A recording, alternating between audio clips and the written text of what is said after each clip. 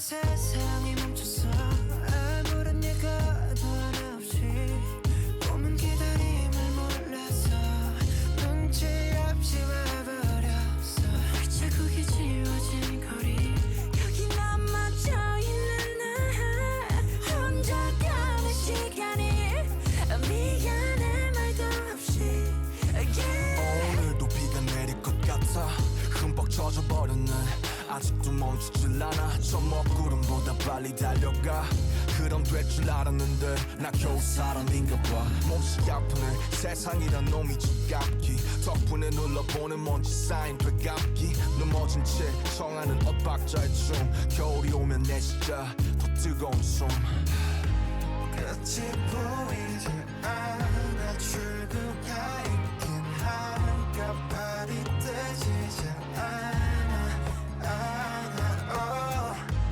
잠시 두 눈을 감아 여기 내 손을 잡아줘 미래로 달아나자 Like an echo in the forest 하늘 같아 나오겠지 아무 일도 없던 듯이 Yeah, life goes on like an arrow in the blue sky 또 하루도 나다겠지 On my pillow, on my table Yeah, life goes on like this again 이 음악을 빌려 너에게 나 전할게 사람들은 말해 세상이 다 변했대 다행히도 우리 사이는 아직 여태 안 변했네 늘 하던 시작과 끝 안녕이란 말로 오늘과 내일 또 함께 이어보자고 멈춰있지 마 어둠에 숨지 마 빛은 더 떠오르니까 끝이 보이지 않아 출구가 있긴 할까 발이 뜨지지 않아 잠시 두 눈을 감아 여기 내 손을 잡아줘 미래로 달아나자 Like an echo in the forest 하늘 같아 나오겠지 아무 일도 없던 듯이 Yeah, life goes on like an arrow in the blue sky 또 하루도 날아가지 On my pillow, on my table Yeah, life goes on like this again I remember yeah, yeah, yeah, yeah I remember I remember yeah, yeah, yeah, yeah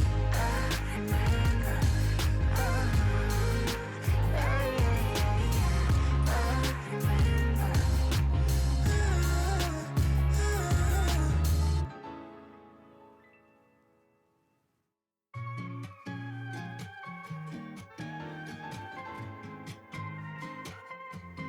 별빛마저 감은 midnight 멈춰있는 time 잠들기 힘든 맘 소리 없는 밤은 so dark 애써 지어본 미소도 낯선 느낌 Ooh, I'm losing my cool 가라앉은 mood Going round round when I'm blue 메아리같이 들린 목소리 Won't let me down down down no SOS I'm calling 내 맘 깊이 들려온 메시지 Can you hear my SOS oh darling 귀 기울여봐 truth in you I'm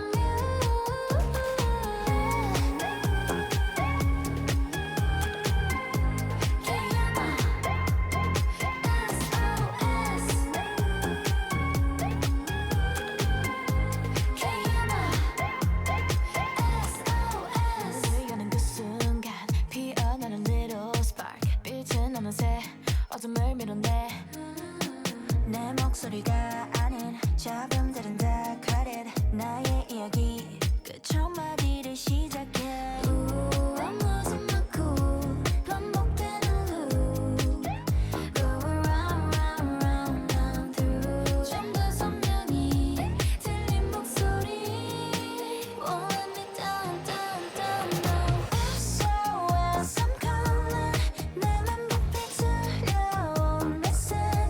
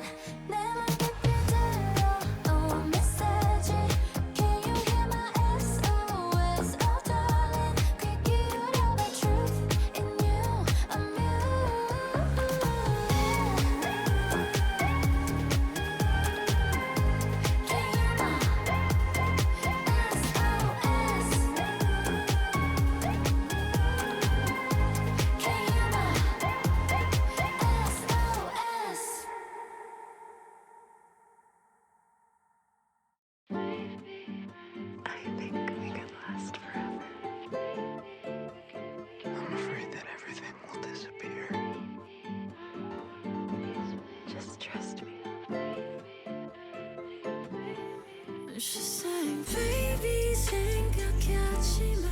There's not a bad thing here tonight.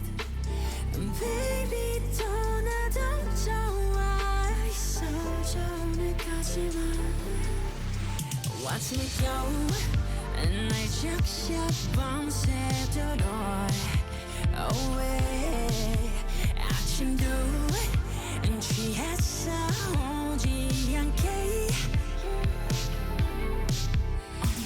시키던 음악 속에 희미해진다. Drama got the bonus story 익숙해져가. 내가 알던 나를 찾기 멀리 온 걸까. Yeah, I know, you know, I know. I'd rather be lost in the lights, lost in the lights. I'm out of my mind. 이 밤이 끝을 잡아줘. 매일 밤 you spin me up high. 너를 보면 die. Let me have a taste and give me a good ride. In a fun, always gonna be a good night. Forever you and I. Oh my god, dudes. Hello?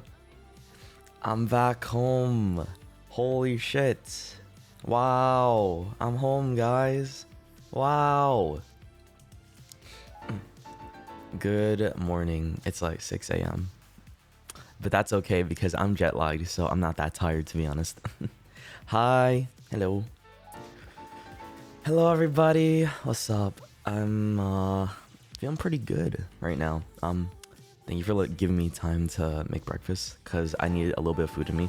I'd not eat since like 12 or like 1 p.m. yesterday. It's like 6 a.m. right now. How long was your trip? It was like 2 weeks, dude. I'm finally back home. I'm very glad I got to do like a couple streams during the trip too. Thank you to Giri again for letting me use her setup for those cooking streams. Because I really enjoy doing a little dabbling with my cooking just for funsies. But I don't have my own setup yet, so the next best thing I have is mooching off my friends' setup. I'm just kidding. Thank you again to Gary for letting me use it. But so how you guys been? It's been a little bit since I got to check up on the guild, to be honest. Like I haven't seen anything to be fair with how y'all have been in the community. I don't think I've gotten to update myself on just like, oh my god, what happened? Let's see. Holy shit. Let me think. The past like few weeks has been really fast, but just a lot of shit's been going on. Like people are moving to goddamn Blue Sky now. Like the block button's going to go away or whatever, and I'm not really happy about that because of reasons I've talked about before. Hopefully they don't do that because otherwise people in Canada can't use Twitter, which is really lame. And I heard like Blue Sky's posting culture is kind of sucky or something like that. I don't know. I don't know, bro. God, I just hate social media now, like so bad. I'm like, do I even want to make another social media like that badly? I'm just like, god damn, rebuilding something like that from ground up again when I'm probably not. Am I gonna spread myself thin by posting on both? Because then I'm just gonna have multiple now. It's just kind of lame. So I don't know. Removing a block feature was such an L. Yeah, because a lot of people were able to curate their, timelines and stuff like that based on that, being able to not see anything. I like people that actually utilize the block function because there's some dumb motherfuckers out there that don't use it and let it get to them and just like, bruh, oh my god, just press one button and you only get to see like people bothering you and shit with whatever they post. I don't know. It's not that big of a deal in my opinion. Like, I don't even know the reason for it. Is it because like he just wants more advertisers or something like that, or people to see like his advertiser content on there? I don't know, bro. I genuinely have zero idea. Hold on, wait. Let me see. has been is much better compared to Twitter, much friendlier towards artists and creators. People interact with you more. That's not what I saw, but damn, maybe I'm missing out on something. Holy shit, because that sounds nice, honestly. What the hell? Finally get to see your actual live. Hey, welcome, dude. Good morning. Yeah, sorry about for people that are just coming in and stuff like that. I know it's Sunday, it's super early and stuff like that, but this is usually the time I stream whenever I go live. So morning times is my current schedule.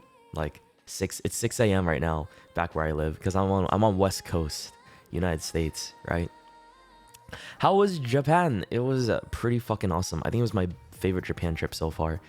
I got to do so much with everybody. Had a lot of fun. Made so many more memories, bro. It was really nice. I wish we got like an extra day here or there and stuff, but people had to leave for like various reasons and travel to do shit and stuff. You know what I mean? So I'm just here. If I had it my way, when I would like. If I was the one responsible, like, planning everything, I would have had, like, maybe 2 extra days to do certain things and stuff, but it's okay. I'm just glad I got to hang out with my friends and, you know, be with them. You love Japan, but you haven't been able to go. It's awesome.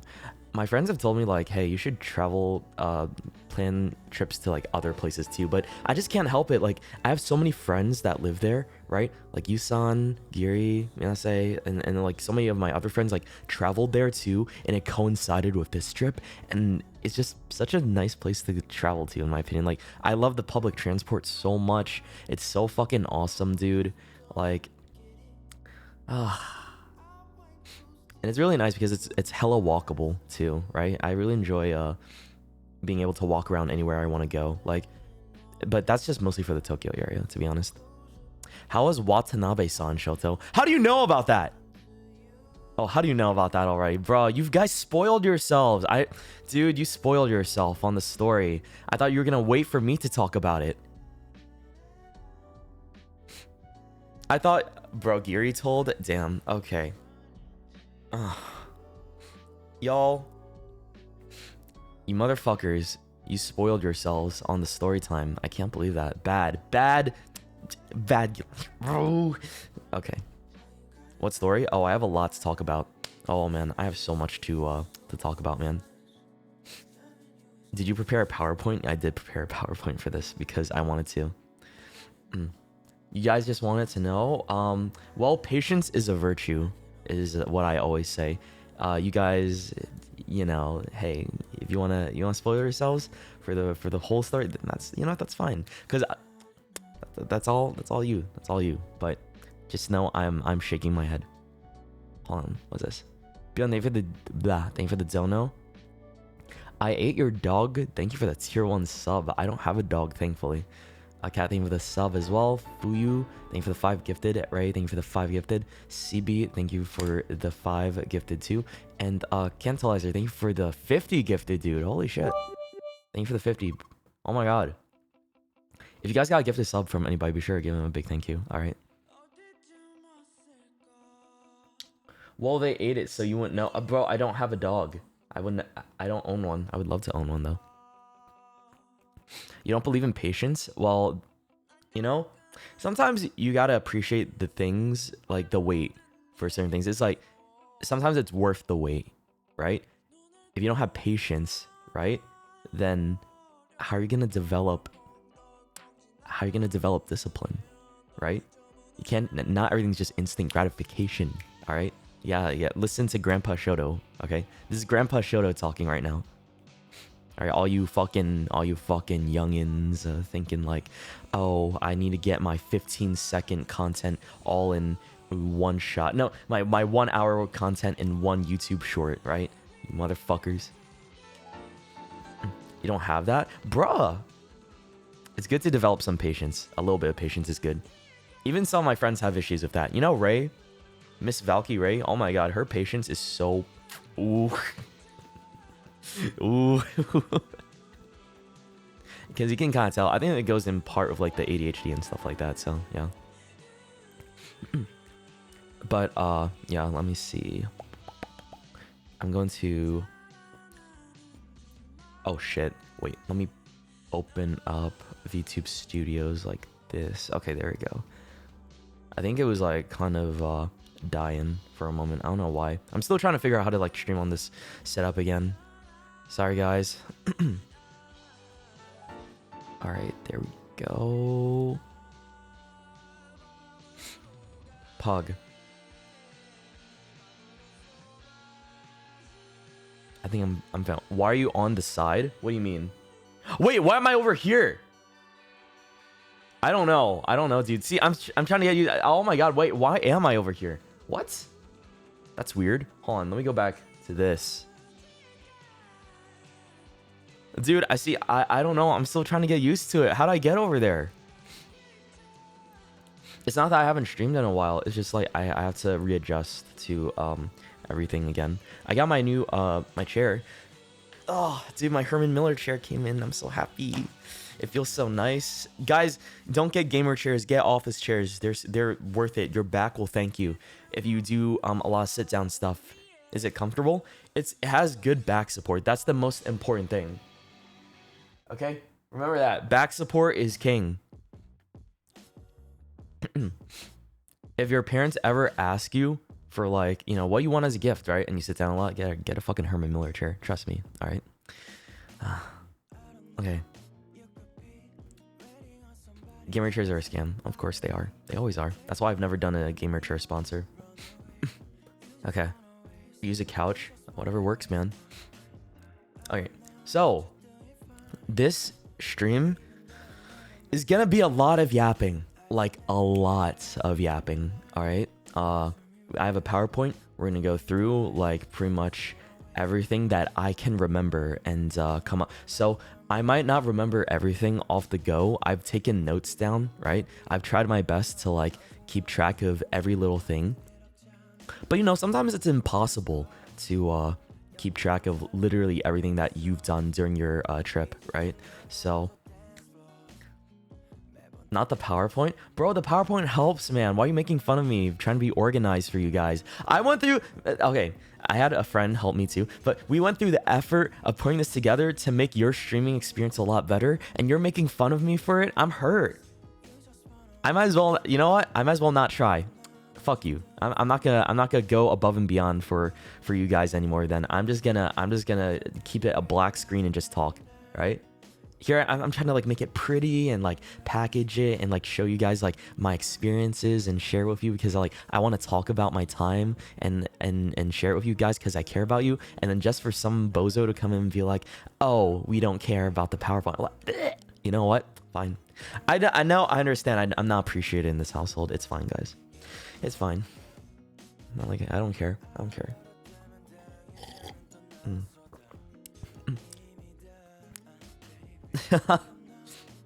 Okay.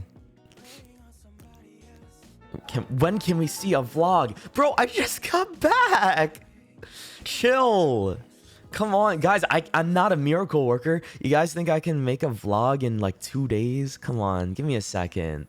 I just got back. I wasn't even supposed to stream today because I want to take a day off so I can properly like, you know, readjust. Come on, man. Be patient with me. I just got back home. I have so much to do. People were screaming for my attention like all weekend long, like while I was gone, like work stuff and responding to DMs and I decided to stream. And say fuck it. So, you know, sometimes I'm not appreciated in this household. I feel like sometimes just that's okay, cause maybe this is what's like feeling like a parent, right? Like when your loved ones don't fully appreciate the things that they do for you, right? And then like you just gotta like bite your lip through it and just continue loving them and stuff because you know they're someone you care about a lot. I'm getting so fucking exaggerated right now. It's okay. All right. So, where do I start? He's uncomfortable. I am uncomfortable. Yeah. I'm uncomfortable. I would like 5 gift subs for I like, honestly, I feel like I deserve it after the mental torment you guys put me through the past 5 minutes, right? For as soon as I get back from my trip, right? And I'm trying to be all like expressive and give out my love and be like, "Oh, hey, how you guys doing? It's been a little bit, right?" Then you hit me with the, "Oh, fuck the PowerPoint. When's the vlog anyways, huh, bozo?" God.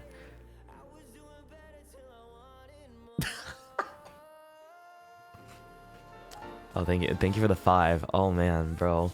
Oh, I feel so much more comfortable right now. Thank you guys. Thank you so much. Thank you. Oh, you shouldn't have.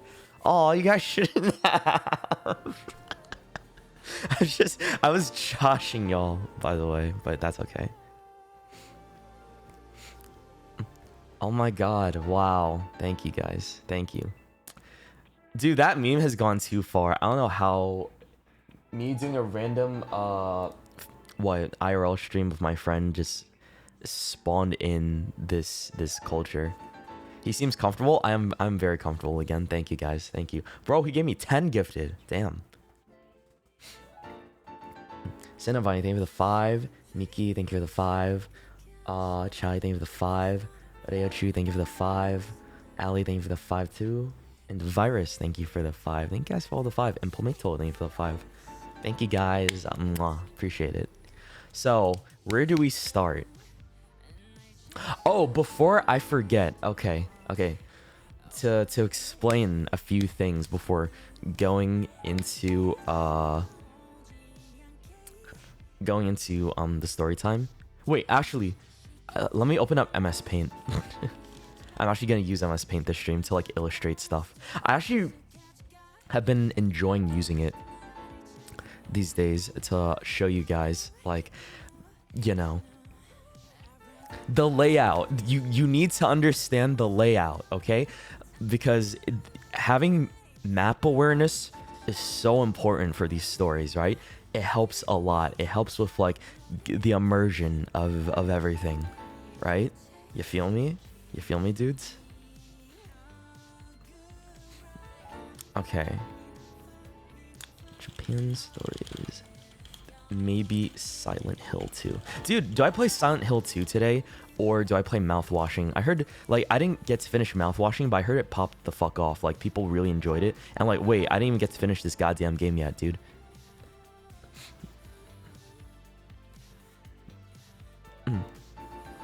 Yeah, people seem to really enjoy it a lot, so I don't know. Oh my god. And then there's isn't there like a Quiet Place game that came out and stuff? So yeah. Holy shit. Ooh, dude, I'm excited. I'm super excited. What the hell is going on? How about you read the stream title? Use your eyes, bro. Okay. The Quiet Place game is really good. Nice. That's what I was hoping. Hold on. I was really hoping it was a hit instead of a miss. I was worried when I heard it was in production and stuff. Okay. Okay. So, where do I start? You can't yap while playing it. Oh, that makes sense. I'm a bit of a yapper. It's one of those games that picks up your microphone, doesn't it? Fuck. Oh shit. Okay, you know what? That's fine. That's fine. We can make it work.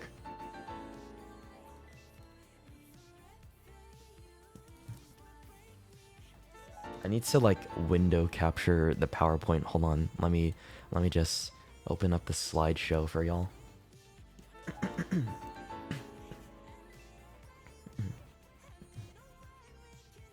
Oh, here we go. Let me know if I'm too loud, by the way. Do you guys see this, by the way? Shoto Japan trip. Wow. You don't have permission to play 2 media objects in the presentation. Please view to request access. Oh, I have to request it for my friend, I guess. Or whatever that is. Very pretty. I know, right? Okay. Dude, I feel like I'm giving a class presentation, right? On but using my VTuber model. Loki, it kind of feels that way. Dude, the future is now. Everyone's gonna have a VTuber model in the future so that they can do like they can do a PowerPoint presentation for school and stuff. Isn't that kind of cool? I'm just kidding. Okay, let me mute this alert box. It's gonna be in my ear too much throughout the stream. By the way, am I loud? How long did it take to make this PowerPoint? We sped ran it yesterday night. It took most of yesterday night while I was also working on Patreon stuff. By the way, the Patreon is now alive again. So if you are 18 and above, the content is available for you to subscribe to. It is behind a paywall because, you know, for obvious reasons. I'm going to be posting more content on Patreon from this month, next month, and for the rest of the year and see how it goes. I'll do my best to keep up with, you know, the audios and shit. I'm excited because I haven't made it I haven't made much audios in a while, so I'm really hyped to see you know, what I can do, experiment a little bit more again. I'm pretty happy that I can you know, feel like motivated again now that I have my own recording setup and stuff. So yeah, new ASMRs. I have a bunch of stuff uploaded already. There's gonna be more uploaded within by the end of the month. There should be some more stuff going into November, so be sure to sub, and then you get to see a lot of shit. Everything's available again, so yeah. How's the recording studio? I'm very happy with it. It's very effective. Let's just say that I get the job done, and there's like no noise, echoey, and stuff like that. Okay, so where do I start, bro?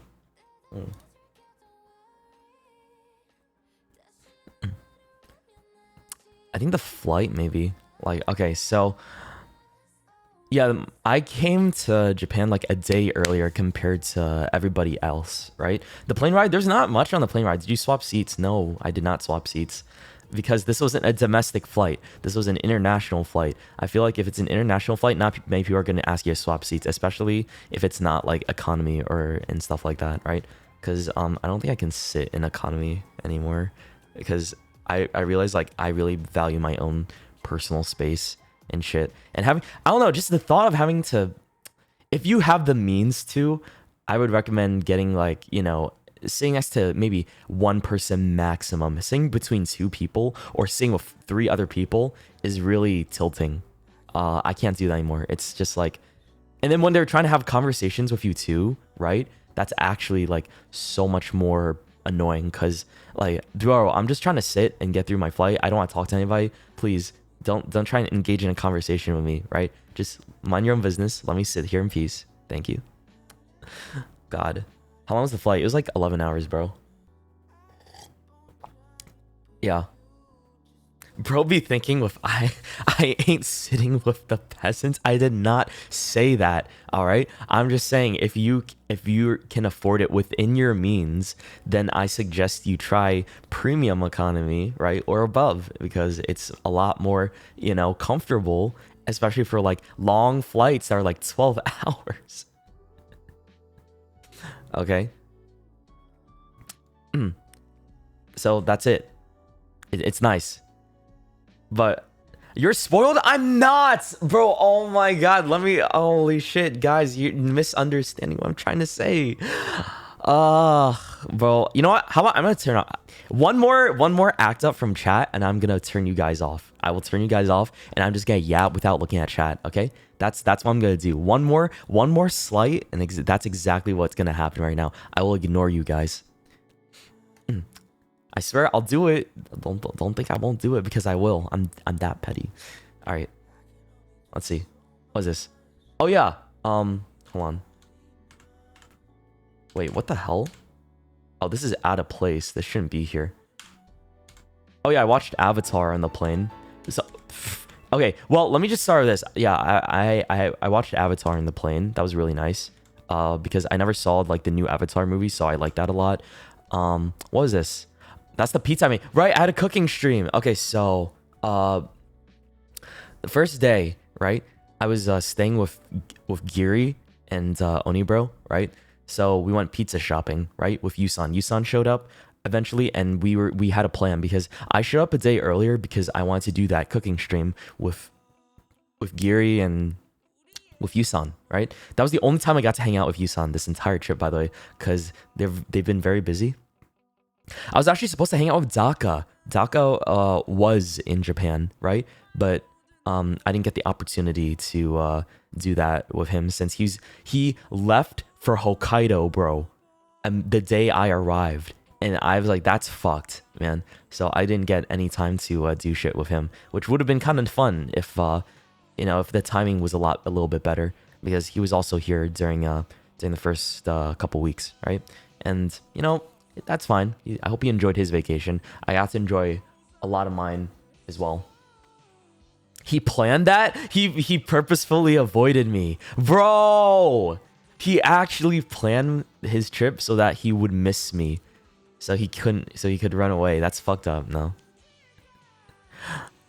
I didn't get to hang out with Minase this trip, which was something I think next year I will reach out and be like, hey, yo, because there's just no time to hang out with all of my friends. There's people I just had to say no to, or just skip out on meeting this time in Japan because it's just way too busy with the plans that I currently have, right? So yeah, there was no opportunity to hang out with Minase, unfortunately, but next time.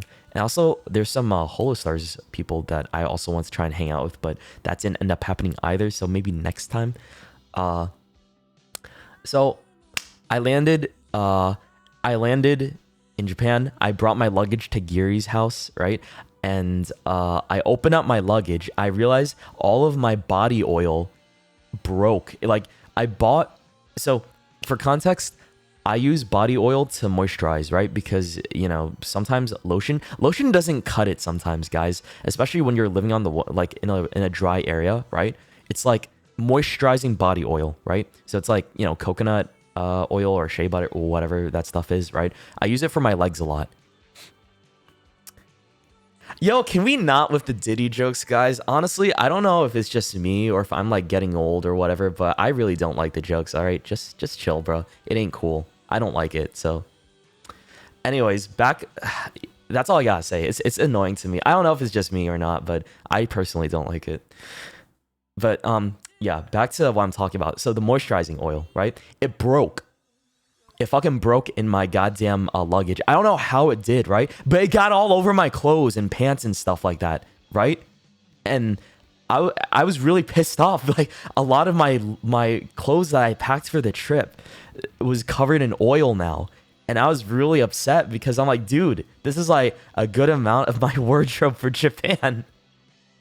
I don't know what happened because I packed it really well. I made the mistake of not putting it inside a Ziploc bag, okay? Giri chewed me the fuck out and she was like, bro, this is what you get for not putting your shit in a Ziploc bag. I'm like, yeah, I know. Sorry, mom. Rip, right? I fucked myself over by not doing that, but it's okay. Now I've learned my lesson properly and I won't do that again. I'm actually going to put it in a Ziploc bag and close it up because it would have contained it a lot better, right? It was crazy, bro. Like, it got over a lot of my pants and stuff. It even got on some of my jacket, right? Like, a small bit of oil got on my jacket because of that, and I was like really pissed off. So yeah, it's gonna take a lot of cleaning. Giri offered to clean it, so I left it at her house for the entirety of the trip. By the time I came back to Giri and Onibro's place, when we came back to Tokyo after Nagano and Kyoto, the clothes were still pretty soaked. Like, it was hard to get out, according to her, so it might have been GG. So I might have to clean it up again, like, personally, in my own laundry machine. We'll see. You could have bought some clothes in Japan instead of bringing it. Listen, I'm not trying to buy a bunch of new clothes when I'm traveling is the thing. I'd rather spend money on stuff like hanging out with my friends or like food and like stuff like that instead of like new clothes all the time, right? Like, an outfit every day is crazy and it's quite expensive. It does get expensive, so yeah. But I did buy a couple of shirts while I was at Uniqlo, and that's pretty much it. That's the extent of the shopping I did, to be honest. Was just like, I bought some white t-shirts and like an umbrella because it was raining in Japan. By the way, October in Japan is rainy season. It's very humid. I had no idea. This is the first time I went to Tokyo in October, and I learned never to do that again because, God, it was so fucking humid. It was hot still, bro. Like, it was not autumn vibes at all. Like, according to my friend who lives in Japan, it gets more autumny and a lot more, the leaves become like, you know, orangish and all that stuff by December, right? Which is surprising to me because like the heat is still around, right? And the leaves don't know when to change. So they'll start changing like around end of November to December, right? But it actually didn't rain that much. It only rained the first day and the last day I was in Japan, right? Which is really lucky, to be honest. Like, it was sunny for a majority of the trip, which was awesome for pictures, by the way. Oh my god, we took so many great pictures, dude. So, yeah, first day, it's quite a mess because I already like got a lot of my clothes like fucked over because of oil, right? That's okay. Giri was really nice. She gave me some of hers because like she also had moisturizing oil, thank God, and that was really lucky. So because I didn't have any body moisturizer at that point, so I used that in the meantime before I found some stuff to replace it with when I went to like shop at skincare places. So this was a barbecue chicken pizza I made on stream. You guys saw the stream, right? Type 1 if you were there for that stream. Just let me see. Type 1 if you're there for that stream because I think I did a pretty good job. This was like a very Lunchables like pizza that I made, which was very sad. I wish I could have made like an authentic pizza, but we didn't have the time to prepare our dough. The dough makes the pizza, by the way, so I was really sad that that didn't happen, right? You faced reveal on Instagram? Well, not really, but people, you know, are familiar with in general, right? I'm not gonna show everything, but yeah. It is on Instagram. You're all right. So, this stream was really fun. Dude, I just want to preface that the tortilla slap thing, right? It was Giri's idea. Like, when I slapped Yusan and Giri with the tortilla, right? It was their idea. Just saying, not my fault, right? And they slapped me first, so that's why I retaliated. But as soon as poor little, big bully Shoto decides to do enact in some violence, he gets all the hate because, you know, oh, you can't hit women, right? I'm like, oh, I'm gonna fucking vomit everywhere, dude. This is Shoto-ist, bro. Guys, shut up. I love girls. Come on. Leave me alone. You got serious hate for it? Oh, no, of course not, bro. I never did. It's all fun and games. Trust me. There's never been any serious hate. But all our communities are chill. Everyone gets it, right? Because we're such good friends. Now, if this was 2022, right? If this was back in 2022 and I did something like that, oh boy. You bet somebody's gonna misunderstand and like misconstrue it. So yeah. So I'm very glad that like I said, every day I am thankful for the fact that I can have fun and do stupid shit with my friends and not suffer repercussions from people that take things too seriously, right? Because of high level parasocialism. Back to what I was talking about. So, oh yeah, I think Giri and Onibro took me to get food at this one mom and pop place, right? It was really delicious. They served us like fresh hot tea, miso cod. Dude, this was like the best miso cod I've ever had. It was so delicious.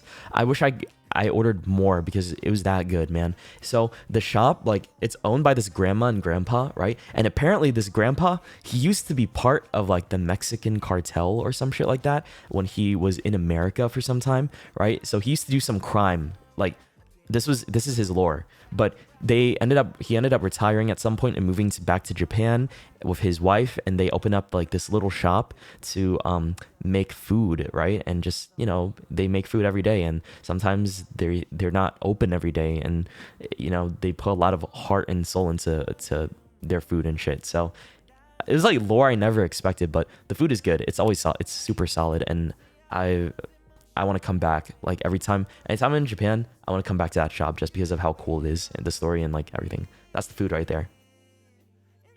Looks really good, right? Look at that cod though. I posted it on my Instagram story a couple times, right? If you guys saw the miso cod, bro, I'm just saying right now, if any of you guys know how to make a badass grilled miso cod, I will marry you on the spot because I need that in my life.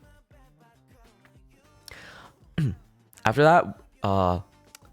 that day, I took my luggage and left their house so I can go to my hotel, right? Because that day was when everybody was coming into Japan. So I was like, you know what? I'm gonna wait for them at the hotel so we can all, you know, be with each other, hang out and stuff like that. Because we all got the same hotel and we'll be nearby and all in one area and stuff like that, right? Hold on, like, let me see. And what everyone was like flying in, like, so here's the people for the trip. It was Cinder, Tricky, Girl DM, Bao, Yuzu, Numi, Red, Onibro, Giri, and of course Shoto. So for people that don't know, Red is gonna be a very important person in this story, right? Andy was not here at all this time. Red is a friend of Cinder's, helping her to vlog so that she can enjoy her vacation, right? So he was there, and he's a pretty funny guy. I got pretty friendly with him. Andy is not around at all because, you know, he has work, right? He used up all his vacation days when he went to Japan with me for the first time in January, right? So he was not able to come this time. He stayed at home doing the whole moving process. By the way, oh yeah, fun fact, Andy's here now.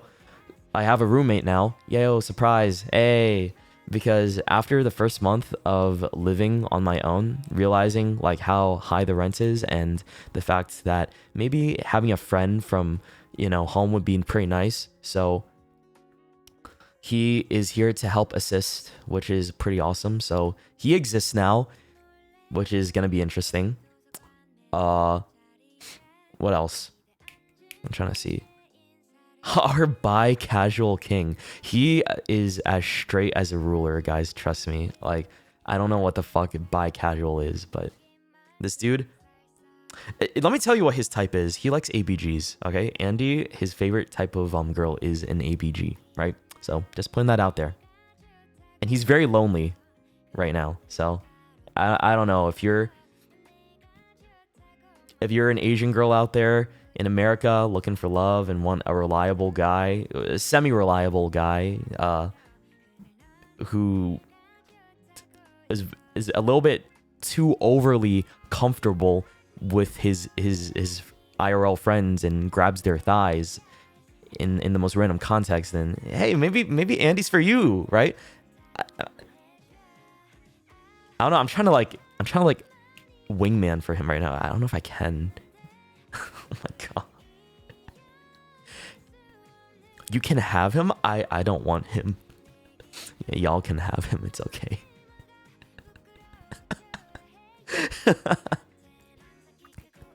Shoto, you're an AVG. What the fuck are you talking about? I'm not. There's absolutely no way. If you mean like ABB, the most similarities I have to one is the fact that I play Valorant, and that's it, really. That's the only thing, right? Okay, back to what I was talking about. Bro, you guys are distracting me. So yeah, Andy exists here now. Awesome. Bro, he moved in from while I was out in Japan. We thought that would be like the best time for him to get settled and do shit, right? Was that, you know, he becomes a part of the apartment lease, right?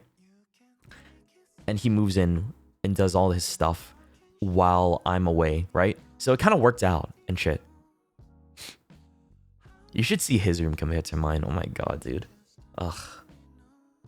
I came back and it was like, you know what? I'm gonna do an apartment tour in a bit, right? I'm gonna show you guys like the whole apartment sometime soon, and you guys get to see everything. Like my room, it looks beautiful. His, it's something. It's something. What else? Oh yeah. So, yeah, everybody flew in. So Cinder's here, Tricky's here, Girl DM's here, Bao, Yuzu, Numi, Red, Onibro, Gary, right? We're all here. This is the party for Japan trip. This is the squad, right? We have all the main characters for this journey coming up and stuff like that. Oh wait, that was a spoiler. So apparently Bao had her luggage forgotten when she came, so she was panicking, stuff like that. So they forgot her luggage back in America. They didn't put it on the plane for whatever reason, so she had to get it later in the week. So she had no clothes, no makeup, no skincare, no nothing, right? So she had to borrow Gary's clothes, and we had to go to Uniqlo to get her some stuff. And everyone else wanted to shop a little bit, so we went to Shinjuku. I need an umbrella because I didn't know it was gonna rain a lot there, so we got like a few things. Walked around for a little bit. That's why you see Omoide Yokocho on the left. I walked around there for a little bit too. It's so smoky there, bro. Every time. Dude, every time we travel, I feel like Bao goes through something like unfortunate. Like this isn't the first time her luggage has gotten like scuff, right? When she travels. I don't know how. So that was kind of unlucky. Right? We wanted to go to this place called Lowry's Prime Rib in Tokyo, right? Because it was like Giri and Onibro's idea if we could all go there, like once everybody landed. But Numi said she didn't want Western food at all, right? Because, you know, Lowry's Prime Rib is technically a Western food place. It would have been prime rib, potatoes, and like spinach and like salad and stuff like that, right? If that makes sense. So I guess I can understand where she's coming from. Like the first meal you want in Japan with people whose first time is it in Japan right now? I think it was like Cinder, Red, and Tricky, right? They've never been to Japan before, so it was a few people's first times, right? And so you know what Numi's idea was? Lowry's is good. I liked it. Yeah, I liked it in America. But you know what Numi's idea was to go for dinner? A yakitori place, right? And then she proceeds to order 5 plates of French fries, sweet potato fries, and fried chicken for people, and beer. And she had the audacity to say, I don't want any Western food during this trip. Like, okay, bitch. All right. We denied going to Lowry's just so we could go to a yakitori place as our first meal. It was Numi's idea, by the way. That's all Numi's idea. I'm gonna give her heat for that, by the way. All right. I never usually give Numi heat, but this time I will, because that was just the funniest shit to me. Of all the things, she's like, I don't want Western food, and then she orders French fries. And that's like a lot of the people's first time meals. Like that was Red, Cinder, and Tricky's first meal in Japan was French fries. But to be fair, we did get a bunch of like skewers and other fried stuff. But I'm like, I didn't want to eat many of it. Like I kind of nibbled on some of the stuff, right? But then I was like, this is not it. Whatever. You know what? At least I'm with friends, right? At the end of the day, at least we're friends and stuff. But sure. Don't think I ever want to go back. I just don't like bar food, bro. I hate bar food so much. It's like not my vibe. It's just so bleh. But you know, we do it for Numi because we love her. It's like one of those things is like, I'd rather them be happy and have fun with my friends rather than like care about like, you know, the food that much. So it's okay. So we went back early because we were all kind of sleepy and dead, right? So it was like what, 10 p.m. Because we had to get up early, right? Because we had to go get on an early train to go to Nagano. That was the first place that we're going to. We're not gonna spend our time all in Tokyo. We want to go to this different prefecture called Nagano. I went there before in my first trip. I think you guys remember. It was when I was at that onsen town, right? So we went to the same one with everybody actually, right? So I went to the gym in the morning with Numi, right? Because we had the same hotel. We all had the same hotel actually, but no one wanted to get up that early and go to the gym, but I did, right? So I met her there. I think she had to leave early because she had cramps or whatever. But then I got a call from Andy, right? Since he was busy doing the move-in process, right? While I was gone, right? And guess what the fuck? Guess what he told me, right? As soon as this motherfucker moves in to the apartment, and he gets all comfortable, and he's making breakfast, right? Guess what happens? Guess what happens? He started a fire. He told me that so there's a fire in the apartment building. I'm like, so you know what my response was? I was like, oh, okay. Who had a fire? Is everything okay? Right? And he was like, take a good guess. And I was like, I don't know, our neighbors, right? Was it the old lady next door? And then he was like, no, it was me. I was like, you fucking kidding me? Are you fucking kidding me? You start a fucking fire in my apartment while I'm gone. Day 2, by the way, the second day I'm gone, right? From my apartment. He starts a goddamn fire.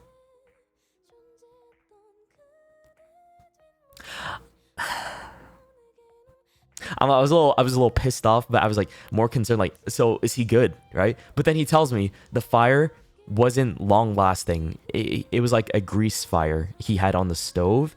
He put it off to the side for a bit and let it do its thing, right?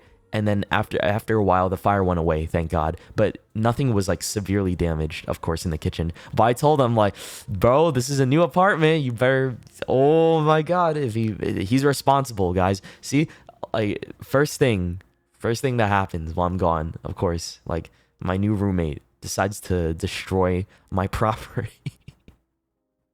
At least he didn't put water on it. If he put water on it, bro, oh my God. Yeah, never let Andy cook. I don't know what that was about, bro. I think this guy has some interesting cooking techniques. Bro, when I heard that, my heart dropped. You don't understand. The day I was at the gym, I stopped doing everything I was doing. I was like, what are you talking about? There was a fire in our apartment. Day 1. Day 2, I mean, whatever. But that's besides the point. So, well, after that, we all go to the station, right? We stop by this like beef. We wanted to get eki bens for or like lunch boxes and stuff for the train ride to Nagano. So yeah, we get there. I had the best bento box of my life. It was like literally all it was beef, wasabi, some veggies, and rice. It was so delicious. Like, I think I learned something about myself. That is one of the best meals you can ever have. Just beef and rice. It's so delicious, man. It's a good balance too. And the wasabi too, bro. Oh my God. The wasabi was just so fucking... Guys, if you're ever in Tokyo Station, right, and you're gonna go on like a long train ride, go to this place. It's called Niku Oroshi Kojima, right? You'll have a amazing lunchbox made by them. It's fresh too. It's like a fresh lunchbox. So it's amazing, man. God damn. I want to have more of that. Like that specific place just hits so much better than anything I've had. Maybe I was just really hungry for some reason. But yeah, we get to Nagano eventually. Like it was pretty okay because like we got our tickets beforehand, so the trip and like the seating and everything wasn't too bad. I think we were at the station for a little while, so this was like the Nagano station. I think I was like walking around and shopping for a little while. Look at these little guys. They're pretty cute, right? I just saw this in one of these shops and I was really tempted to buy them. But then when I saw these, I was like, I thought about you guys because I was like, oh damn, I wonder how my guildies are doing right now, right? It's been a few days already. Hopefully they're chill and stuff because I saw how cute and tiny these adorable little fucks are, and it reminded me of you guys, right?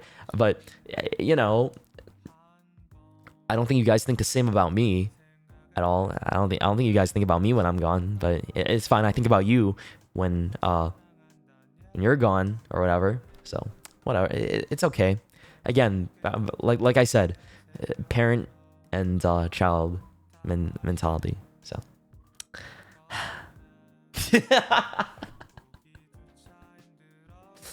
I'm trolling. Mansell, thank you for the $10. Thank you so much, and thank you guys for all the resubs. Welcome back. Welcome back, everybody. What was I saying? Right, we walked around Nagano for a while, and then we waited for the local train to get to the onsen town that You don't have permission to play that file. Why not? Huh? Why not? What? Hold on, wait. Let me check. Why don't I have permission to play that file? Oh, I'm stupid. Okay. Pfft. There we go. Now it works. I was logged on to a different account, so that's why. Okay.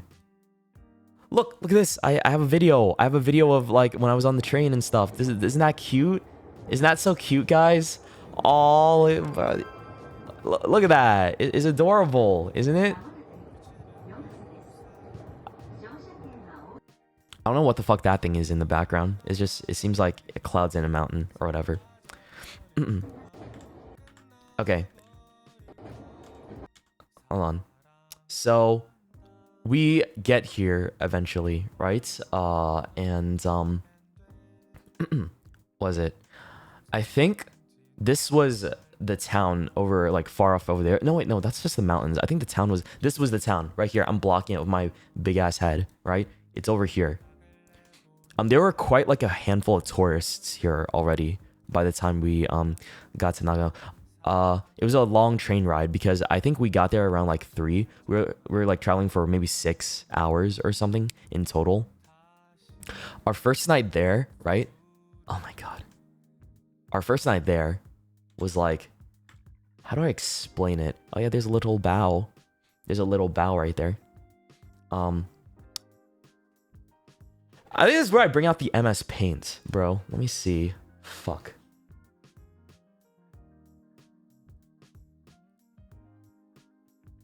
Yeah, let me bring out the paint tool because I gotta explain it.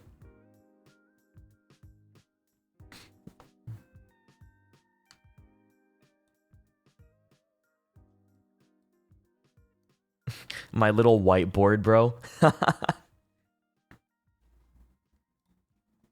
So we get to Nagano, right? And we get to our little town, onsen town. When we arrive, it smelled like mold. It smelled like it had this very old, moldy smell. I think it's from like all the heat and moisture from the onsens affecting it, and it's a really old building too. And the sulfur as well. The sulfur, yeah, that also contributed, but like when we walked in there, it had like this certain scent to it that like made me, is it the geyser smell? I think it is something like that, right? And it just made me very like, it made me doom spiral. I was like, oh no, I don't know if I can sleep like this because I have a very sensitive nose, guys, right? My nose is super sensitive. And I was like worried I wouldn't be able to sleep and stuff. But I eventually, like, your nose gets used to it and stuff and whatever. So it wasn't that big of a deal. So I was rooming with Oni Bro and Red, right? It was the three guys shared a room together. Everybody, all the girls stayed with each other and stuff because, you know, that was like the rules and shit like that. I think the room was literally this big. It was that big. That's it. That's it. You come in, right? Oh, wait. Well, the bathroom is right there, but the bathroom is super tiny, right? And like the futons are maybe like this. So this is like a whole body. That's me. That's Onibro's bed. And then this is Red's bed. Well, it's our futon, right? It's very small. Super duper small, right? There's like barely any room to like put all of our like luggages and stuff like that. So I was like, oh, okay, cool. It's a hall. Well, it worked out. So this was my bed right over here. Oh, hold on. Let me just purple. I think the purple will help here. That's mine. This is Oni Bros, right? And then this is Red over here.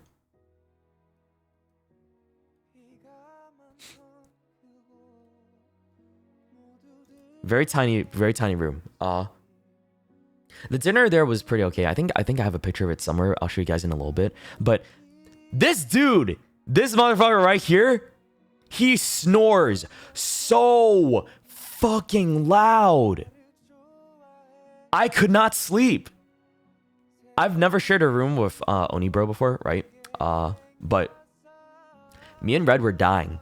Dude, I remember it was like 10 p.m., right? This old man, this fucking old ass dude, yeah? Like, he had mouth tape to sleep. Yeah? He said like, oh yeah, I have mouth tape to help like, so like if you guys want to try too, so it helps you to not snore, right? I'm like, oh okay, cool. So I guess we'll all have a peaceful sleep tonight, right? That sounds awesome. 30 minutes after he falls asleep, I hear like really loud bassy snores that reverberated the whole room so much that my body was like vibrating too. I was not able to sleep for 2 hours, guys. 2 hours! I was awake. Just like laying there trying to figure out how to fall asleep. It was so bad. Like, it was midnight something. And then I was just like, damn, how do I sleep, bro? This is so bad. So, I eventually just get too exhausted, right? And eventually nod off and fall asleep. Oh, that's not the worst thing. That's not the worst thing. So while I was so you guys know I'm vlogging throughout this entire time, right? I'm actively recording and stuff like that for my trip, for the vlog that'll be posted at a later time and date. But I was trying to figure out how to move my stuff to my phone, right? Because I've never done vlogging before. I've never done like recording and stuff like that with like individual like vlog camera and shit. The SD card only fit like so much. So I was like, okay, the SD card's full at this point. It's been like a few days. That makes sense. Let me just move it all over, right? To my phone and my storage. And I go to the setting on the vlog camera that says format SD drive. And I was like, I wonder what this does. Right?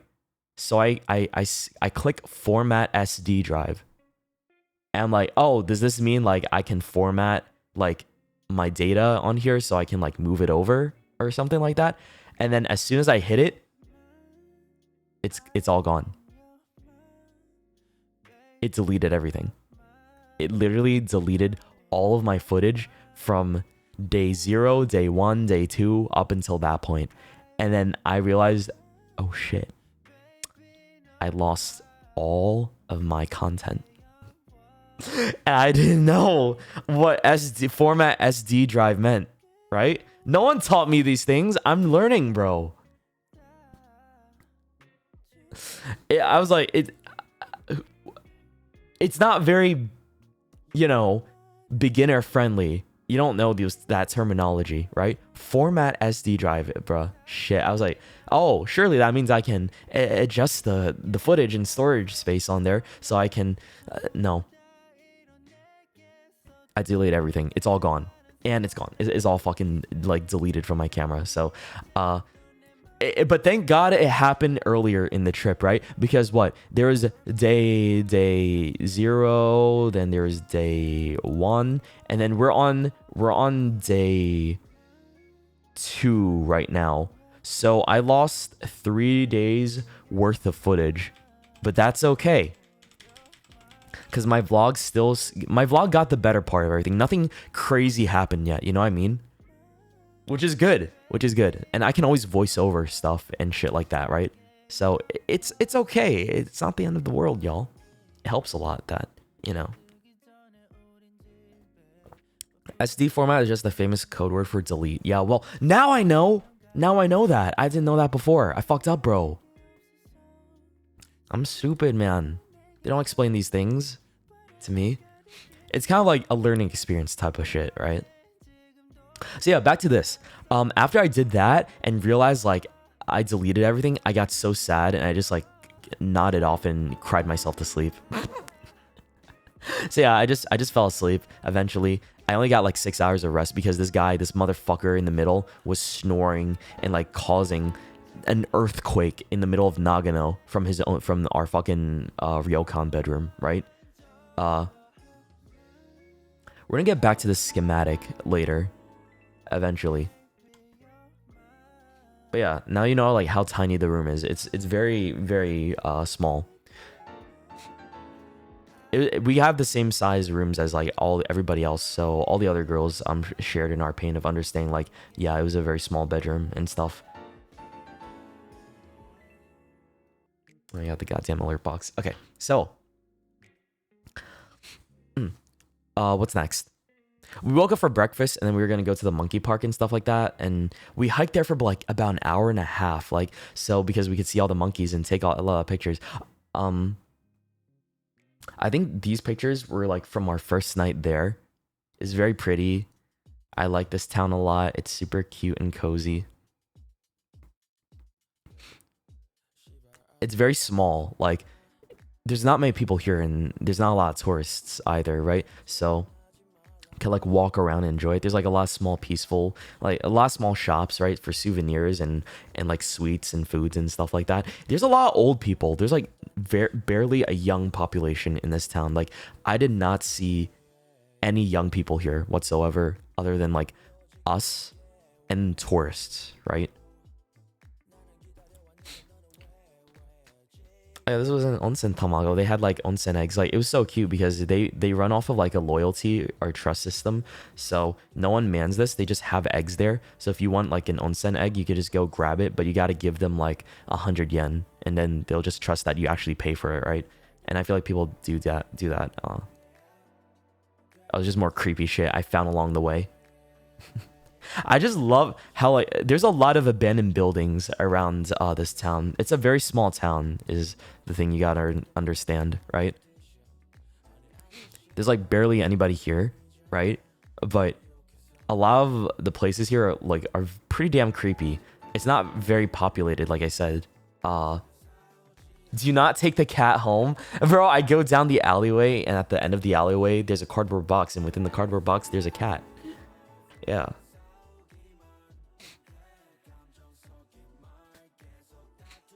Horror vlog when it was a little horror-y at some points, but we'll get to that in a little sec. I gotta talk about everything else first. So yeah, this was like the town when we were exploring, like on a few days in, I think. I just wanted to like show you guys. Oh, there's a cute monkey right there, a monkey plushie. I saw like a little jack-o'-lantern because they were getting like ready for Halloween and stuff like that, right? Pretty cute. They're very monkey themed in this place, to be honest, right? This is I think this was like one of our dinners right here. It was a we all like shared tables with people and shit like that and sat with each other to eat a meal. It was pretty okay. Like, I think it wasn't my favorite. It's like very fancy traditional food, like that they served us, right? So let me see, what else? Oh yeah, here's more food pictures. Very delicious, right? Honestly, that does not look appetizing. Well, it's like grilled fish and like some other like it's very like old school traditional Japanese food, you know what I mean? There was wagyu. They had wagyu over here at some point, right? Look at the wagyu, guys. And it was like cooked. They gave us wasabi with it too and some veggies that I had to grill yourself. I thought it was kind of cute. All right. Did you wear yukata? I did have a picture of it that I posted on my Instagram, if you guys saw, of me in one. They kind of encourage you to wear it. So a lot of the ryokans there encourage you to wear their yukata outside when you're going out and about to like promote their ryokan, right? As like a little self-advertising or some shit, right? Which is kind of cute. It looks so little though, but it's like multiple courses, you know what I mean? It's one of those kinds of dinners. And it comes with the rent. Like renting the hotel or ryokan. This is like a complimentary dinner meal that they provide for you, which I thought was pretty nice. Again, it was okay. It wasn't my favorite, but it was all right, right? You have to have a palate for it and stuff, because I don't like raw shrimp, bro. Raw shrimp is one of my least favorite things ever because it's just like so slimy and I hate the texture, right? I'd rather have cooked shrimp, man. It's nasty. Yeah, it's just not for me. I'd rather have my shrimp in like, you know, dumplings or whatever and stuff like that. Yeah, this was raw, bro. I did not like it raw. Hold on. Okay. What else? Yeah, I think we like walked around a bit too. Like I was just exploring around the area and shit like that. So this was like how do I put it?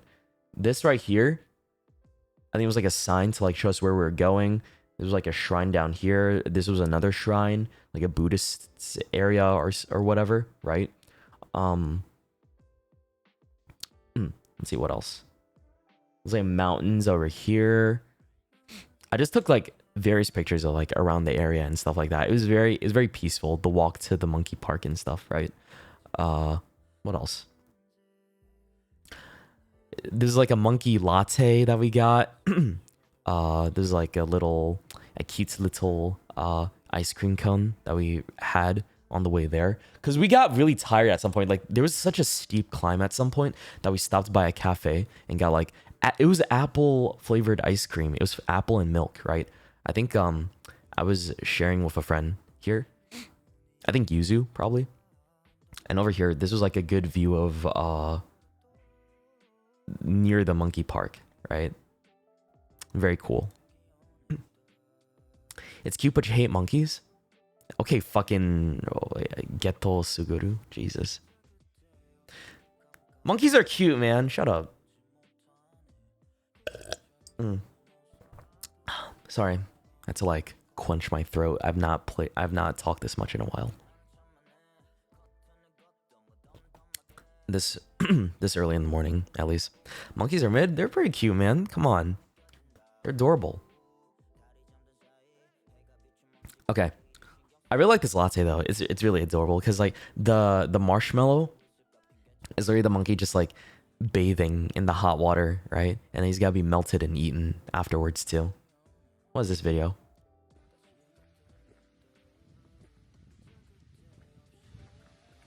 Why is it so blurry? Oh, I think I was just like taking footage of like the area and stuff. Like nearby when I was exploring on the walk over there.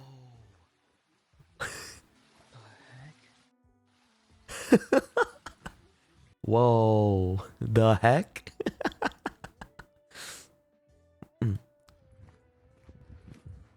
What is this? What is this video? I think it's just more walking and stuff. The fucking wind noises, bro. Yeah, it was really steep. Like it was a very not busy area and trail, right? It just felt so comforting and beautiful, man. It had to be there. Did you get lost? No, it was very hard to get lost. It's like a very clear, straight path to get there and whatever, right? It's very calming, but like if you fell down, you're fucked, right? If you fall down the path, like it's such a steep little hill and you're just kind of screwed at that point. You know what I mean?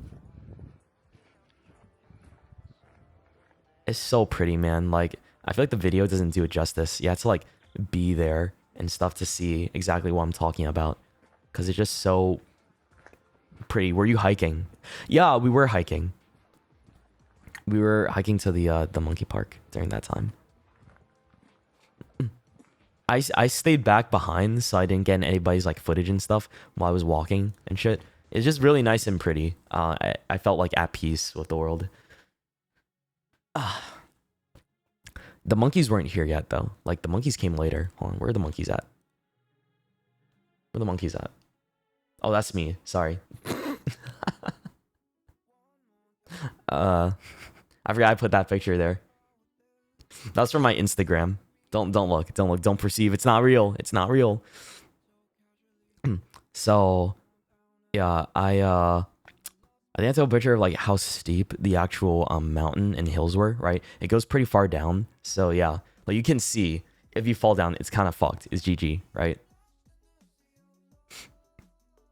That's a cute monkey. That's what you call me a monkey? What? That's crazy, bro. That's actually crazy. Oh, here's the monkey. Here's the actual monkeys. Look at that. Right there.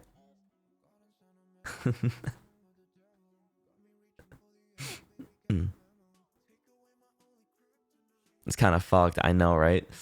Yeah, these are the ones that we saw at the park. He's adorable, bro. They're just like they're chilling in the hot water, right? Vibing out, going around, like jumping around near everybody. Oh, one thing that was pretty annoying though, I will say. I got tortured by a wasp. So at the monkey park, there's this big old wasp constantly flying around me, trying to like sniff me or land on me. I don't know, right? It bothered me specifically. Like, you can ask anybody that was there. You can ask Bao, you can ask Numi, Yuzu, and they will tell you. Yeah, Cinder, like, they will all tell you there's this wasp like following me, right? And like fucking with me the entire time we were at the monkey park. Just like trying to land on me or whatever. Did you have anything sweet on you? No, I didn't. I did have cologne on, right? That might have been it. I don't know. I'm not sure what it was. Maybe it was like my perfume. Yeah, my cologne or whatever. Because it was like a spring scent or some shit. I don't know. Maybe that could have been it. Or maybe like it was just like kind of into me. It smelled my pheromones. I don't excrete pheromones, okay? I'm not. It ain't like that. What is this video? Oh, more monkeys. Wait, I think this one... Yeah, it's just more monkeys and stuff like that. I just want to make sure. Okay, yeah, it's all just the monkeys and stuff like that. Why is the quality so low? Hold on. I don't know, guys. Maybe it's just like... It's supposed to be 4K. Bro, why is the video quality so shit?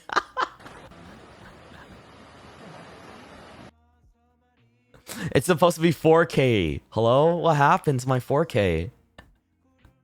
God damn it. But yeah, what was I talking about? So yeah, this wasp was harassing me this whole time, right? Dude, it's so scalp. Just ignore it. Just look at the cute pictures instead, right? So I got like this. So this is a picture of the door on my bathroom. I actually just put this in yesterday, right? I got like a little souvenir from the monkey park, so I put it on my bathroom door at the top, right? I thought it was kind of cute. Honestly, this is super adorable. I like the souvenir. Also, what you see on the top left.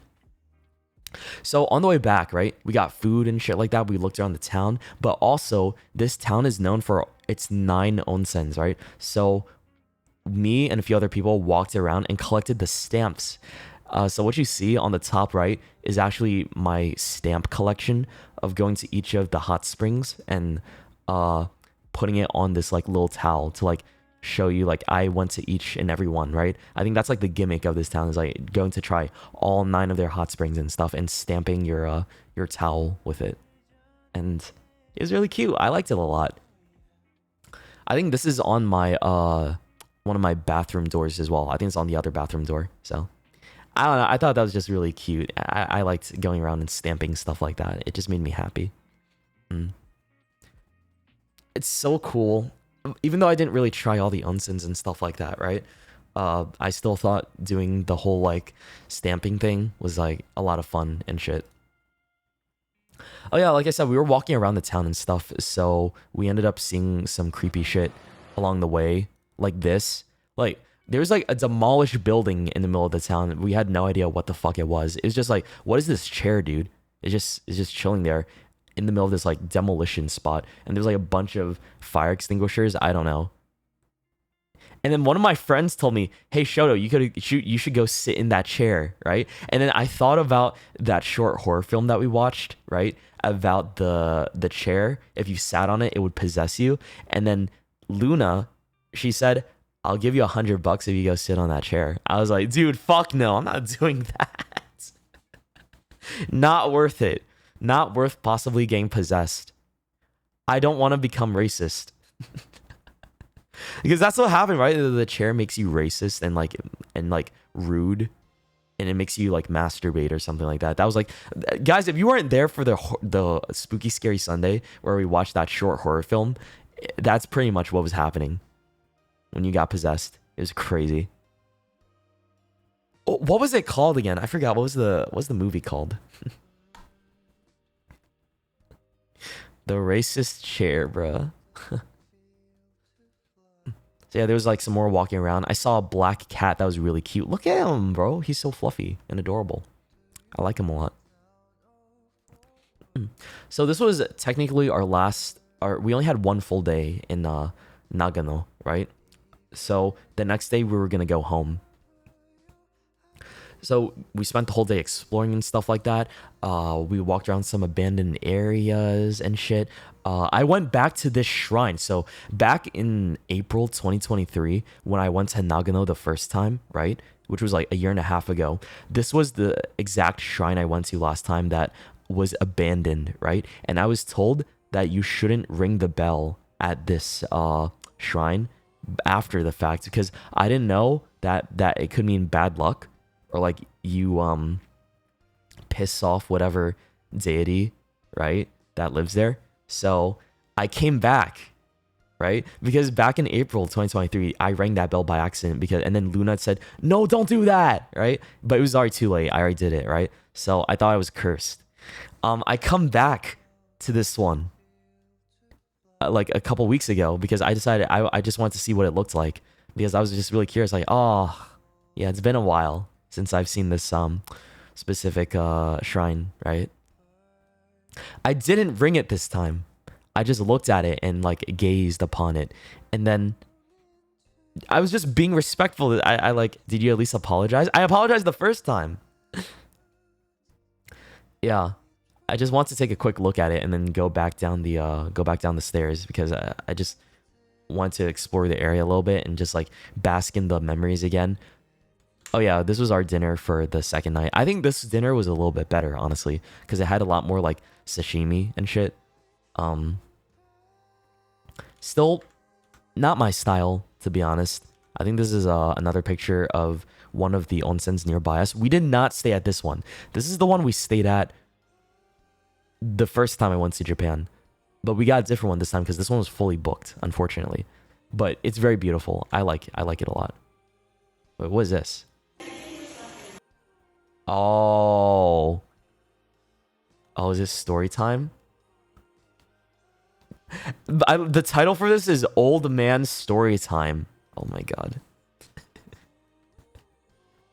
It's so pretty. No, it's didn't, bro. It's kind of gross. Honestly, I don't like this little onsen that we were at, but yeah. Oh yeah, I forgot to say, Yuzu kept trolling me because there's a lot of bugs in the area that we're at, because there's a lot of trees and stuff like that, right? So she trolled me a couple times and kept like saying, "Oh, Sho, look out," right? And then whenever she said that, I would run and scream because I thought there was a wasp flying nearby me, right? Only to realize that she was messing with me and there was no wasp. The first couple times that she said that, "Sho, be careful," right? There were actually wasps, but then she did it again when we were back in town, and then everyone started laughing at me, and I got pissed because I'm like, "You guys are mean." I got traumatized because the wasp was like following me around from the goddamn monkey park, right? She's like, "No, Sho, look out! It's on you!" And of course I scream. Of course I fucking scream, bro. Jesus. And I would run and yelp because it's like creepy. I don't want to get stung or bitten, so fucked up, man. So on the way to this, okay, back to the old man story. What am I talking about right now? Yeah, let's talk about the old man. Okay.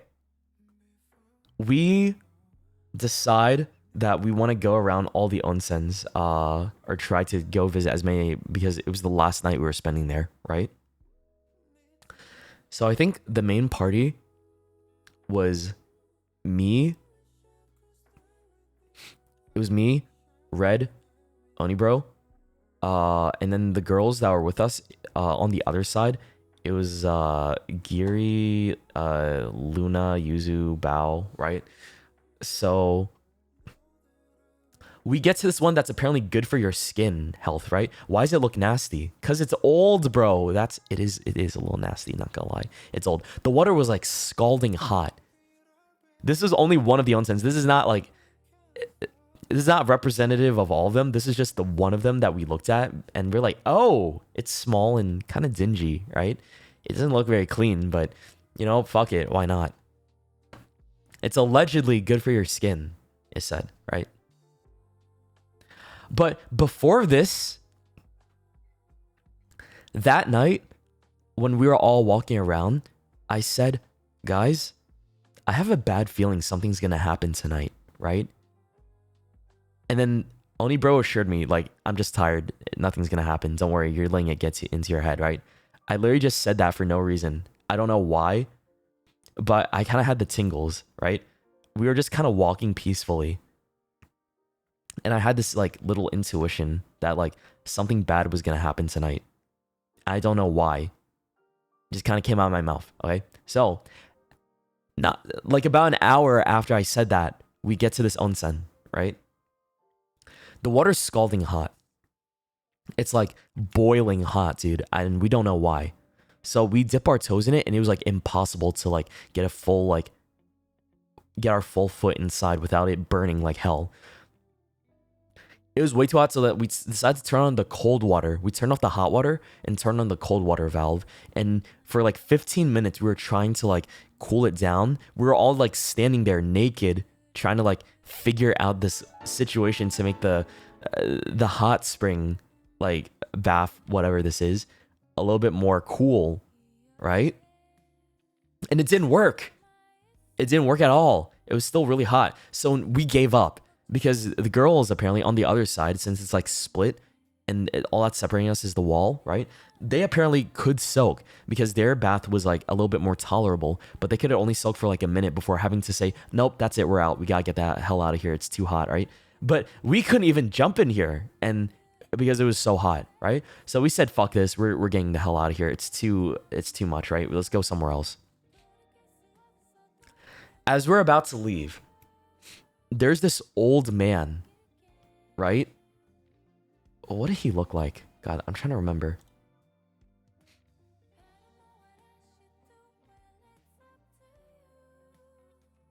Like, the best way that I can describe his proportions was like, how is he shaped?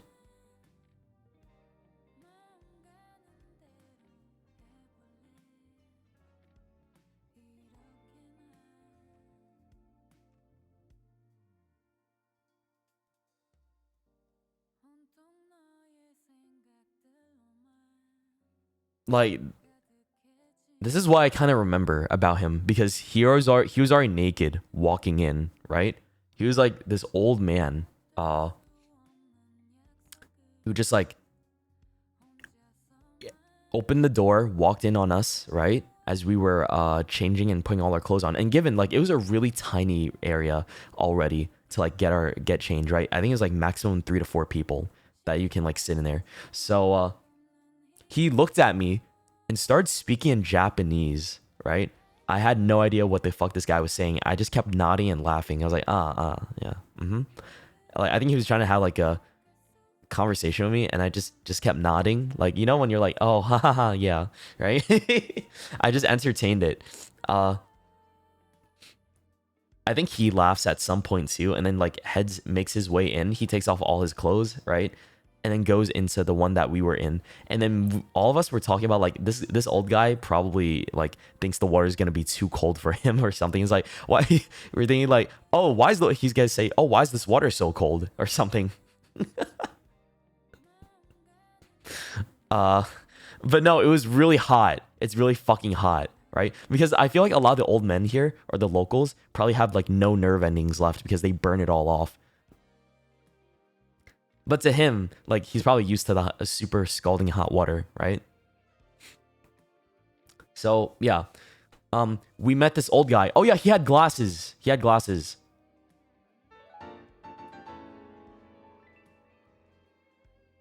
This was him. So, we'll just call him old guy, okay, for now. I'll just put him to the side, right there. Old guy. That was our first encounter with him. As soon as we left the onsen, I realized, wait, I left my like one of my smaller bath towels in there, right?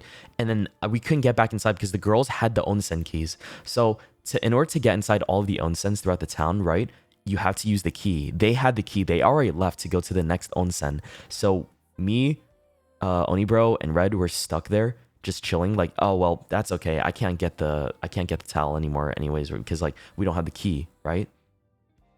Which is fine. So we make our way to catch up with them. I think we run into Giri and Numi and something like that along the way. And so we decide to walk together. Along the way, Oni Bro realizes he can't find his phone. And then he starts panicking because Oni Bro doesn't know where his phone's at, right? And then he has to go back and check the previous bathhouse onsen that we were at, right? He goes back to check it out because we have no idea where it could possibly be. And so him and Bao, right? Onibro and Bao go back to where we were before, right? The other bath onsen that we were just at, the one in the picture, right? That we saw the old man at. So they go over there, right? And they have to I think we were like waiting for like 10 minutes or something like that. And we were like getting concerned because we didn't know what the fuck happened. We were like confused about like, oh, where are they? Right? Where are these guys? So Giri calls them, I think, right? And then apparently they have an encounter with this old man again. And he's like threatening to call the police. Right? So this old man's starting to call the police, and then she says that Giri says she has to go immediately to go help them, right? And I was really confused. It was like we were just standing there for like 15 minutes, not knowing what was happening this whole time. So she has to go and help them out to translate because none of them know Japanese, right? So Giri like runs off back to where we were before, and then so it was just me, Yuzu, Numi, and then Red and Luna, I think, left there. We were really concerned at this point, so we were just like, well, hopefully they can handle that. We don't know if we can provide anything, so we just decide to go straight to the next onsen, right? We go to the best onsen in the town. It's called onsen number 9, right? Number 9 is the best one apparently because it's like so big. It's really big. It's really nice. It's a perfect temperature, right? So me and Red go to our side, right? And it's just us. It's only me and him. We had it all to ourselves, which was awesome. And the girls had it all to themselves as well. There's no one on their side, which was amazing. The last one, yeah, this was like the last silk for the night. It was really beautiful. I enjoyed it a lot. We get in there and soak inside the onsen for a little bit, right? And then I realized like how goddamn enjoyable it was. Like, this is the perfect temperature water, right? No one's in here to bother us. Like, me and Red were like having a conversation, like getting to know each other a little bit. And then as soon as I said, you know what, dude, it's so nice that we have this place all to ourselves and no one is gonna come in, right? As soon as I say that, I hear the door click open. Red can even attest to it, bro. He knows, like, as soon as I said, I'm so happy we have this place to ourselves, I heard the door click open. And then Red says, not anymore. In a very like enthusiastic voice, right? I end up just like saying, well, fuck me, I guess, damn it. Oh well.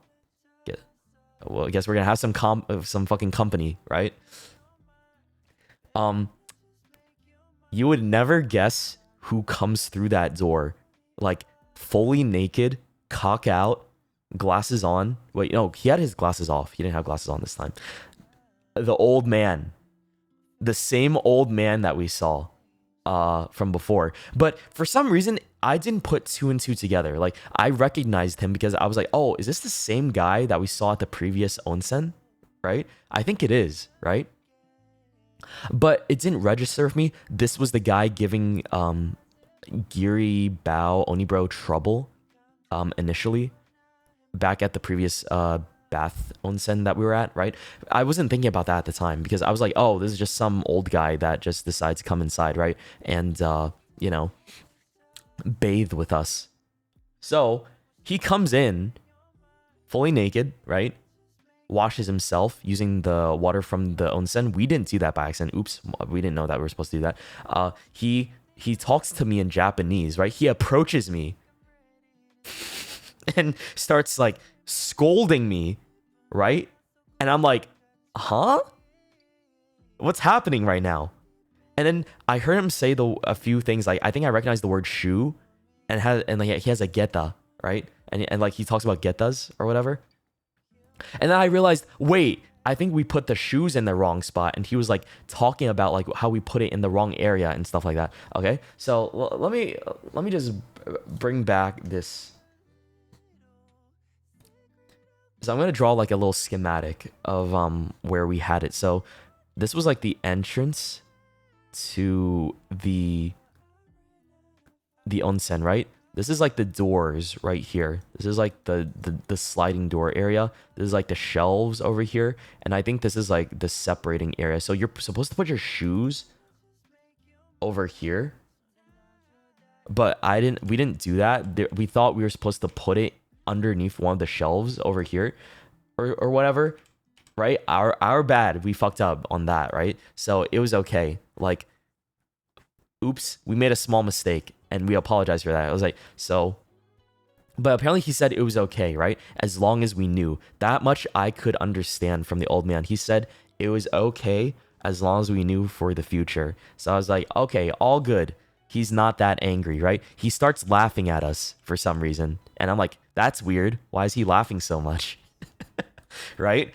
Next thing I know, he starts having a conversation with me specifically. In Japanese again, right? He goes to his side of the onsen, so we had some distance on ourselves. So how do I? Let me see. I had to illustrate. So the actual onsen area. So this whole square is the oh shit. This whole square is the onsen, right? There's a divider in the middle. I'm like right here. This is Shoto right there. This is Red.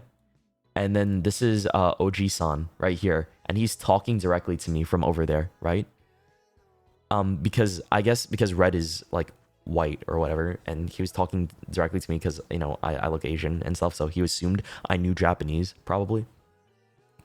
But then he did like talk a little bit to him at some point. I don't know. So he's talking to me in full like complicated Japanese. I did not understand what he was saying. I picked up on a few words. I understood that he was asking me like where we were from. So I talked about like, oh, we're from America and stuff, right? And like I'm from the West Coast.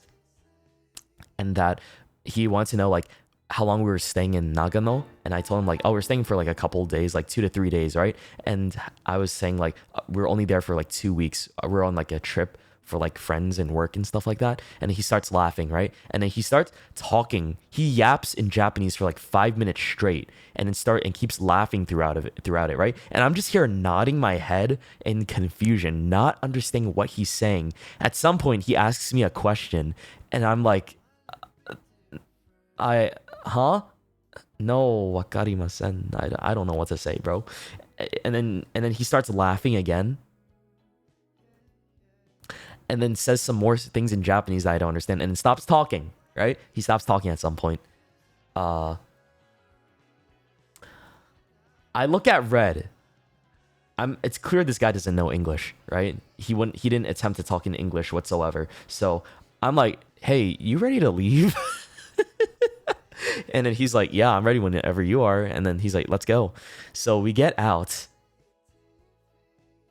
We get out of the onsen, right?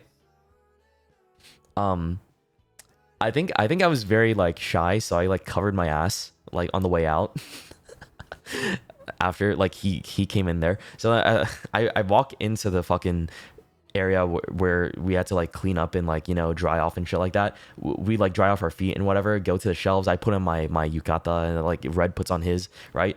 Red was a little slower. These two other white guys show up and they're about to enter the onsen, right? I tell Red, hey, I'm gonna step out for a little bit, right? I'm gonna go and do my little vlog in the meantime, right? While you get a little bit ready, because I was done putting all my clothes on and stuff like that. So I walk out, I drink my yogurt milk, right? Because they had free Yakult. And I did my whole vlog thing for like 2 to 3 minutes, and I'm waiting like another 5 minutes for Red. It's been like about 8 minutes so far. I'm like, what's taking this dude so long? What's going on, right? So I'm just chilling there. And thinking like, is he okay? So I try to go back downstairs to like see if he's all good and try to open the door. But as soon as like I was about to go and check on him, he opens the door, right? Looks at me like he's shaken up and he's like, let's get out of here, right? So I'm like, oh, okay, is everything good? And then he's like, explains to me that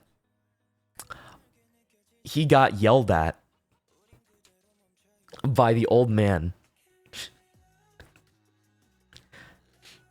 He was being scolded the entire time. So it's so funny because the disparity between it, like, I'm outside saying, oh my god, dude, I just drank my Yakult. I just had like the best onsen soak. I'm having such a great night right now, right? And I hope you guys are doing well back at home. I think I'm gonna keep on vlogging tomorrow. I'm gonna end the thing here for tonight. I'll see you guys then, right? And then as soon as that ends, I heard he was being like verbally abused, right? Right, he was being fucking verbally abused by this old man, right? So apparently, here's what happened. Red explains to me that when he was about to leave, as soon he was about to follow me out, the old man storms in from the onsen, right? And starts like yelling at him specifically. He's like pointing his finger at him, and then he's like, right? He like goes off like in like crazy fast angry Japanese at him, and then he starts like pointing at the floors or something like that, right? Apparently, like, you know, he was like pointing at like the wet footprints on the floors or whatever like that, and then like Red like gets really nervous because he doesn't understand what's happening, right? Or like knowing what's going on. So then Red takes his towel, gets on the floor, and starts wiping down the floor to clean up the wet spots that weren't even that bad, in my opinion. and then the old man starts laughing. I think. And then he goes off about like, you know, he probably talks about like respect and like talks about how, you know, he goes off about the shoes again. He talks about the shoes, right? And makes a big deal about like the water on the floor, right? Here's the thing, like the old man is making more of a mess because he didn't even properly draw off. He's just standing there naked in front of Red, like dripping wet, right? So he's making more of a mess himself than we did, honestly, because honestly we dried off at the towel, but he like stormed out of there and went directly towards Red to yell at him, right? So honestly, I feel like he's disrespecting the bath place more than Red was. So it was crazy. So eventually like, he goes off about like the shoes again and like the sandals, and we put in the wrong place and stuff, and like Red like the wet floor and shit like that, even though it wasn't that bad. And then like apparently he just laughs it off at the end of it, right? And then Red is finally allowed to leave, right? And he tells me about all this, right? And we're wondering like, what the fuck was that? And like I was telling him, I'm so sorry I left him to get yelled at, right? Because as it was like crazy timing. As soon as I left, that's when the old man storms in and yells at the guy, right? And I left him alone. Bro, keep in mind, this is Red's first time in Japan. This is his very first time, like, you know, experiencing what it's like to travel here. And one of the very first days he's here, he gets scolded by old local man from Nagano, right? So we're like, okay, let's just get back to the ryokan and like meet up with everybody, right? We meet up with I don't know if Girio's there. I can't remember, but Bao was there. I think Yuzu ended up coming back too, and Onibro, right? So we're all there. They were like, you guys are not gonna believe what just happened to us, right? And then me and Red were like, you guys aren't gonna believe what just happened to us too, right? And keep in mind, we don't register the fact that both of our stories involve the same old man, right? The very same guy in both of our stories. We don't realize this at this point, but until we start talking about it, right? So Bao and Onibro tell us about how they were held up by this old guy. His name is Watanabe, right? This old guy's name, his name is Watanabe, okay? That's important for later. He was the one at that bathhouse initially. And he had Onibro's phone, right? And he was not letting him have it back and shit like that. He was being very persistent on holding on to the phone and not letting him have it, even though like he could prove that he owned it. He didn't understand Japanese. Bao doesn't understand like that much Japanese either, right? So he's just yelling and scolding at them in Japanese and shit like that. And they're not understanding what the fuck is going on and why he's so angry, right? I think he's talking about like how they like left stuff when they weren't supposed to in the bathhouse. One of those things being my bath towel by accident, by the way, but I didn't take the heat for that. They did. Oops, my bad. And the other thing was like their phone, right? And he said he was gonna like call the police to make sure like it was their phone. Apparently he was laughing a lot during it. Bao mentioned that she could smell alcohol on him. That's an important factor. Like she said she could smell alcohol coming from the guy. So that's one thing to keep in mind that I wasn't aware of initially. So he was being very persistent. He had like this old school 1990s Japanese flip phone, and he wanted them to prove that this was their phone by calling the number on his phone, right? And they tried calling the number on it, but obviously it doesn't work because it's not a Japanese number or some shit like that, right? I don't think it was. So they were really upset about that, like, and we're just like, no, let's call the police and shit like that, right? Let's call the police, right? And they didn't really want to, so that's why when Giri was called to come help translate and stuff like that. And Giri knows good Japanese. Giri like speaks very good Japanese, and even she couldn't translate or understand or hold up a conversation well with the old man because of like, you know, how he was talking and like the language or like specific like words he was using, and it was very difficult for her to like, you know, calm him down. So they waited for the police to show up. Even the police didn't want to show up. They were having a conversation on the phone with the police, right? And they said even the police were like very hesitant to show up because it seemed like a very stupid issue. But finally, they waited for the police. They finally showed up. And he said, can you prove it's your phone? And they proved it was his phone by like, you know, the passcode and like Face ID stuff. And it was like, okay, yeah, you're good. You're fine, right? And that was it. That was all. That was it. And fucking Watanabe over here, right? He finally lets it go because once the police said it was okay, it was all good, right? Which was crazy because this dude could have just let them go a lot earlier if it weren't for the fact that like, you know, the police had to like put in their authority there, right? It was just so annoying, right, for them.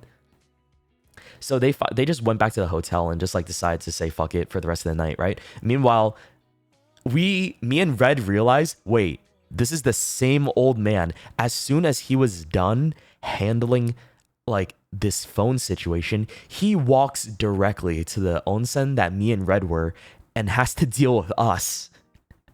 It was the exact same dude. I just don't know how he knew. Like he has a foreigner sniffer, right? He like knows exactly where they are, right? So he's like following us and knows which exact onsen we were staying at, right? To torment me specifically and Red too, right? It's just so crazy that the exact onsen that we were staying at, he goes directly towards and follows us to just to like curse us out and like, you know, talk about respect and all this shit again, right? And like, dude, we're trying, but he's being so like rude about it and like old school and shit, right? So then we tell them our story about it, and then we connected the dots, and we're like, holy shit, it's the same old man. Watanabe was following us around, right? And then we finally put it together that this guy's just a massive troll, right? We genuinely believe this old dude just likes to troll foreigners, right? Because the one thing was like, he was making a bigger issue about it than needed to be, right? And it seemed like these were such very minor issues that he made a big deal about, right? Especially the water, right? When he was like causing more of a mess than we did at all. and the fact like he was like yelling at Red the whole time, right? And that he was drunk. We think this guy is a local who probably gets a kick out of trolling the tourists in town, right? Like, and then we finally like laughed it off, and it became a meme for the rest of the trip. So anything bad that happened to us during the rest of the trip, we blame Watanabe. We're like, oh god, it's Watanabe again, bro. Like minor inconvenience happens. Like, oh, we're late for the train. Oh, we blame Watanabe. Like, that old man is gonna like sit in my brain for the rest of like the fucking year, bro. He was such an iconic figure, and he set the tone for the whole trip. Because keep in mind, this is only the first few days, guys. We haven't even begun to get to like everything else that happened, right? This is only like day 3, right? And Watanabe kind of just like really showed us what's up. Yeah, thank you for the warm welcome to Japan, old man, right?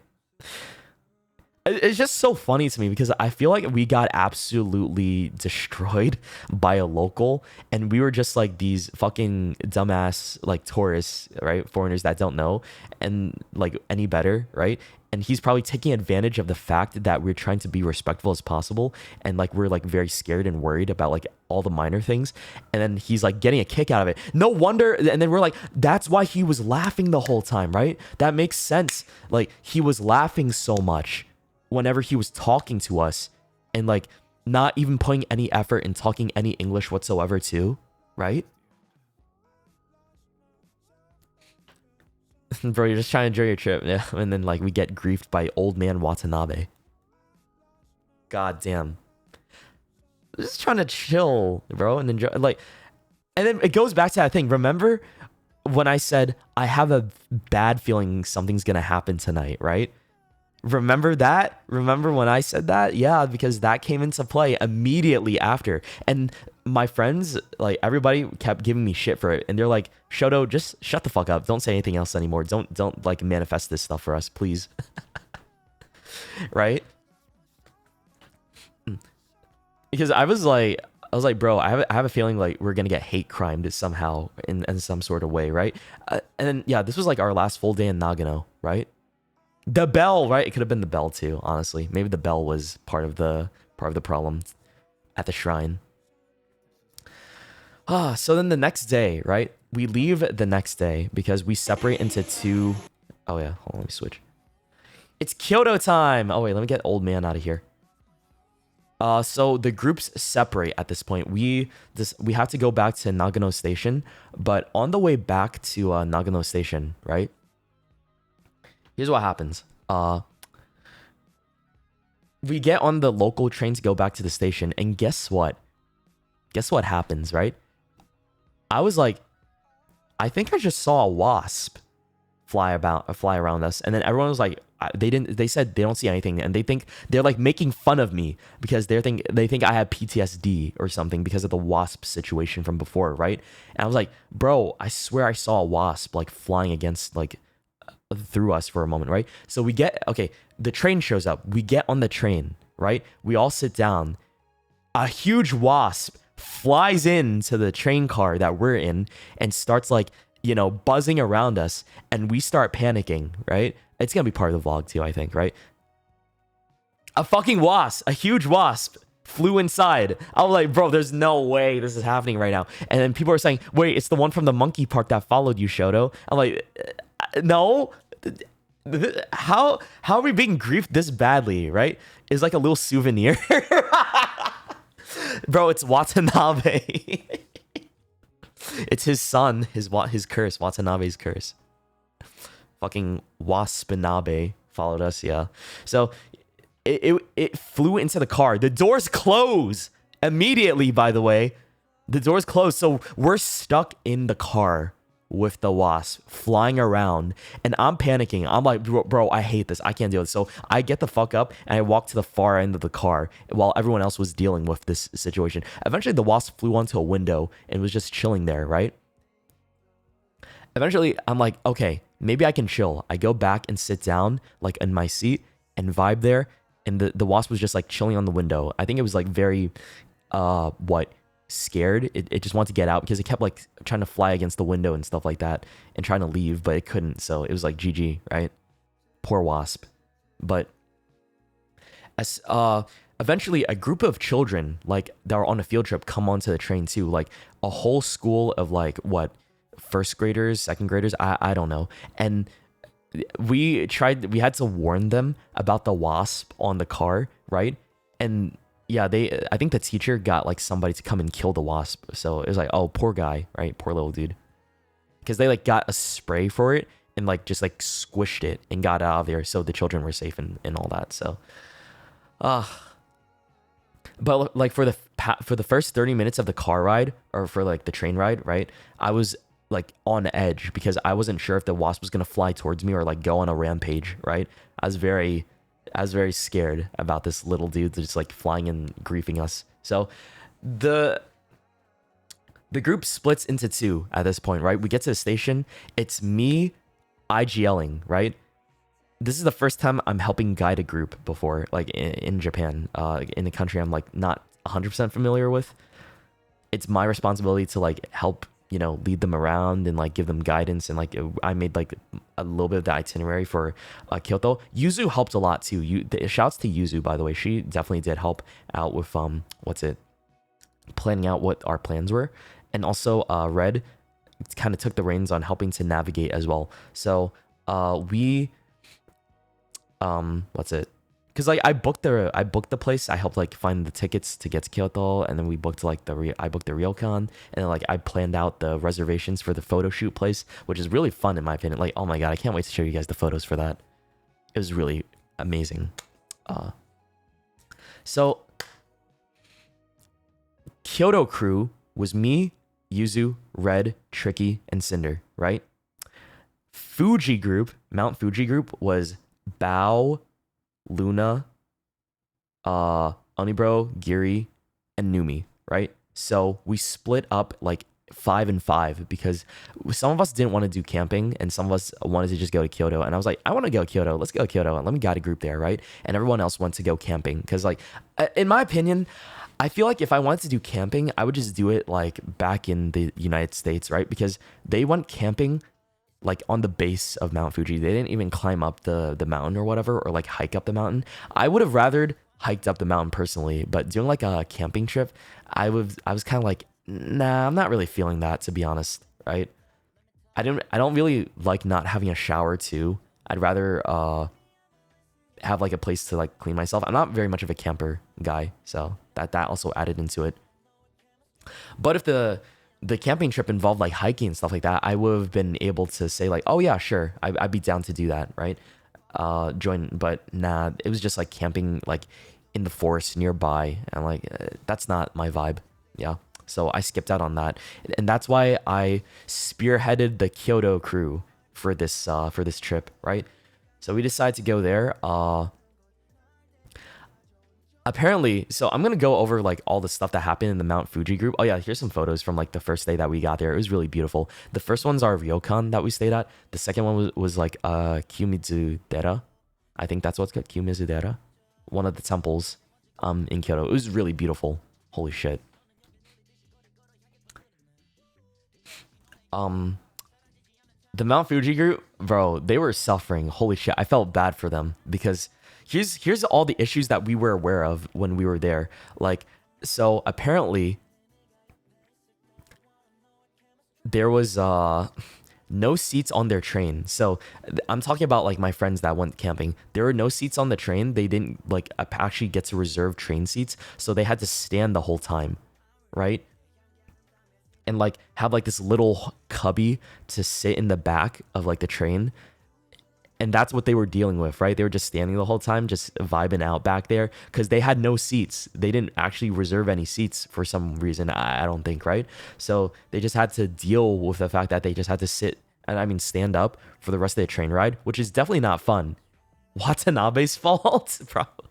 And when they get there, right, they apparently like take after like an hour walk to where the camping area was, they realized they were in the wrong prefecture for the camping trip. I actually have a really funny audio that like I think Numi shared. Hold on, let me find it. It's here in the chat somewhere. So you guys can listen to it with me. Hold on. Hold on. This is not the right campsite, like at all. Oh. They have. This is not the right campsite. Oh. This is a different. It's in Shizuoka, they said, and we're in Yamanashi. So like this is not here apparently. Where's the other one?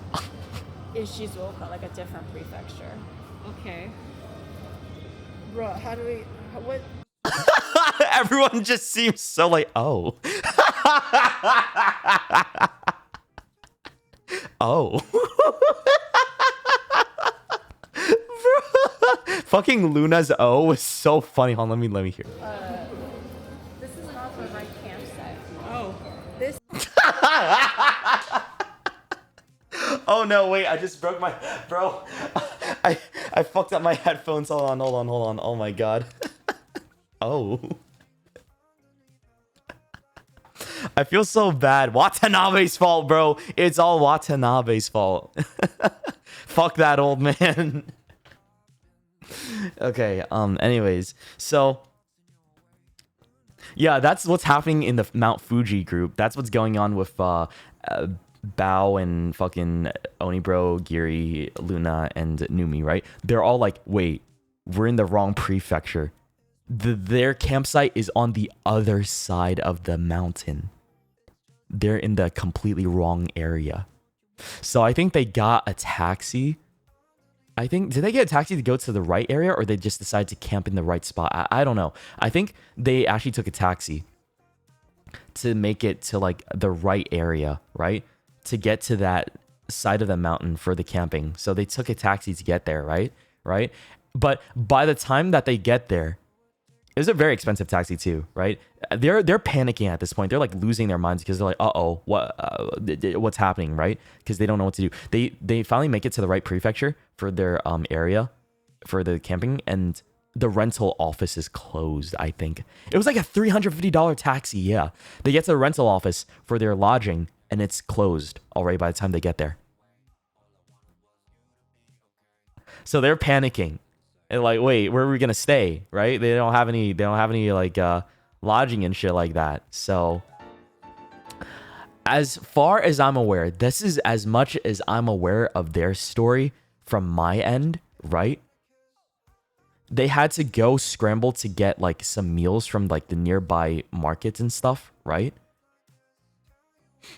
Because like it was getting really late into the night. They didn't have a lot of time, so they had to scramble to get like shit to eat.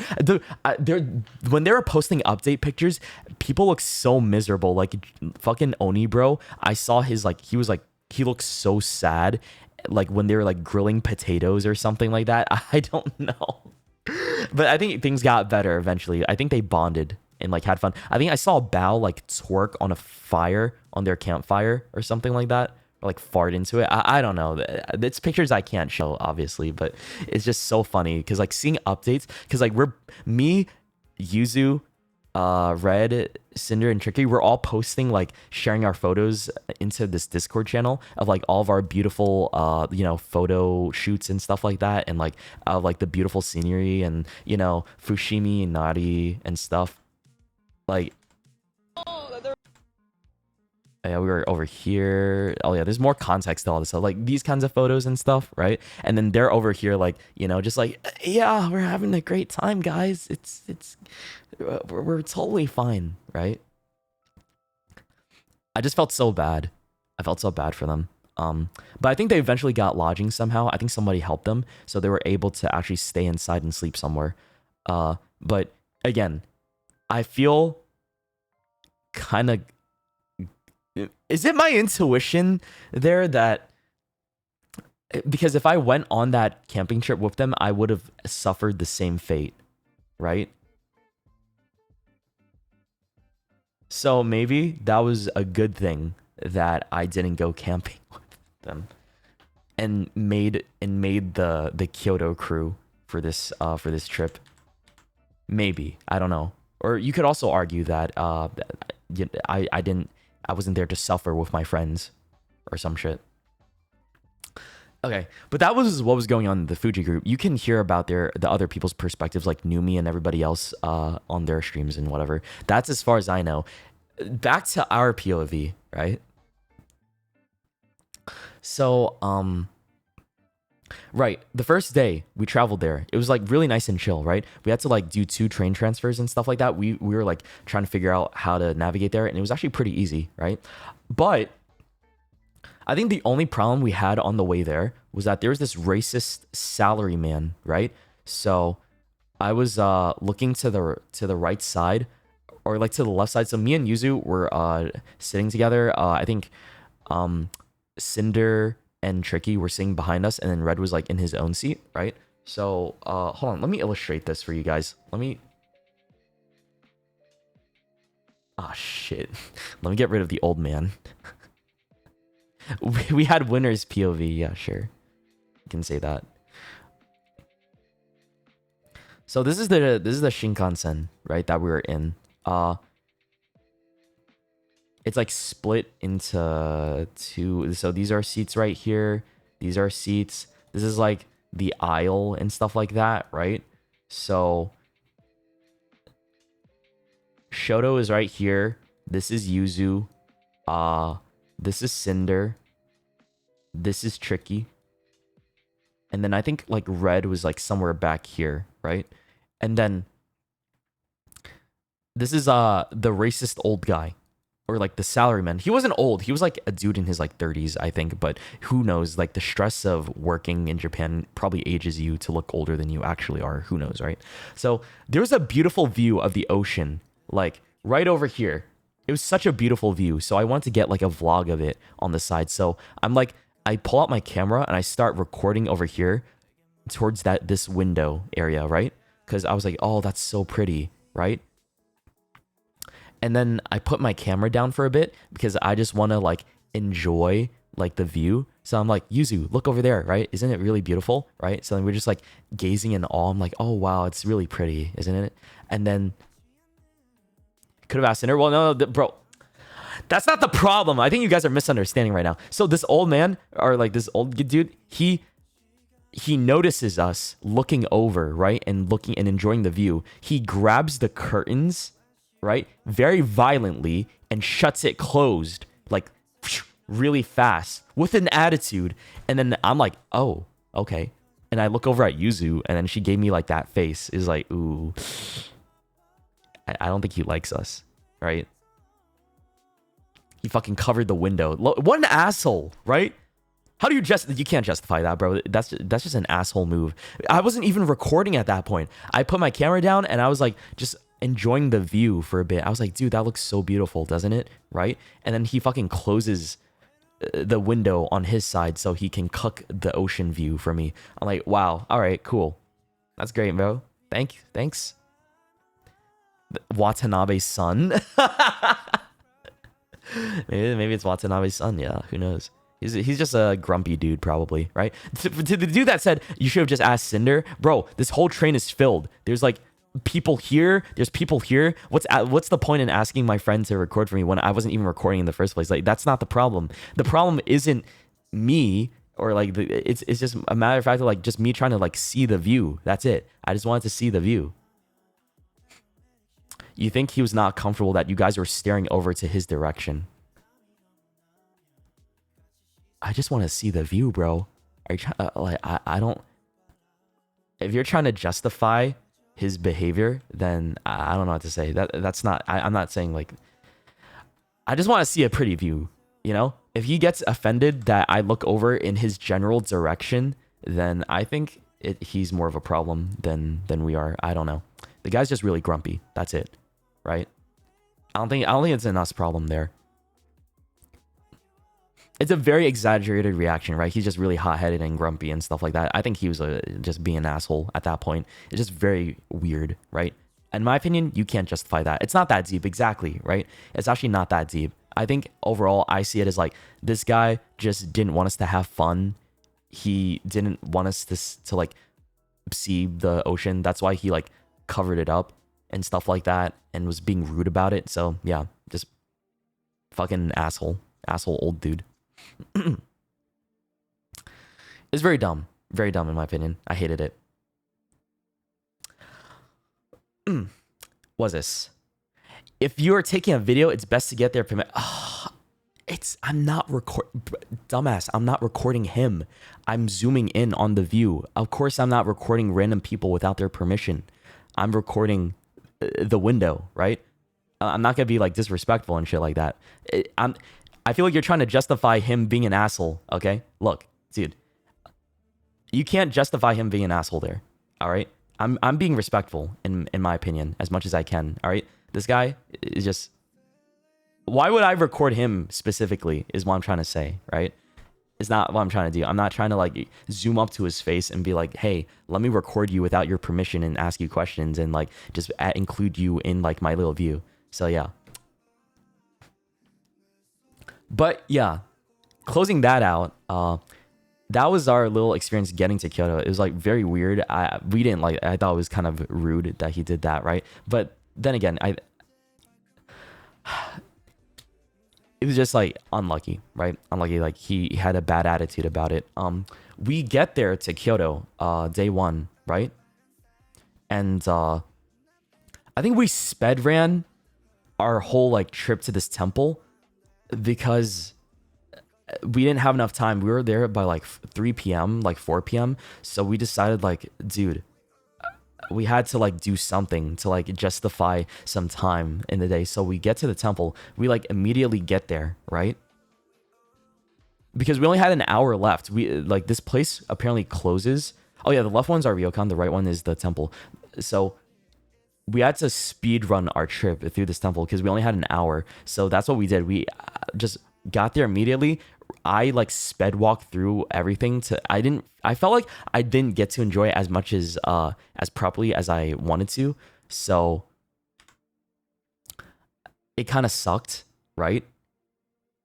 That I didn't get to like fully experience the whole place like in like the appropriate amount of time, but it was still okay. It was like really beautiful and stuff like that. I think, is this like there was a man there. Oh, what's this? Where'd the guy go? I don't know. The guy Wasn't this, there was security. Oh, right. This is the bridge, bro. So like on the way back from there, we saw this like dark, really not well lit area, right? And we wanted to like check it out and cross over to it. We saw somebody with a flashlight on the other end of the bridge, right? And then all of a sudden it disappeared. Like the flashlight turned off, and then the guy like wasn't there anymore, right? So we were wondering like what the fuck happened. I thought he was walking towards us. So then like this is like a snippet of the vlog or like of like what we were seeing over there, because this is like when we were just leaving. It was the security guard getting scared. I don't think so. You're joking. Hello? He had a flashlight. I saw him and then like Maybe. What? Where the hell did he go? I don't know. Are you sure we saw him? Yes. I saw something. I saw a person with a flashlight. Yeah. Okay. So we thought we saw a ghost. I think we were just like gonna go walk over there and see what was up because we were like really curious what was down that other side of the bridge, right? Because we were waiting for an Uber to like take us back to a market so we could have food, right? And we thought we saw somebody, but then the flashlight turned off, so maybe they got shy or like I don't know, because it was really weird. They were walking towards us and all of a sudden they weren't there anymore. So I was just really confused. You could wait for daylight. Well, we weren't gonna come back to this specific area during the daytime, bro. Kyoto's a big area, so it's not like, oh, let's just go back here tomorrow, right? We didn't really want to do that. We were like curious at the place in time to like check it out because we knew we weren't gonna come back. So I want to see what was down there, and it was very, very creepy because we thought we saw somebody, but then they ended up not being there for whatever reason. What else? Oh yeah, after that, we just walked around the busy street. I forgot what it was called, right? It was Watanabe. Stop. Watanabe's following us from Nagano. He noticed, we noticed, and then hid and turned off his flashlight. Yeah, totally.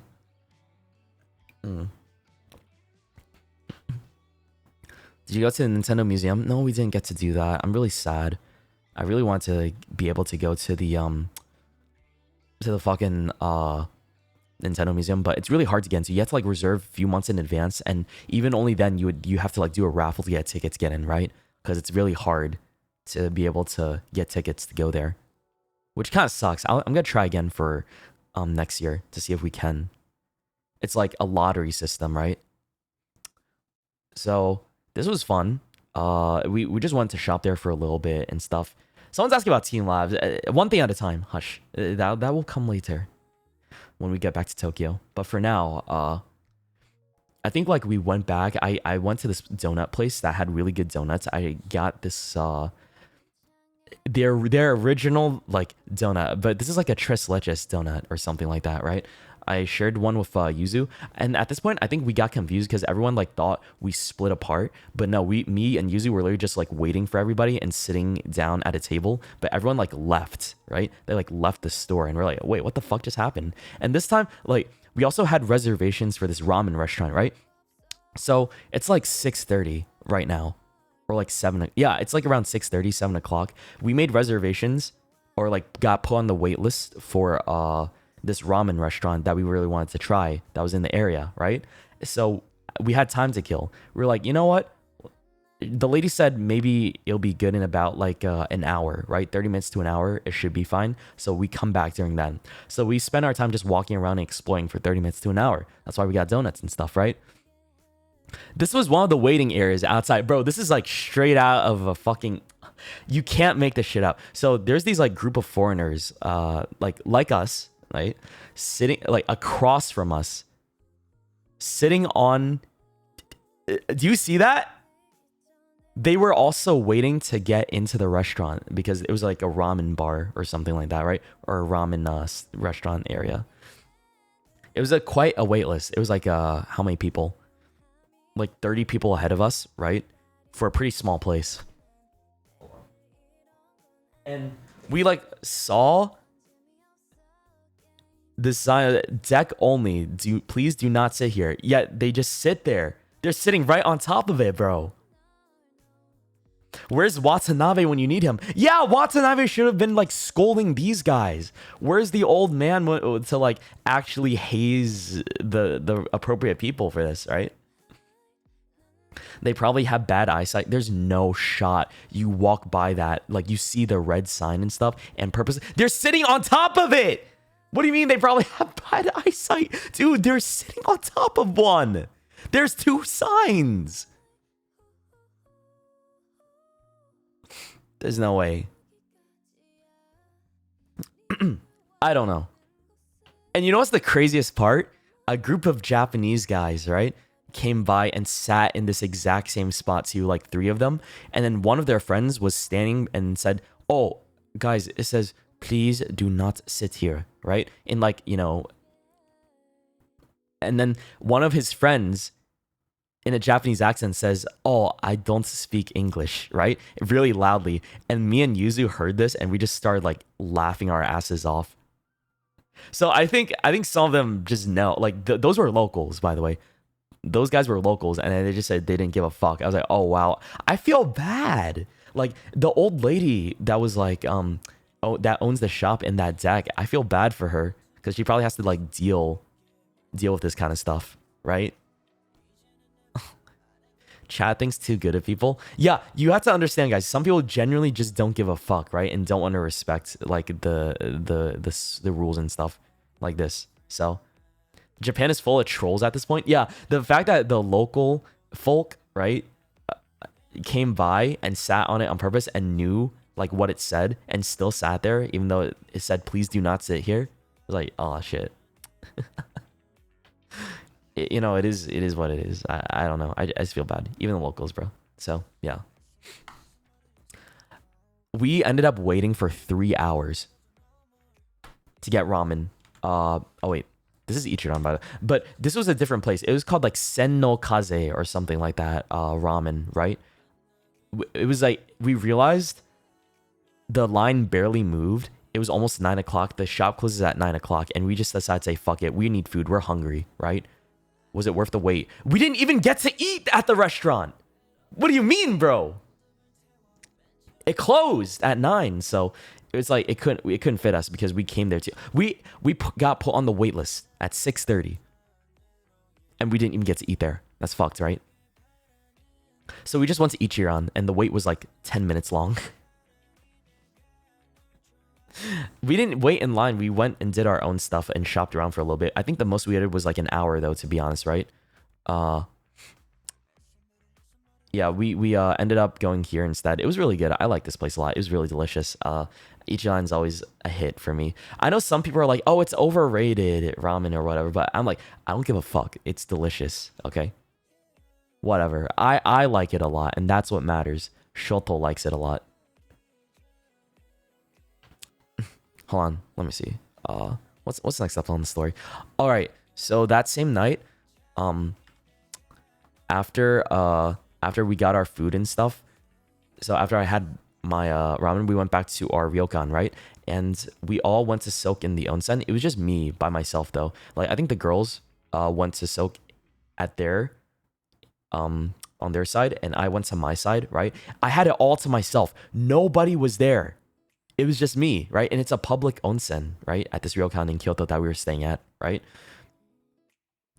It's really fucking awesome. I went back in there and I soaked for like an hour, and I had it like, I was kind of scared. I had like PTSD from Watanabe, like somebody was gonna walk in and yell at me again, right? So I was kind of on edge from it.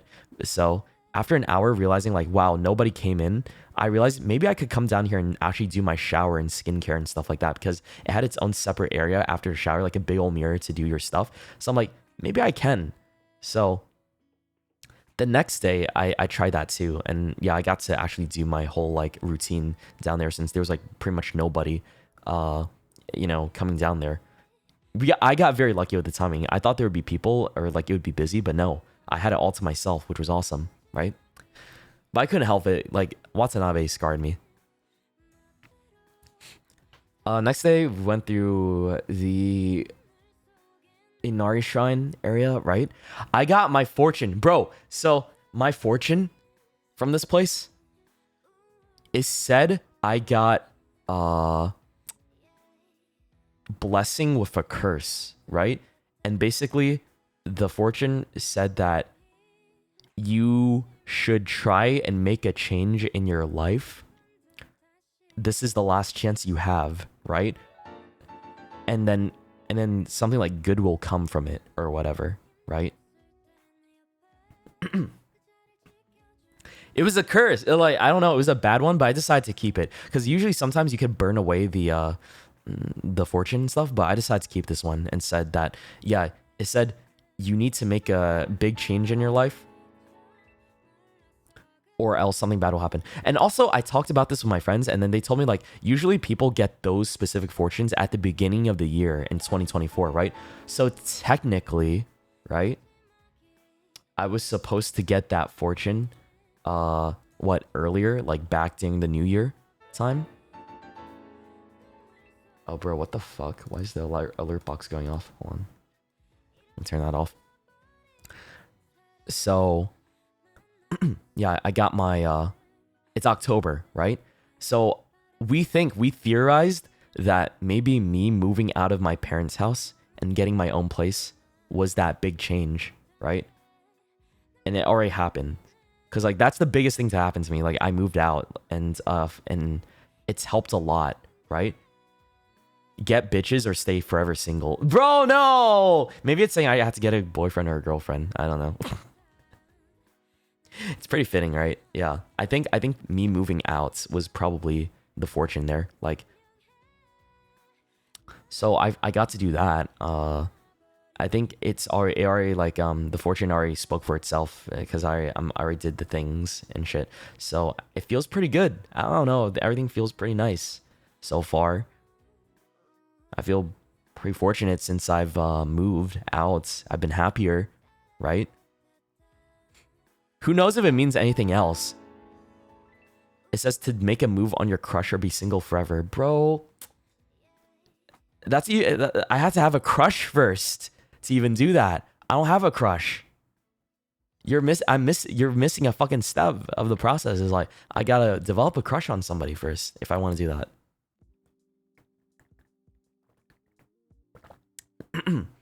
I don't like anybody. It ain't easy, you know? I'm a very picky guy. You gotta understand that, y'all. I'm super picky. Okay. Okay. Crushes are easy. The heck? I don't fall easily for people.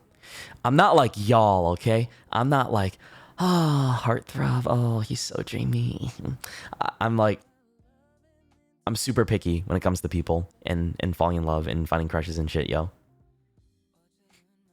For real. Like, I can be like horny for like a character that's not real. Sure. That's not a crush though. That's just being horny, right? Having a crush is different, all right? That's like, there's romance involved in that, okay? You gotta understand. There's a difference. You guys gotta separate the two. You gotta understand. It's not the same thing, all right? An important distinction to make. Remember that. Yeah. Remember that. What was I talking about again? Oh yeah, right. Me and Cinder got like our what's it called? We wrote down some stuff like blessings. I think I wrote mine here, and then Cinder's wrote hers like right here, and everyone else didn't do it. Like, it was just us. I thought it was really cute though. It's a very, very adorable little picture. So yeah, we climbed up the mountain. It was pretty damn nice. I liked the views and stuff like that. We took a lot of photos with each other and shit, right? What else? I think eventually we got lost. Well, me and Tricky got lost. Oh, here's some more pictures. Look at it. Beautiful, right? Beautiful.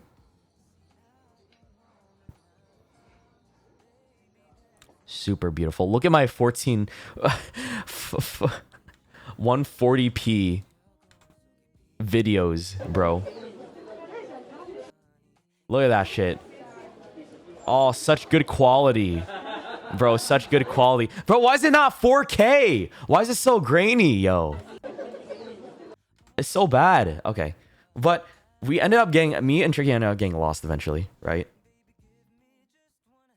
Fix your camera settings. No, it said 4K 60 FPS. I don't know what happened, bro. Anyways, I think this is the presentation or like the Google Slides or whatever, right? And that might be the reason. So I got lost in the woods with Tricky. This was the last thing we saw before danger came. I was really confused where we went. So when we were about to leave and go down the mountain, Yuzu said, "Ooh, look, a worm," and pointed at it and then started walking away. Tricky, for some reason, got distracted by the worm, picked up the worm and tried to put it into the bushes to save it. And I'm just standing behind her, like waiting for her to like do her thing. And then like, as soon as we look up, everyone's gone. Everyone's gone. They left. We didn't know where they went. We're like, guys. So I sent a text in the chat. I was like, where'd y'all go? Right? And they said, we took the exit. I was like, where's the exit? And they're like, they didn't know how to describe it. So I was like, well, shit. Guess we gotta figure that out. Right? So I was the one guiding us because I had no idea where to go. I figured out like maybe I should go. Where was it? Let me illustrate. It's time to pull out the fucking MS Paint again. Yeah, let me pull out. Let's pull out MS Paint. So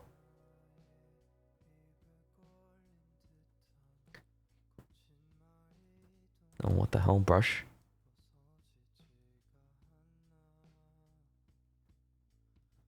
So this is like so we're coming down from the mountain from this way, right? This is like we make it to like a rest stop area. This is a busy rest stop spot, right? This is where the worm incident happened, right? They went down this way. We didn't know they went down this way. So all of our friends go over here. This is the exit. You know where Shoto decides to go? I go look at the map over here, right? And I'm like, okay. I think this means we go this way. And eventually the trail leads to a diverging path over here, right? Like, let's just say, oh, we traveled some distance over here. Let's say, like 10 minutes. All right. Eventually, we get to a diverging path over here, right? And I'm like, oh, I recognize this, right? This one takes you up the mountain. This one has to be the exit, I say, right? So Shoto decides to go this way, and I'm like, oh, I think I know. I think we gotta go this way, right? So we go down this area, okay? Keep in mind, this is the only exit off the mountain over here. I don't know what the fuck I was cooking, right? I don't know what the fuck I was cooking. Everyone's going down this way. I go over here, and like, this has to be the exit, right? It's not the exit. This was the trail. This was the fucking trail. It's just like chill as art, yeah. Wow. Dude, we're lost, by the way. We're so lost. We didn't know where we were going. Did I just say it's just like chill as art? Oh my god, I'm so stupid. It's just like chill as art, guys. Oh my god. Okay, Guys, where are we? Y'all? So, wait, did I? Guys? I sounded so sad. Chat, where are we? Chat. Yeah, so that path I took was clearly not the way out. Me and Tricky go down this path. It starts not looking like Fushimi Inari. Like, this does not look right. We're at some abandoned shack with a lot of spider webs. We tried to look what was inside the shack. It was abandoned. There's no one in there. It was like a lot of like spider webs and stuff like that, and spiders and like bugs and shit. And no one was here. It's getting mossed over. It's not being upkept, right? And we're like, huh? How did we get here? So we keep walking, right? And realizing like it's been 20 minutes and it has not looked any better at all. Like, look at the fucking... Look over there, bro. Like, what is this? Where are we? It doesn't look like the shrine anymore. What happened to our pretty shrine? It's like such a big disparity from the first area, right? Like, we walked off the diverging path. We took the side trail for some reason, I think, and just ended up getting lost because this whole area was like the woods got thicker. There's a lot more bugs, right? It's very like it gets more seedy and grass, like rough and rocky and shit. So the path was like very unenjoyable to like walk through.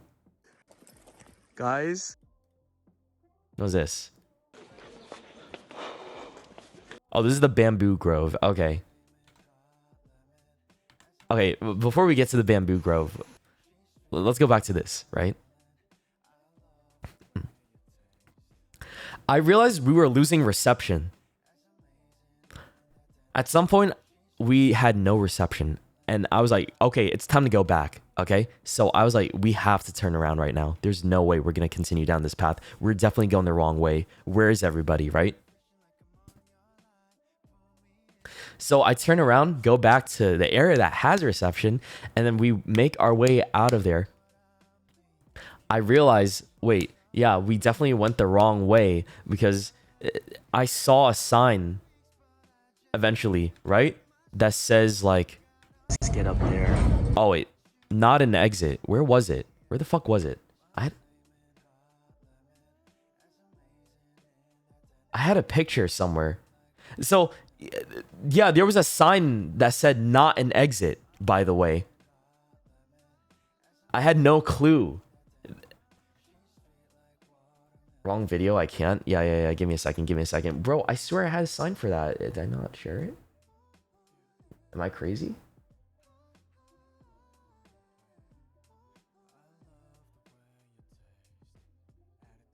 I don't think I did. Whatever. It's okay. Well, if you never escaped that place and you're still there and everything's a dream, shut the fuck up. I did. Don't say that. Let me. I swear to God, I had the sign somewhere. I can find it real quick.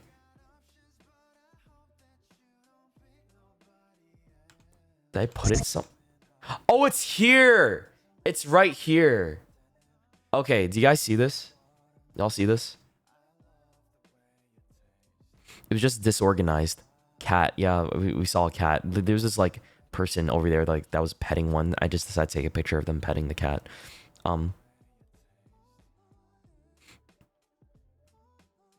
Yeah, this was next to it. It said not an exit on the path trail, dude, which was kind of fucked.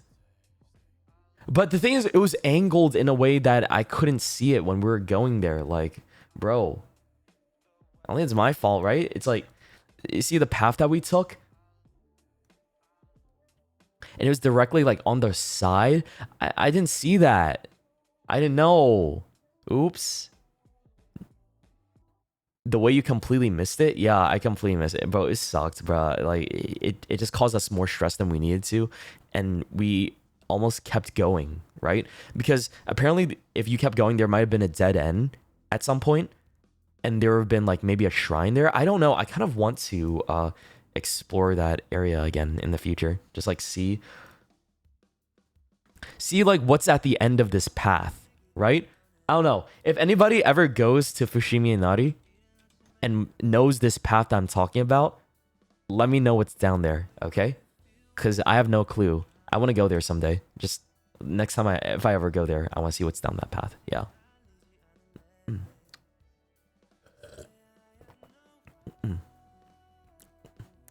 Who knows? Probably private property is not private. It would have said private property. It did not say that in any of the signs. You'll find Watanabe. Bro, it's like we diverged off to find the secret boss fight, right? It's literally one of those situations. Like, dude, we found the secret boss area. And it was going to be Watanabe's dad. Watanabe Sr. Okay, let me go back. Okay, after that,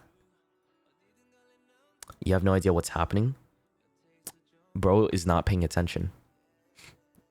Or bro does not know how to read the stream title either. Okay, what was I talking about? So, yeah, that's crazy. That all happened just because of a worm, by the way. Literally just because of a worm. So we went and walked around like the bamboo forest for a little bit. Wow. What'd I say? We just got to the bamboo Yeah. grove. Took a bit of a detour, but man, it's really pretty. It's so pretty here, man. I liked it a lot. This is the first time I went to the bamboo grove, right? It's bad pictures. I'm so sorry. Because of the quality is like kind of shit. I don't know why the video is like such shit quality, dude.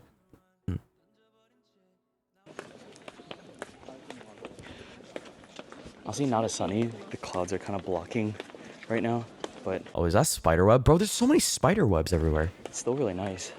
Look at that. Wow. Wow.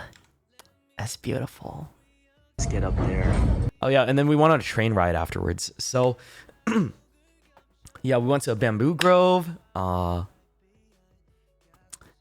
what was it? Went to buy souvenirs. Went to the bridge. I think we saw like I think there was another video of it, but this was like this train ride was like after the fact. So I'll come back to this. This is like this is super out of order, actually. Fuck. Here it is. Here it is.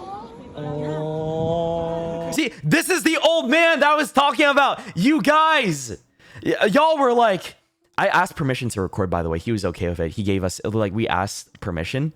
And y'all thought this was me. Some of y'all thought that was me. I was like, dude, what are you talking about? Anyways, this guy, he named his dogs Sora and Riku from the Kingdom Hearts people, right? I guess this guy likes Kingdom Hearts a lot, right?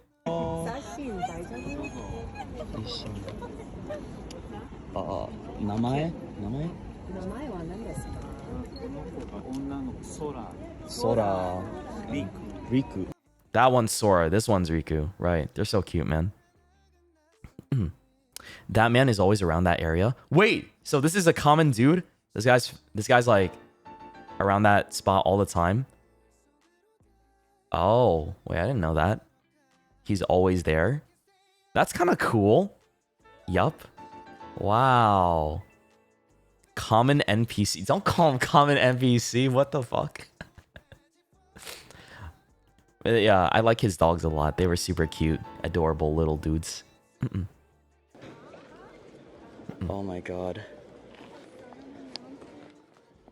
Yeah. Dude, look at all of them kayaking. So beautiful. Bro, it's so pretty out here. So beautiful. Why'd I say it like that? I don't know why I said it like that, but okay. Yeah, I saw some doggies. I saw like their little saw all the people kayaking. I think I saw someone get stuck in their kayak at the end of the like river, and someone needs to come and help them. They were like struggling. This is a popular spot for couples. Really? Dude, look at all of them kayaking. I had no, bro, it was just me. Damn. I guess when you think about it, right? It is a pretty nice date area. It's pretty nice. So maybe one day I can take the love of my life here in the future, right? Maybe one day, guys. I'm just saying, I'm gonna give them the world. I'm gonna treat them right. I'm gonna make them the happiest person alive. One of these days, I just gotta find them. Whoever you are. So yeah, after this, we went to this thing called the romance train. All of us, all 5 of us, decided to take the romance train. That was in the local area. We're like, what the fuck is a romance train, right? Let's see what it goes through the illuminating forest. It was kind of disappointing. I'm not gonna lie, because I thought it was like gonna be a lot cooler, but it was actually not as cool as we thought. Like it kind of smelled like gasoline. At certain points throughout the train, like it smelled really like a gas station at some point throughout the train. It was like an old school style. Let me go back. Where was it? Here it is. This. There. Oh, there's a big spider. Oh, there's a big spider. Yeah, look at this. Like, bro, it's like it goes through here, right? And it's like super duper what? I don't know. I guess I just didn't expect it to be like so. How do I put it? I didn't expect it to be as dim, I think. Right? If that makes sense. Like it was just really dim and stuff like that, and it wasn't as illuminated as you would think, right? I don't know where the romance came in from. Like, where's the romance? I think also there's a lot of tourists on that train as well, right? You know what I mean? So there's also a lot of tourists there, and I think they also felt like a little trolled by it because it didn't feel that romantic. Because I'm like, where's the romance here? I was trying to like figure out if I'm sitting here with my girlfriend or boyfriend, right? I feel like we would just be like, oh, this is, I don't know. You'll see in the vlog. You guys, wrong season? Really? Maybe it was the wrong season to be there. I'm not sure. But you'll see in the vlog what I'm talking about, because I recorded a lot more for the vlog and stuff for this specific part of the video, right? But yeah, it could just be a season thing. Oh yeah, we got meat after. Look at that meat, bro. Yeah, look at that. Because we wanted to go to get conveyor belt sushi after, but like the wait would have been like 2 hours, so we decided to go look for a different place, and this place seated us immediately. So we got pretty lucky. It's very good. We all had barbecue meat. I love me some meat, bro. Love me some good old meat. All this was like meat, rice, and some veggies, right? I mean, last time we waited 3 hours, yeah, but now we learned our lesson. We learned our lesson to not. It's not worth it to wait in line for that long. Fuck that, bro. It was the Sagano scenic train. Yeah, Sagano to Arashiyama, I think that's what it was. Yeah. Maybe during like a deeper autumn time, you can like see it's like a lot more beautiful. But you know, it's still October, so not yet. This is raw beef, by the way. I decided to order it because I like raw beef. It's really delicious. Some of y'all might cook me for that, but I actually enjoy you know, yukwe and raw beef and stuff like this. It's really good. So I like when it's in this kind of format, like beef tartare. Tartar? How do I pronounce it? Beef tartare, right? Don't knock it till you try. It's good. It's good. Like having this with like a little like crispy bread is really nice. Yeah. You can eat raw beef there. Yeah, you can. Is it safe? It's safe. Yes, it's 100. Of course, it's safe. I've had it multiple. I've had it many times before. It's really nice. I like it. It's a good flavor, right? And it's actually not dangerous at all. Like, it's not the same as like raw chicken or raw pork, right? It's completely different. Beef is in its own way. Like, you gotta understand food safety, right? You have to understand food safety regulations and like know like how food work. Like, beef is okay to eat raw depending on like, you know, it's not like, I don't want to get into it. And also like Japan has different like, you know, standards and stuff like that. But you can also eat raw beef in like other countries too, like in the US, and you can have it in like, yeah, in Germany, in Europe, bro, right? It's okay. Like as long as it's prepared properly, right? Beef tartare is a Western thing. Well, this is yukwe. This is like more of a Korean thing, to be honest, right? So each culture has its take on raw beef dishes, right? It's not strictly a Western thing, bro. You have to open your mind a little bit more. This is also an Asian thing as well. Trust me, okay? It's also like people have it in Asia as well. It's not just Western, all right? So just letting you guys know. I think the temperature for it is like good, so it's still pretty raw, to be honest, if that makes sense. It's good. Time to eat raw pork and blame Shoto. Don't eat raw pork, bro. I never said eat raw pork. I said you can eat raw beef, depending.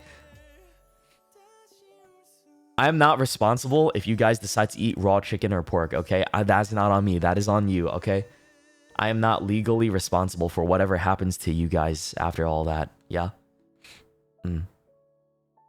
Motherfuckers.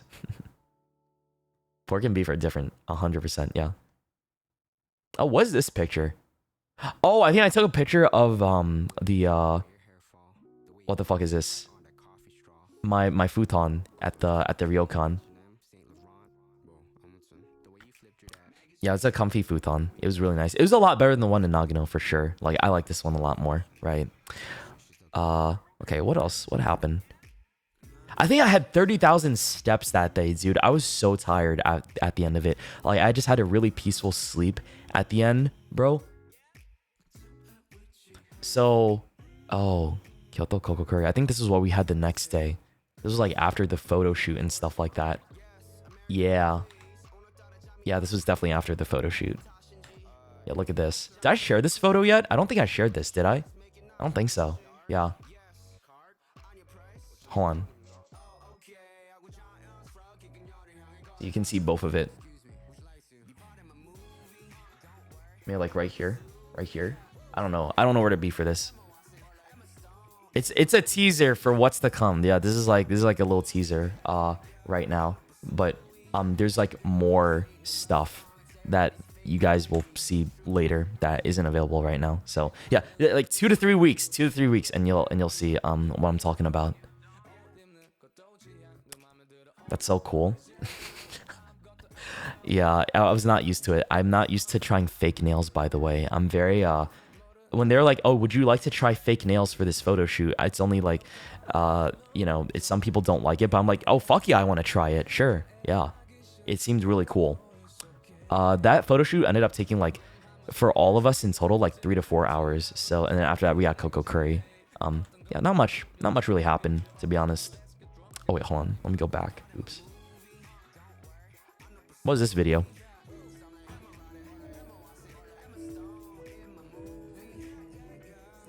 Oh, I wrote a little note at the place. This is the message board that's from the photo shoot place that we went to, right? And I added my own little thing, right? Because I wanted to say thank you because I love the place a lot. So I wrote down, I had an incredible time with all my friends. This was an amazing experience. Thank you, Shoto. Happy face.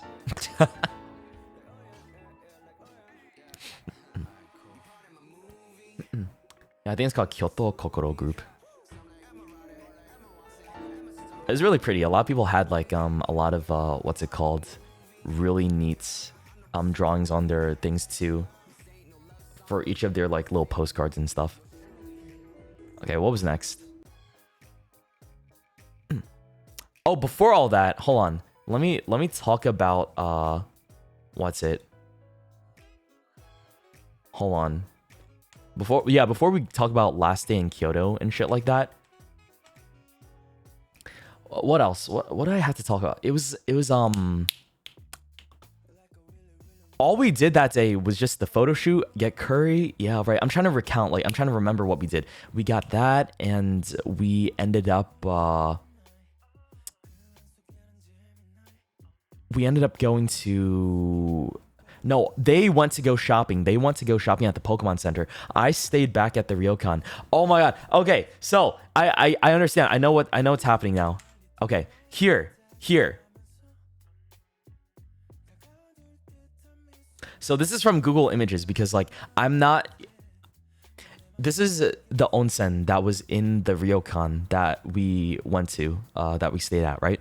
I didn't want to take a picture out of like respect for like, you know, I didn't want to bring my phone in there because of like, you know, privacy and stuff like that, right? So I just got a Google Images picture of what it looks like inside the ryokan or the onsen, right? That I could find off Google Images. It looks exactly like this. It was really nice. I liked it a lot, right? So while everyone went out and like soaked and shit like that, I ended up staying back in the ryokan and I soaked for like really long. So I'm gonna self-report here for really quickly. I decided to what's it? I decided to do some workouts in there. I like did okay, so this was a really nice area to like do push-ups and like body workouts really quickly, right? And I let my intrusive thoughts take over, right? So I was like, okay, let me do some push-ups, right? While no one's here. So here was my thing I did. Since the fact that I knew that there was no one here and I had all the privacy, every set I did of a workout, I got up immediately, opened the door to check if anybody was in the clothing area getting ready to come inside, right? So I had a routine. I quickly did my set of push-ups or like, you know, other body workouts I did, like sit-ups and shit. And then like got up, immediately checked the door real quick to see if anybody was there. And I'm like, okay, I have time to do another one, right? And I do another thing and I like get up off the floor and I'm like, let me check real quick. Is anyone there? Nope, no one's there. Okay, let me do another set. Okay, let me go check. Is anyone there? Nope. Okay, let me do another set. And I was really like trying to be conscientious and take advantage of like the privacy in the area because like no one was around, right? I'm like making sure no one walks in on me or like I inconvenience them or like make sure that they don't like walk into like a weirdo like me just doing some workouts in the middle of like the fucking bathhouse area, right? Imagine getting walked in on. That's why I checked often. That's why I checked in often, bro. I had to make sure like I wasn't gonna get like stumbled upon by somebody, right? Nude workouts, your mind's enigma. Well, bro, I felt like I had to because I didn't get a chance to do it properly. You know, get a chance to like get a good workout in throughout the entire trip. So I was like, you know, let me try. Might as well now because I have time and everyone's out right now and I'm just by myself, right?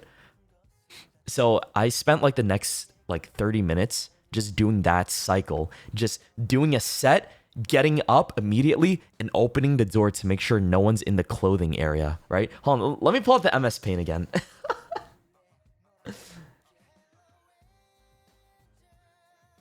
yeah, let me pull out MS Paint to like show you the layout. I'm gonna show you the layout of this onsen area. So this is the entrance. This is like the main area. So like this is where you like put your like shoes and stuff goes here. Then you get up here, and this is like where you put all your like clothes in a basket. There's like a mirror and like a sink in a bathroom here. So like mirror, shelf, right? And then like there's like a paper thing covering over here, right? And then the entrance to the actual bath area is here, right? And then you have like your whole washing area in these spots, like, you know, to like take a shower. I think it was like sets of 4, and then you have like the big old tub of water in here, right? It's not a private bath, bro. It's like in the ryokan. It's like a public bath of the ryokan, right? So I had pretty much all this to myself, right? Until someone came in. So I finished my workout. Thank God I finished it when I did, because like I get into the bath, right, to relax finally, and then I lay there for like 10 minutes, and I'm about to like nod off, right, because I'm like so sleepy from like the past couple days because we walked around so much and I was just exhausted. And then I hear like the door open, but I didn't register it. Someone walks up to me, right? I open my eyes, I look up, I see this white guy, right, who's like staring at me very like intently. Like his eyes are super wide, right? And I think he's like Danish or something, because he talks to me in like a European language that I didn't I didn't understand for a moment. Or like he was just making, no, he had an accent. He had an accent to it. That's what it was. And then like he was just making sure I was okay. He was just making sure I was okay, right? Like I didn't like die or anything like that. And I just let him know like, yeah, I was all good. And then he was like, okay, awesome, right? So it was a friendly little encounter. So, and then he went to go do his shower thing, right? So he went to do a shower. I was like, okay, I'm gonna get up and get out of here, right? So that's all it was. That's all it was, bro. Like he just walked in, just made sure I was okay, and I wasn't like, you know, like dead or some shit. And I just got out, easy peasy, whatever, right? Then he goes, by the way, are you Shoto? He looks down at my cock in the water. Oh my God, are you Shoto?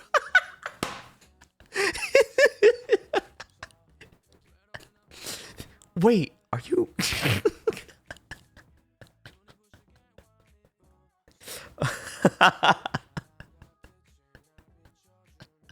That would have been so, bro. Nah, that's crazy. That would not happen. Okay. He did not do that, by the way. I was just reading chat. He did not. No, he didn't do that. Okay, after that, though, I get out and, yeah. Just go back to my room, chill, relax. God, you fucking chat is so crazy. Why would you say that to me? Okay, what else? What else after this? Oh yeah, right. What was that? What was this picture? Oh, this is our hotel back in Tokyo. It's like I got a good view of it. Is all. There's an otter cafe here. Oh yeah, we went to went to Harajuku, right? So it was like, yeah, last day in Kyoto, right? And what was it? We get on the Shinkansen to go back to Tokyo that day, right? Oh, right. I almost forgot to mention. I don't have a photo for this, right? But I end up, you know, I ended up getting on the wrong train. So we were really confused on how to like book this specific Shinkansen and stuff like that, because we all had to separate into different ones. So Cinder, Tricky, and Red go on an earlier train, like a 10:30 train. Me and Yuzu go on the same train at like 11 o'clock, right? I didn't know the trains were so close to each other, like in terms of time, like 4 minutes apart. I get on the one 4 minutes earlier, thinking that was the right one because me and Yuzu had different cars. So I thought like, oh, this is the one that we gotta get on, right? I sit in the back next to this Japanese dude, right? He looks at me confused. I didn't know why. Then I realize, wait, is this the right train? And then the ticket guy comes up to me and says, hello, may I see your ticket, right? And then I was like, sure, yeah, I give him my ticket. And then he says, you're on the wrong train. Come with me. And then I start like monka-essing, bro. I was like, uh-oh, this is bad, right? Am I gonna get in trouble? Or are they gonna kick me off at the next station? I didn't know what was going on, right? So it was actually a lot better than I thought it was gonna be. He said that he gave me like a locker to put all my stuff in, like my luggage and all my bags and stuff, right? Instead of like keeping it in the back of like that seat that I had it initially.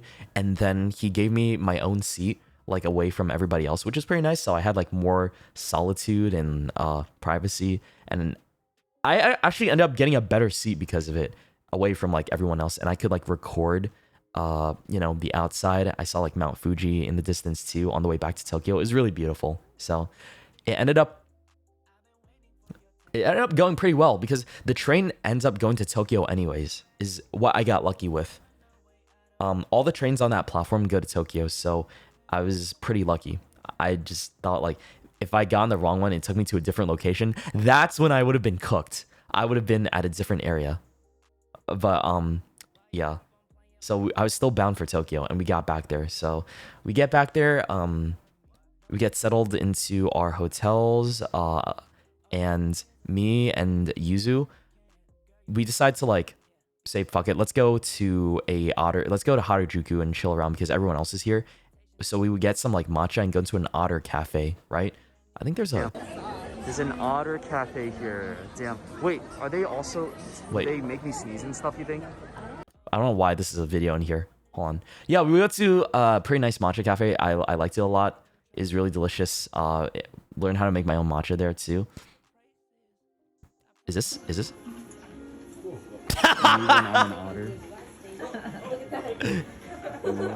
Look at him! He's so cute! Oh my god, bro, it's like so adorable. They're just crawling around. Look at this guy. Dude, he doesn't give a fuck. What the heck? Oh my god. They're so cute, bro. Aren't they so adorable? Look at him. Look at him spin.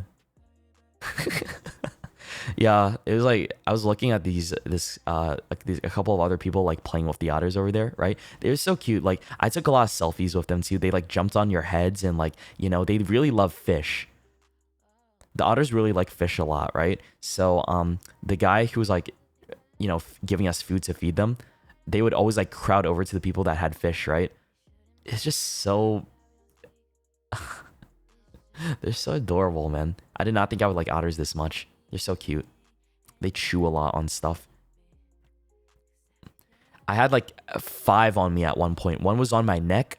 2 of them were like on my lap and like being baby, and the other of them were like sitting next to me because they really wanted the fish. They were so adorable. I love them. Oh, cute. Look at all the cute otter. Look at all of them. Adorable. That one's just pancaking. I love otter. Yeah, there was a lot of otters in there too. I think I fell in love with otters that day. I did not know that otters could be that adorable, to be honest. It was like my first time interacting with them. They sound like birds when they chirp. I don't know. Whenever they make noises, it sounds like a bird like chirping. It's a very like high-pitched, squeaky noise. If that makes any sense, right? Did your allergies trigger? No, it didn't. So that's a good thing. I thought I was gonna get allergies from them, but no. I think it's only dogs and cats, to be honest, which sucks.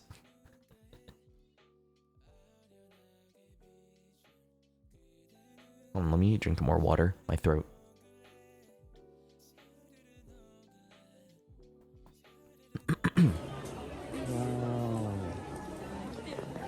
Dude, I finally got to shop at Sanrio's for Sanrio's stuff. Yeah, this was like, I went to a Sanrio store in Harajuku as well. It was really nice. I just realized that guy just like stared directly at me. Dude, I finally got to shop at I'm sorry, my guy. I'm so sorry. Why does he look at me like that? My bad, bro. My bad. Oh my god. Why do you look at me like that? Oh my. Are you Shoto? He's like, wait, are you Is that Shoto?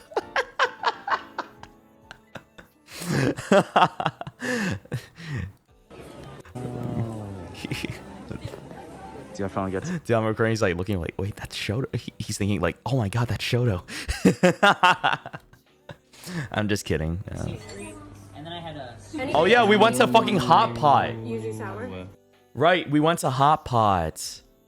Oh my god. Yeah, look at all this. We went to a place called Onyasai. I know it doesn't look like much right now. I didn't get like a good video of it because I was focusing on hanging out with people and I didn't really vlog that much. So I just ended up like recording the beginning of the meal. Another hot pot? What do you mean another hot pot? This is our first hot pot. Huh? This is our first hot pot, bro. What do you mean? Milk as hot pot? No, oh yeah, it's soy milk because Luna is vegetarian and she needed her own broth. That's why. She needed like her own broth and stuff like that. It can't be like beef broth and stuff because, you know, vegetarian, obviously. So can't have that. You have to like segregate the broths. So we tried veggies in the milk broth too. It was pretty okay. It was all right. I like the place. It was nice. Anybody else want to use one, right?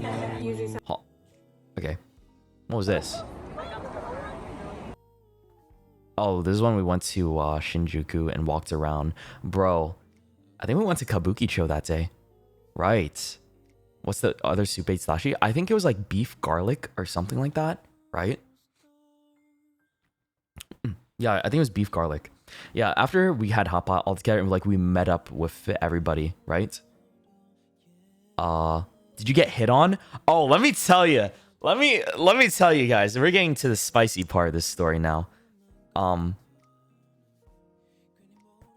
wait, this was not it. This is not okay. So I guess this can this picture can set the scene. All right. We're about to head into Kabukicho, right? So the others wanted to go to a bar and stuff like that, like this darts and play darts and like drink or whatever and eat bar food. But then I was like, I'm not down for that. I'm gonna go walk around myself, right? And then Yuzu wanted to join me because I think she wasn't down for that either. So me and Yuzu end up walking around Kabukicho on our own, right? It was just me and her. And then we walked by this like area that had like people with signs and stuff like that, right? You know, like, I think it's like people advertising their bars and stuff like that, or their clubs or some shit like that. You know what I'm talking about, right? And there's this one really buff guy who was looking at us. And I was like, wait, he's kind of hot, right? And then he was smiling at us. And I was like, what's going on here? And then I think the eye contact did it. Because after we tried to like walk past him, he walked towards us. He approached us. I was like, "Oh shit, here we go!" Right? This is the thing you guys gotta understand. Like, I think making eye contact with someone is like a key to make them like realize like we showed some interest. So they're gonna try and like convince us, right, to come to their place. So this muscle man, right? I'm gonna call him Muscle Man. What's his name? I'm gonna call him T, okay? He walks up and is like, you guys want to come to the muscle bar? And I'm like, oh, muscle bar. I look at Yuzu. I'm like, do we have time? And I was like, yeah, sure, we could check it out. Let's go to the muscle bar, right? So he speaks English, right? I didn't know there was a muscle bar in Kabukicho. So I was like, oh, what? And he's like, yeah, it's a lot. It's like it's like a staff of like 3 to 4 guys, right? All muscly and stuff like that. And I'm like, yeah, let's go for it. Yeah. So it was like, he takes us there. He guides us. He asks us our names, where we're from and stuff like that, right? We go to like a very out of the way to get there, right? And it's like this small bar area, right? He sits us down, and then there's like 3 people working there. It's him and 2 other Asian dudes, right? That are like really buff and stuff, right? Not gonna lie, one of them is pretty cute. I can't lie. He's like pretty attractive. He had like what? I think he was my type. I think one of them was my type, right? And me and Yuzu sit down, and then I think we realize this feels like kind of like a host thing going on, right? Because they show us the menu, they're like, I didn't realize it's one of those things where it's like you gotta like drink, right? It's like they're gonna encourage you to drink and buy drinks for them too, and take shots, and like they'll like talk to you, have conversations with you, right? And then yeah, it's like one of those things where they can headlock you, and like they'll flex their muscles, take off their shirts and stuff. I'm like, wait, this is my kind of place, right? So I'm like, it's kind of like a host club, but it's muscle men instead, right? I'm like, okay, cool. So then I asked them, hey, can you like flex, take off your shirt and flex? And he said, oh yeah, sure. And then he did exactly that. He took off his tank top and like, you know, flexed for me. I was like, wow, that's crazy. Oh shit, I felt a little something there, right? And so there's nobody else there, right? Apparently it's not common for not to be like that many people there. We were like the only ones there, me and Yuzu, and we're just like chilling, right? But like we didn't know what to do since we've never been to one of those places, right? And they gave us drinks for free, some drinks for free, and then like they were trying like I think they were trying to like get us integrated into the culture. We didn't know what was going on. We felt like, are we getting scammed, or like is this just the experience? Is this like how it's supposed to happen? I've never done this type of thing before, right? I'm just like so foreign. It's like very foreign to me how this type of thing works, right? Being at like a club like this, I've never done it before. And then I'm like, oh, is card okay? And then they're like, oh no, we only take cash here. I'm like, uh-oh. I didn't have my cash or like my coin bag on me, right? And the problem with that is like I was like starting to panic a little bit because I know like I didn't want to like disrespect them or anything like that. So I was like, oh shit, I don't have cash, right? If I'd known that they take cash, I would have brought my thing because I left it in the coin locker, right? I left my cash in coin locker. I didn't think this was gonna be happening at all, right? I thought like most places there took like card and stuff. So I was like, uh-oh. So I call Numi on my phone and I'm like, hey Numi, can you come pick us up, right? And I was like trying to call her, but she wasn't picking up. She didn't answer my calls. I called her twice. And I was like, oh shit, this is looking bad. So then I messaged the Discord group chat. I'm like, someone help, help us, come to this place, this address, right? And then Giri said that she was on her way. She was gonna make her way towards us, right? And help like bring like some money for us to like get us out of there too, right? And at some point during all that, we were talking about like having to leave soon probably with our friend, and they're like, oh well, that's too bad, like hopefully you guys can come back again, and thanks for enjoying it, because like we ended up buying drinks there and stuff and talking, like we ended up having like you know, we ended up having a few drinks to like, so it's like worth their time and stuff like that. And they showed us the menu. They showed us the muscle menu, and we're like, wait a second, what is this, right? And they said, oh, for like 2,000 yen, I can sit on your lap and feed you a shot. I was like, huh? And then like they're like, yeah, and then for this option, I can do push-ups on top of you, and then for this much, I can put you in my arms and lift you up and down, right?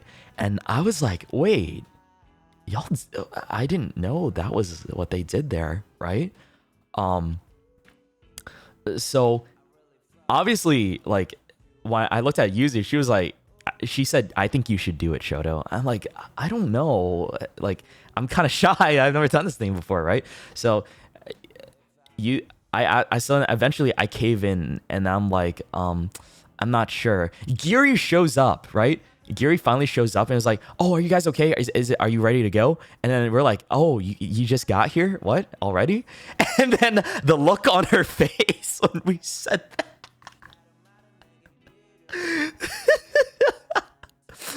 Because like it switched up completely because she thought we were in trouble. Because when she was explaining to us this later, she was like in mom mode, right? She activated mother mode and she was storming her way towards our location. It was like, "Oh, I'm gonna give these guys a piece of my mind. I'm gonna get my children out of here and get them the fuck out. Ain't no way they're getting scammed tonight." And then only to just hear me saying, "Oh, you're here already?"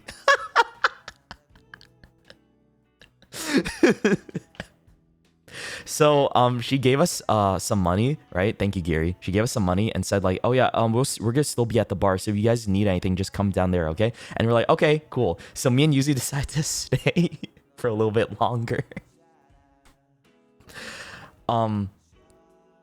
Just so like we had enough money to pay for the drinks and then like enough to like pay for an extra service thing. So I was interested in the muscle menu. I was like, "Bro, you c'est la vie," right? So I decided, fuck it. I asked him for his recommendation, whichever one, right? And then I think he knew exactly which one to do, right? I said I was okay with anything, right? And I chose, and then I let Yuzu pick the guy for me, right? She picked this guy. His name was Sho. His name was like Shokun or something, right? And I was like, wait, that's crazy. Wait, his name is Sho. My name is Sho. What? It's like show on show action about to happen. So she picked a guy for me, right? His name is Sho. She pulls out her phone. So they turn up the music. They push the tables away, right?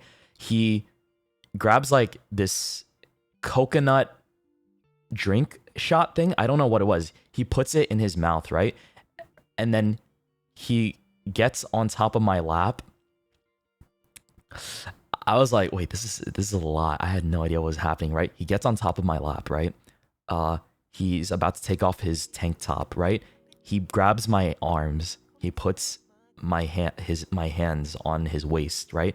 And then I'm like, what's happening? Is this right? And then he's like guiding me, right? He's guiding my hands up and down his chest and stuff, right? He's a very muscly guy. Like he has a great physique. I'm gonna say that right now. Like dude works out a lot. Holy shit. And then he grabs my hand again and puts it like on his like pec, right? And then he says, take it off, right? So then I take off his tank top for him, right? And then he grabs my face and then puts it against his chest. And then I'm like, oh, I didn't expect this to happen, dude. I was like, holy shit, this is a lot. I didn't know this was all part of the package or something, right? I'm just like so shocked at everything that's going on. I did not think any of this was gonna happen. So yeah, he presses my face against his chest, right? And then he whispers in my ear, "Can I take you home tonight?" And I'm like, whoa, dude, hold on a second. I didn't know what to say to that. I just freeze up. Like, I just like I just shut the fuck up and I just like, I think that's part of like what he does, right? He grabs my face. Again, he uncorks the alcohol like shot thing in his mouth, right?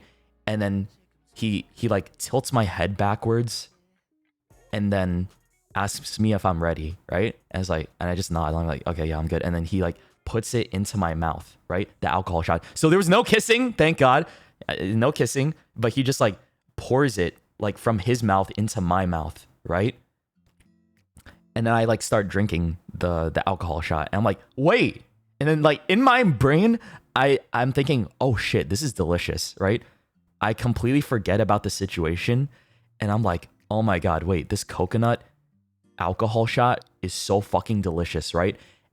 What is it called? And then I think like I woke up from the situation because I was just like so surprised by how delicious that shot was, right? And then after the shot, he takes the glass thing out of his mouth, right? And then he rubs my head and then gives me a hug. And then oh yeah, right. During the shot thing, he grabs my arm and puts it on his ass, right?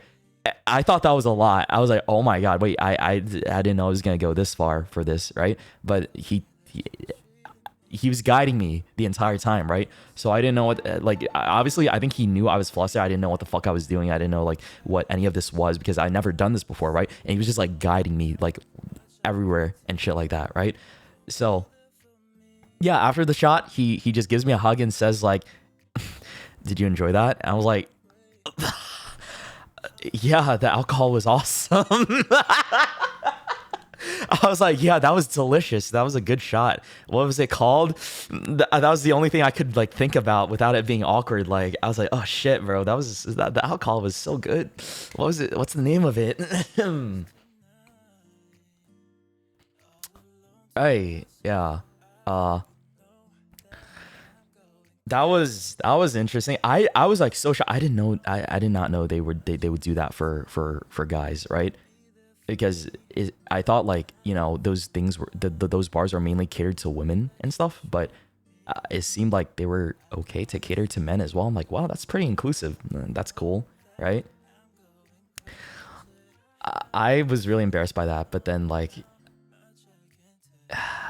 after that, like Yuzu recorded the whole thing on her phone and sent it to me, right? And she put it in the group chat, and everyone was like, "What? What is this? What the fuck, dude?" Like, and then Geary was like, "I was worried for nothing." Like, I went all the way over here worrying about my children to see this happen.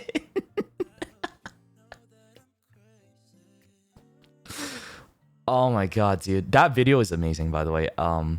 I don't know if maybe I'll show it one day. Maybe. Because I was also in the tank top too. Like we were both in tank tops, right? I think like he wanted to like take it off for a moment, but like I think we're like too deep into it or whatever. So yeah, that was that. We ended up having like a small conversation. We learned all their names, right? Obviously my favorite one was the guy that sat on me. He was really cute, right? So that was the end of that. That was pretty fun. I like that. I did not expect any of that to happen when we went to Muscle Bar. Like, bro, who could have thought that would have happened, right? Like, the moment we locked eyes with like a muscle dude, right? He walks up to us and brings us to like this spot, and it ends up being like pretty awesome, right? Did you get his number? No, I didn't want. I didn't ask for his number, bro. We had to go, right? And then we just paid the bill and just left, right? And then Yuzu was like freaking out at me. She was like, dude, that looked so hot. I'm freaking, like, she was just like shaking my arm and like punching me on the arm. I was like, bro, what the fuck was that? That looked insane, right? And she was like, you know, making fun of me for it. I'm like, oh god, I don't know. It was crazy. That shit was crazy. So I'm gonna tell you guys right now that we went back to that place. Okay, we went back to that place, but I'll talk about that later because that's not in the timeline. I'm gonna keep going, okay? Because that was like it gets crazier the second time. Okay, it gets crazier the second time. I'll tell you why. We're gonna move on now, though. So after that happened, right? We went to the Final Fantasy Cafe. So like the next day, yeah, we met up with everybody. We ended up going, right? They were really jealous, like because I got that treatment and stuff, right? So yeah. Because there might be a lot of that. We'll see. I got a lot of that last. Ooh, look at that meat plate. Look at that. So we got like a lot of stuff to share amongst each other, right? The next day we went to the Final Fantasy Cafe. And just like vibe because I like Final Fantasy 14, right? So it was me, Yuzu, and Luna. And this is like some of the food that we got. It's really cute. Look at that. I think there's like a fat cat. There's like a little chocobo rice curry, right? And then we got like some some pancakes, some canals, and I think these are all themed after the new expansion, like Dawn Trail stuff. The desserts especially, right? There's a lot of Dawn Trail stuff, so I tried not to get spoiled by it. It was really cool. I like this a lot. It's nice. Very, very cool and adorable. I like the fat cat a lot. Oh yeah, and then we went to Team Labs after.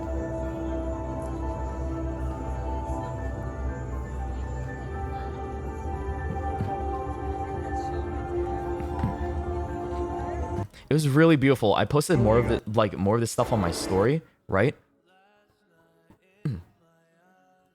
But like, look at how pretty this all is, bro. Team Labs was awesome. They also had like a water section and stuff like that. That was like, it smelled kind of like feet for a bit. It was kind of like toe jam smell, but it's okay. Really beautiful. I like, this is the first time I ever went there, right? And I loved it a lot. Imagine pollen allergy. They smelled really good. Yeah, the plants smelled awesome. And like here, I remember I was just laying back. Dude, Gary took a really awesome video of me like just gazing at the dome because like I just couldn't help but like lay back and just, you know, watch everything happening at the top, right? And then she was like record this video of me just like gazing in awe at it. And I'm not gonna lie, it looks really cute. I felt like a kid again during that. Like I've never been stargazing before, so this is probably like the closest thing I'll get is like gazing at like fake flowers in the sky. It's like a projection type of thing. What's this one? Oh, this is the oh yeah, this is the water area, right?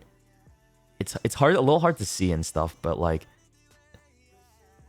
yeah, it's like you know what I'm talking about. If you guys ever seen like videos of it, it's like you had to like walk through the water and stuff, and there's like projections and shit like that, and it looks like really cool and milky and stuff. It smells like feet though. I'll say that right now. It does smell like feet in that area. Hold on, let me see.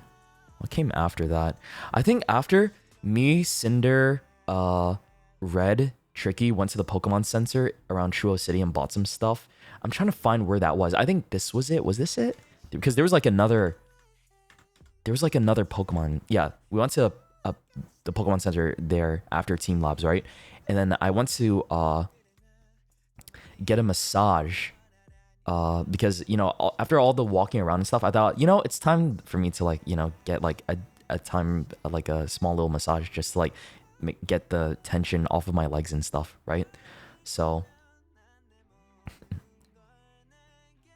right, hold on, how do I talk about this?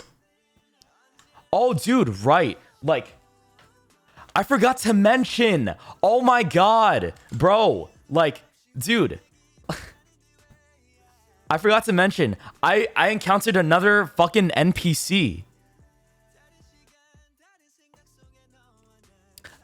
It was in Ikebukuro. No, not in Ikebukuro. It was in Ginza. So I went to get my massage in where was it? Do I have a picture of it, bro? I don't think I have a picture of it. I went to a massage place in Ginza, right? And then after that, right? After that, what's it called? The massage. There's this drunk guy that approached me from behind, right? Because I was by myself at that point. I didn't have like any I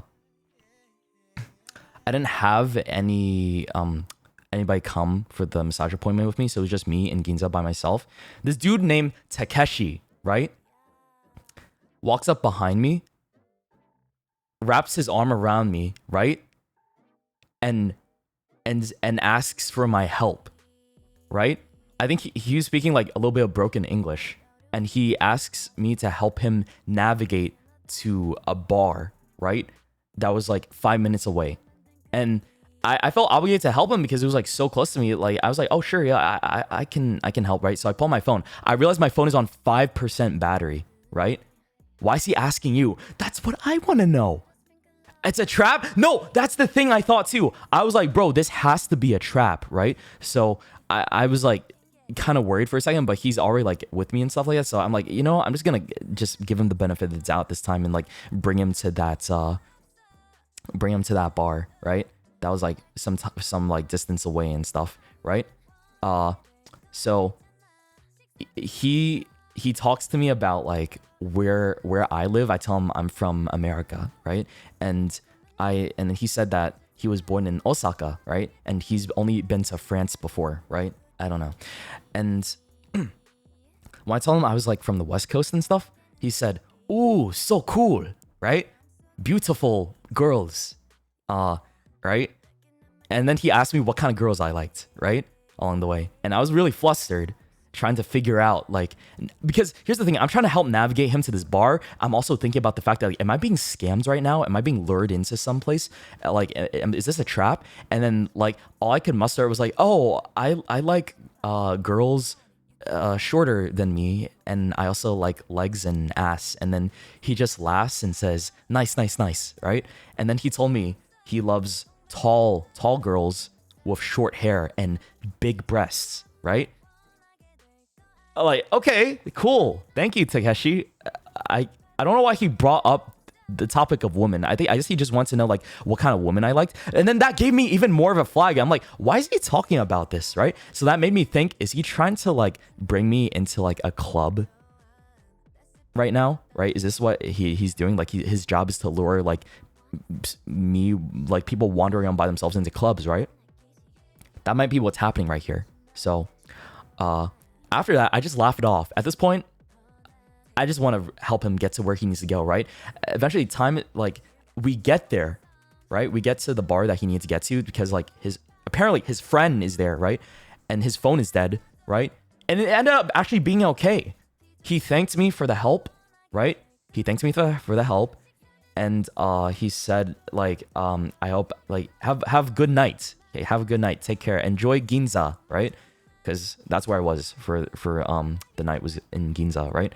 But I was super lucky because by the end of like dropping him off at the bar, right, my phone was on 2%. Dude, every bad situation and scenario was going off in my head. Like I literally thought the worst thing was gonna happen to me, but it actually turns out the guy was pretty nice and he just wanted help, right?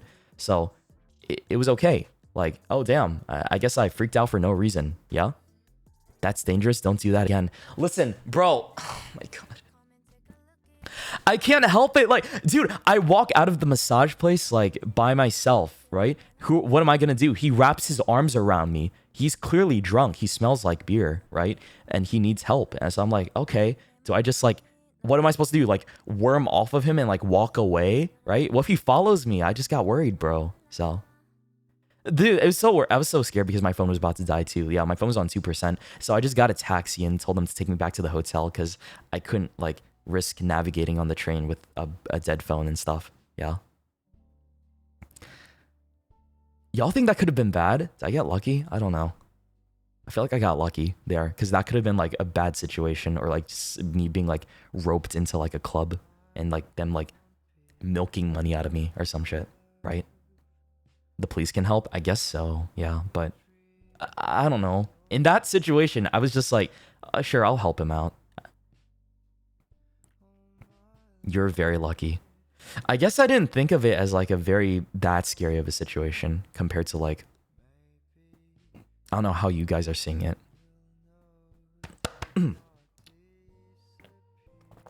Okay.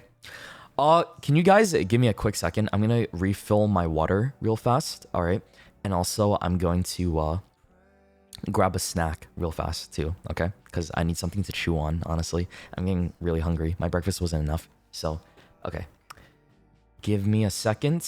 I will be right back.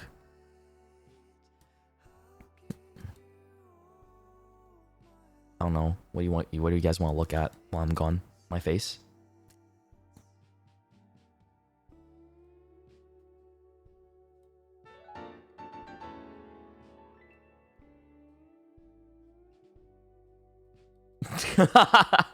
Hold on. Wait. Give me a second.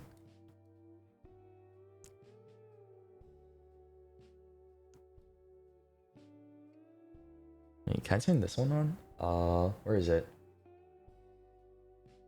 Wait, why is it not turning on? Okay.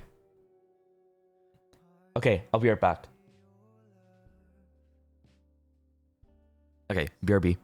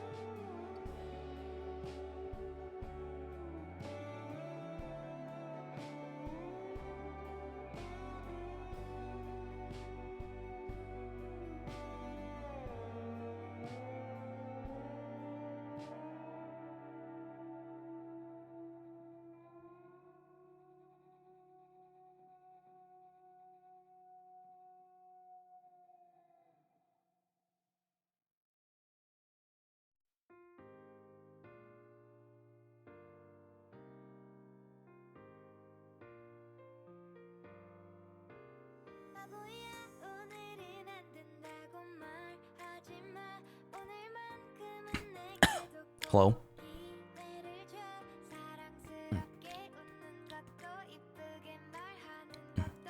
Bro, y'all need to chill. Oh, oh, oh, oh.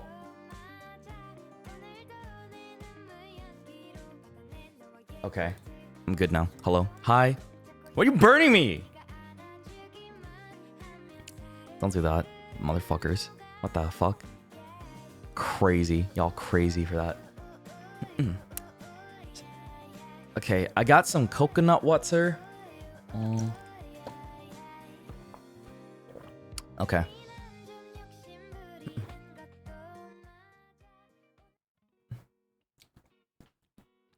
Okay, back to where I was. What was I talking about again? Right. Takeshi, right, the motherfucking Takeshi. Okay. After that, what was it? I think next day was Ikebukuro, right. So we ended up going to oh yeah, I thought I said no, this was karaoke. Wait a second. This is hold on. Huh? Right, we went to Ikebukuro, right. I went to get Pokemon stuff and Ghibli stuff. I bought some Ghibli stuff. I bought some Pokemon stuff and skincare shit. It wasn't actually that eventful of a day. It was just like, oh, just some shopping, like for fun, right? Oh no, wait, one thing did happen, right? Okay, the context of this photo, I remember now. We get to the Pokemon Center in Ikebukuro, Sunshine City, right? And I got 2 drinks, yeah? Because I was really thirsty. This kid, like, I sit in like this area. This kid tries to like yoink one of the drinks from me. She like walks up to me, looks at me in the face, and like tries to like grab at the Pikachu one that I have, right? And then I'm like, I grab it and like pull it away just before she grabs it, right? And she looks at me and runs away crying to her mom, right? I'm like, bro, what did I do? I just like, it's my drink. It's not for you, bro. And then I just like, oh man. And then like they all, and then like, she looks at me, and then the mom looks at me, and I'm just like, oh, okay, I'm getting out of here, bro. It's so annoying. Like, bro, I just want to drink my drink in peace, right? At the little like rest area. But no, I got griefed by a kid. Little brat. Okay. Kid hater, bro? I'm not gonna give her my drink. What? She was like, what, 2 years old? I don't think she could have this. I can't just give it to her. Her mom's gonna get mad at me too. Like, what's the answer? I don't just give it to her, bro. Kick her? Okay. Okay. Well, that's a little extreme. Anyways, the Pokemon Center was nice. The Pokemon Cafe area nearby was alright too, right? That night we went to I went to get a haircut. I actually want to get a new style. So I leave early. I go get a haircut, right? It was only like $30 too, and it ended up pretty good. Like they did a great job with the styling and stuff like that. So I ended up like getting a pretty nice cut in my opinion, right? I liked it a lot. After that, right, we ended up going to a karaoke place in Shibuya. It's called Rainbow Karaoke. Yeah. And we met up with Momotex, Yoclash, Demon's Ice, Karen, I call it Karen, Annie, Twin Tails, Yankos, and then all of our friend groups too. Oh my god, dude, Demon's Ice, she can rap. Holy shit. We've been wanting to hang out for a while, and I like when I invited her, like she actually had time, thankfully, right? And she made the time to like come by and hang out with all of us, which was like really nice. I think she had a crazy... Hold on, wait. I think I have like... Let me see. I think I have... I think I have... Let me see. I have like a video or something when she was like doing... She was like rapping Godzilla. Where was it? Where was it? I had a recording somewhere. Where's Karen's thing? Hold on. Was this it?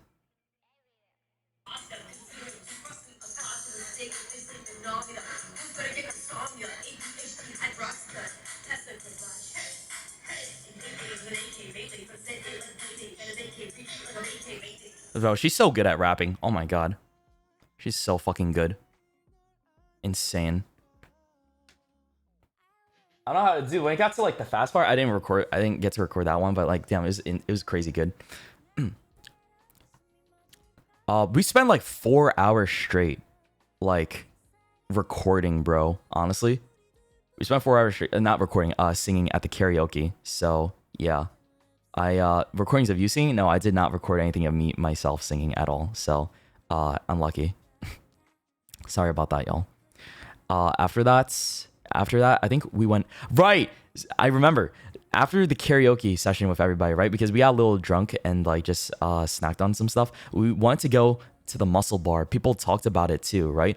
And like it was me, Momo, Numi, Yuzu, and who else? Me, Momo, Yuzu, Numi, and Tricky. Yeah, we were gonna go back. We want to go back to the muscle bar, because we told them about it, right? And we were all interested. Like they wanted to see it, like what it was like, right? So I was like, oh, okay, sure. Let's go check it out and see it one more time, right? But it ended up being closed. It ended up being closed because here's what happened. We get to Kabukicho, right? We get there, and it ends up being that what?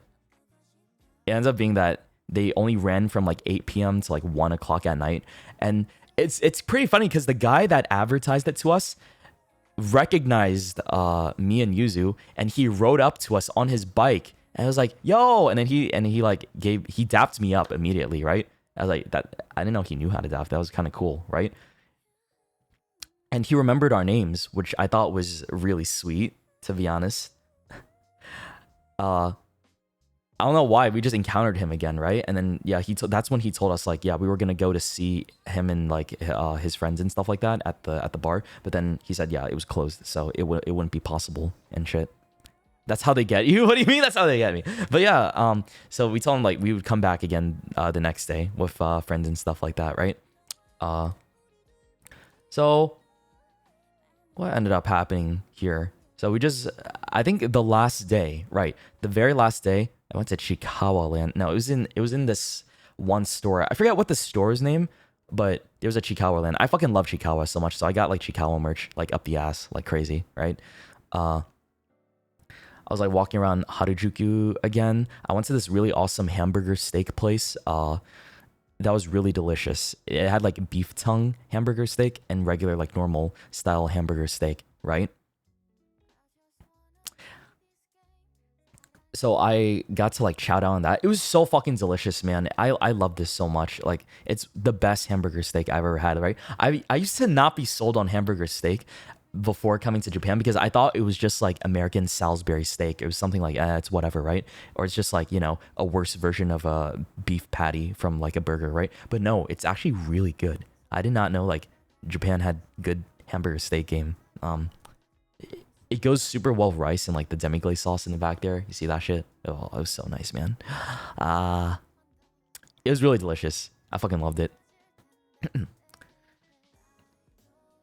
So I ended up, what else? I ended up having a meal solo there since it was just like a solo day with me and myself. After that, I ended up, oh no, I remember now. As I was about to leave, right? As I was about to leave, and I said like to the lady, "Gochiso sama deshita," right? Before I left, she said, "Oh, okay, one moment," right? And then she walked away, came back, and gave me an egg.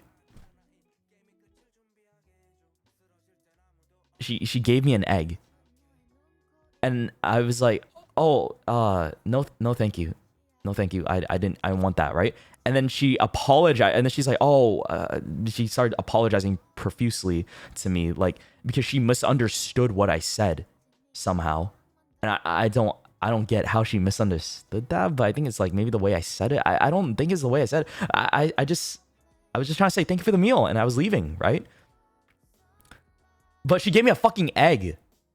Like after I said "Gochu sama deshita." Well, like how do you get like, "Oh, I want an egg" from that? That makes no sense, right? Thank you equals tamago equals egg. I did not say I did not say tamago.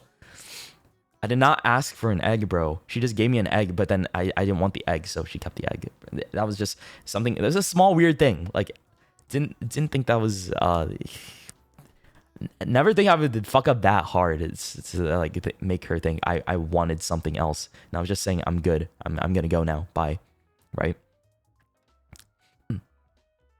Or maybe it was like a complimentary egg. Like, I don't think so. Because I've been there before. They don't do that, right? They don't just give you a raw egg for free. You should have just accepted the egg. But then, what have I done with the egg? Let's just like put it in my pocket? There's no reason to take the egg back. Oh my god.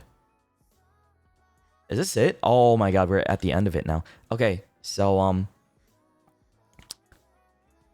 oh, we went to this matcha cafe, right? These are the wrong pictures. This shouldn't be here. So like this other one is one I went to with my friends. So it was the last day, right? So after I went to do my like little shopping in Harajuku, I had time to go back for oh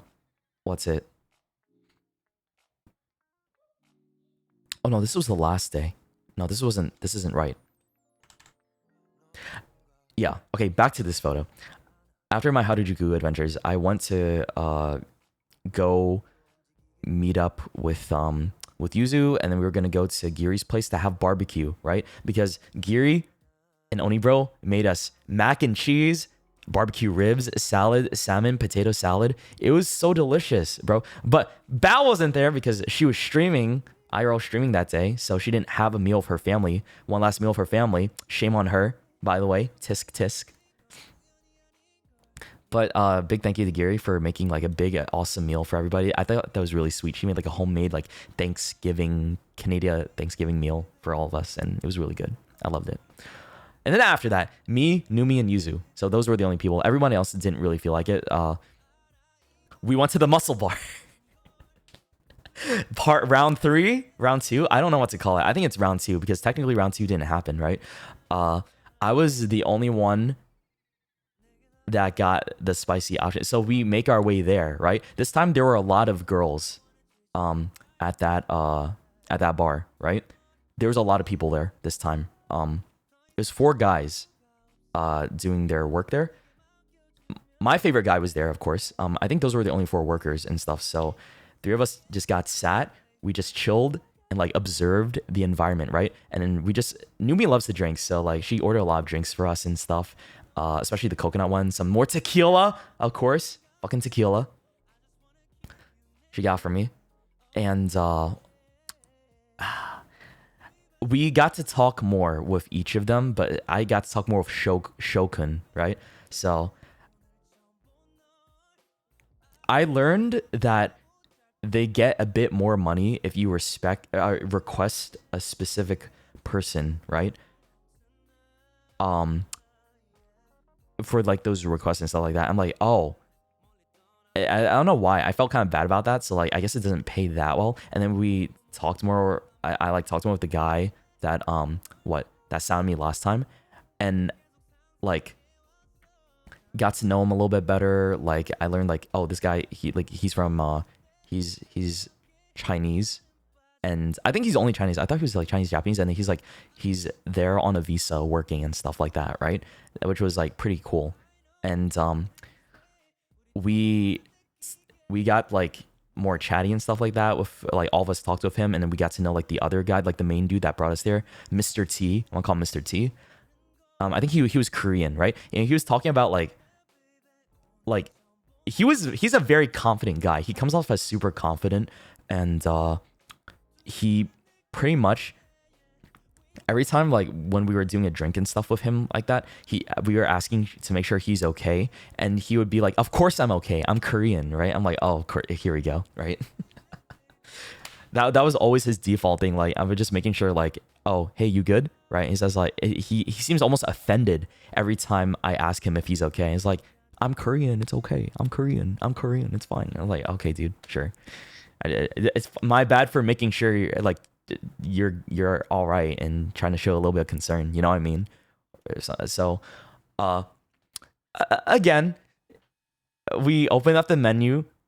Numi and Yuzu both chose stuff for me because they wanted to see me, I don't know, get embarrassed. So they were over there just like, you know, selecting options for me to do. And the thing is, Numi was paying for all of it. She didn't mind. It's just like, yeah, Numi was covering the entire tab for this entire night, by the way, because like she was the one who was like chill with it, and it was like, you know, she wanted to come here too with us. So like, okay, fine, fuck it, sure. Thank you, Numi, again. But yeah, so she did this thing where she requested the same guy from last time to give me a tequila shot through a syringe, right? That one kind of sucks. So it's like a syringe full of tequila, and he, once again, he sat on my lap, right? He did the whole thing again. Like he put my arms, like he like guided my arms on his chest and abs and everything like that. And then he asked me, "Hey, can I take off your shirt?" And then he like starts rubbing my arms. I'm like, oh, and I got really flustered there. I was like, I don't know about that. And then I was like, and I was just like, no, nah, I'm good. And then he seemed a little disappointed about that, to be honest. And I felt bad because I'm like, wait, did he really want me to take off my shirt for him too? I'm like, okay, whatever. So the thing, same whole thing goes on again, right? He like, you know, grabs my face, pushes it against his chest, right? And I'm like, oh, here we go again, right? Grabs my neck, gets the tequila shot syringe and just like puts it in my mouth and just like slowly starts like injecting tequila into my mouth, right? And I'm like looking up at him, like, and all I could think about, wait, this burns, this fucking hurts, because like it's such a slow, like, you know, agonizing drip by drip of tequila going down like my tongue and throat. I'm like, the only thing I could think about at this point, I was like, God damn, it just, this alcohol burns, bro, right? And it's like, whatever. That's just torture. It was kind of torture, right? And like eventually he got it all in there, right? After that was done, right? I think he whispered in my ear again, but I couldn't tell what he said, right? And then he gave me a hug, and then after that he said, "Thank you, my brother," right? I think he might have gotten the hint that maybe he thought I wasn't interested in stuff like that, right? Because I played it off too much like I wasn't. So he like took a different direction. And I was like, oh, oops. Because it went straight from 2 days ago. It went from, can I take you home tonight, to thank you, my brother, right? So I think he like flipped the script a little bit to make sure I was comfortable. So I was like, oh, that's kind of cool, right? He thought I was straight.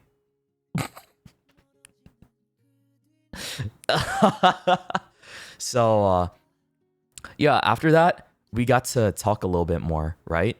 And it was me, Numi, and Yuzu talking with Shoto, and we played some games, like some dice games and some card games, drank some more, like got to know him a little bit better, right? You fumbled? No. Here's the real context. So we learned that he was actually straight, right? Because we got to be better, like we got more of a conversation with him, like he's actually straight, right? And he told me that it's kind of funny because sometimes when guys come here, he told us that a lot of gays guys only prefer him. He doesn't get a lot of girls, actually. He did, like most of the female, like the women clientele that come to the bar only go for all the other guys, right? And not him as much. It's mostly gay guys that request him. So I'm like, oh. And he doesn't know why.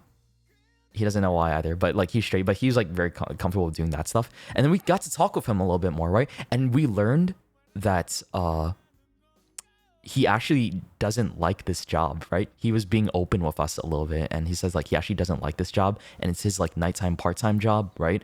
And that it's to make a little bit of extra money and stuff like that, while after he's done his like salaryman stuff in the morning, in daytime, right? He after like daytime he comes to do this, and then like he just goes back to his apartment and just like sleeps, right? And just like repeats the cycle and stuff, right? And it's kind of surprising because like we were asking him like, okay, what do you think we are, right? So then he knew Numi was bisexual, right? Because Numi asked him, what do you think I am, right? And then he says, I think you are probably, you like both. And then Numi was like really happy about it because he guessed it right. And then I asked him, right? So it's my turn. I said like, so what do you think I am, right? And then he said, I actually think you are straight. You seem very straight to me. And then I'm like, and then they both of them start, Yuzu and Numi start laughing.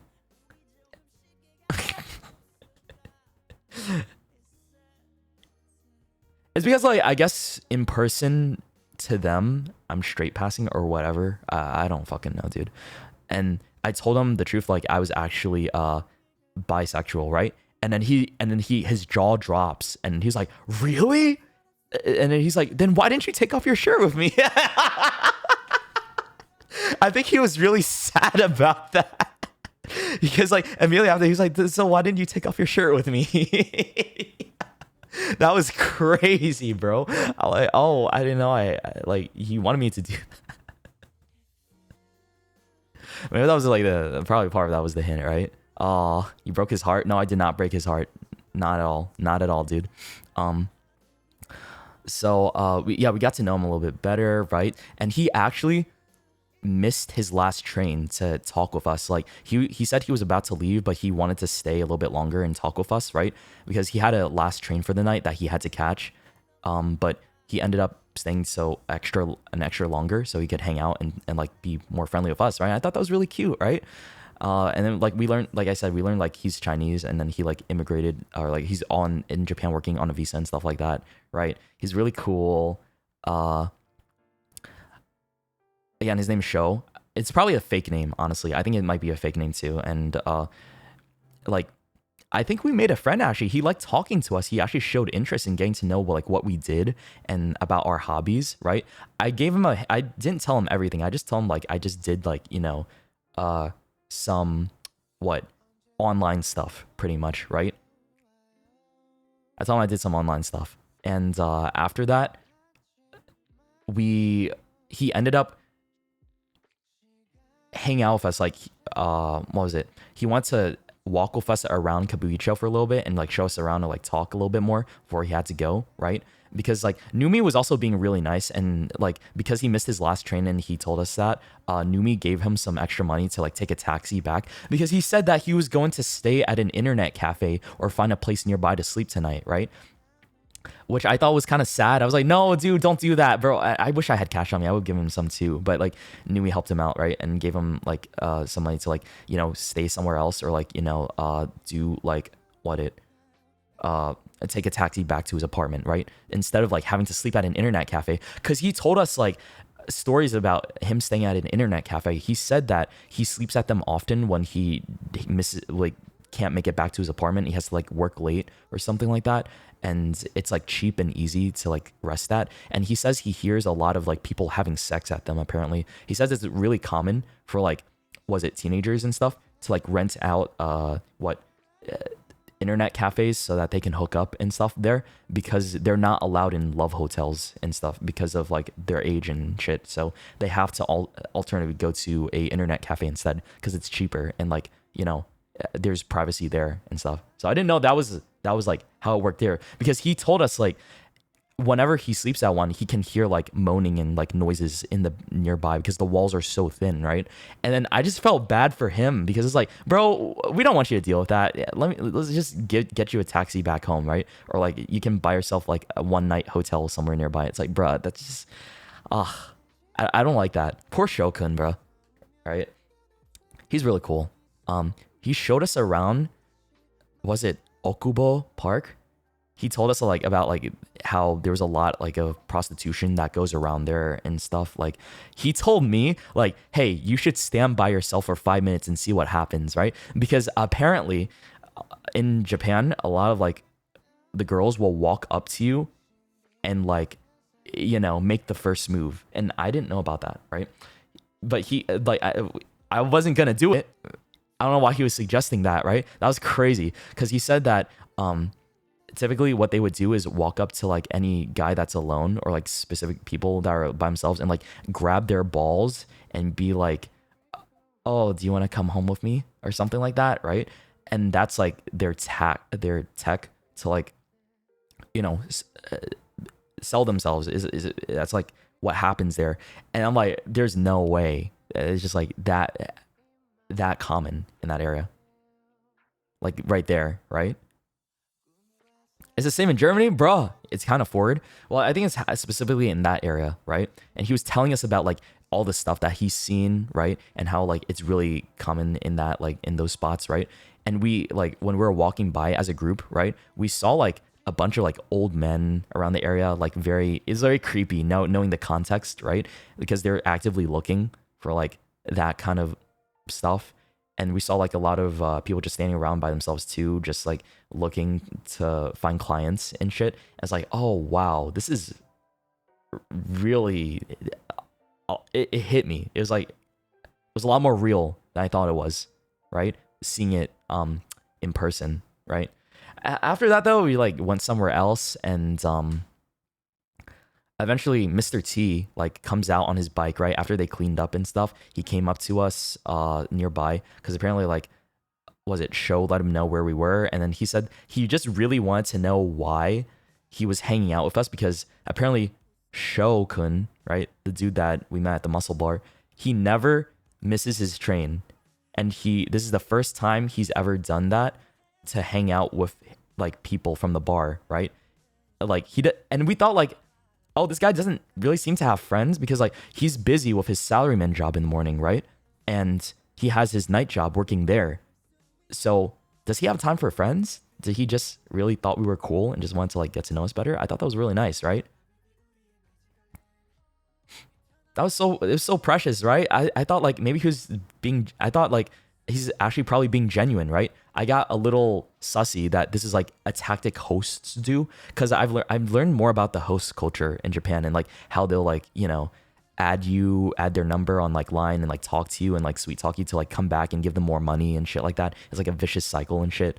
But here it didn't seem that way, right? It seemed very like very genuine, honestly, which is awesome.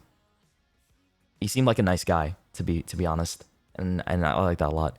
What else? So after oh yeah, I remember. So before the bar was closing, there was this girl, right? There's this girl who was there the whole time from when we got there and when we left, right? I think she was Japanese, and when Numi and Yuzu left to go to the bathroom for a bit, she like came to me for a second and said if I could help her button up her collar on her like on her shirt and on her like what's it?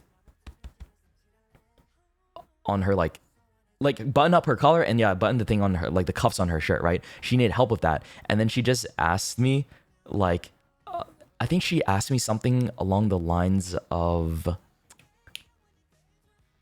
where I'm from or like what my name was. Yeah, something like that. I was also really drunk at that point too because we're a lot of shots in, to be honest. So they what's it?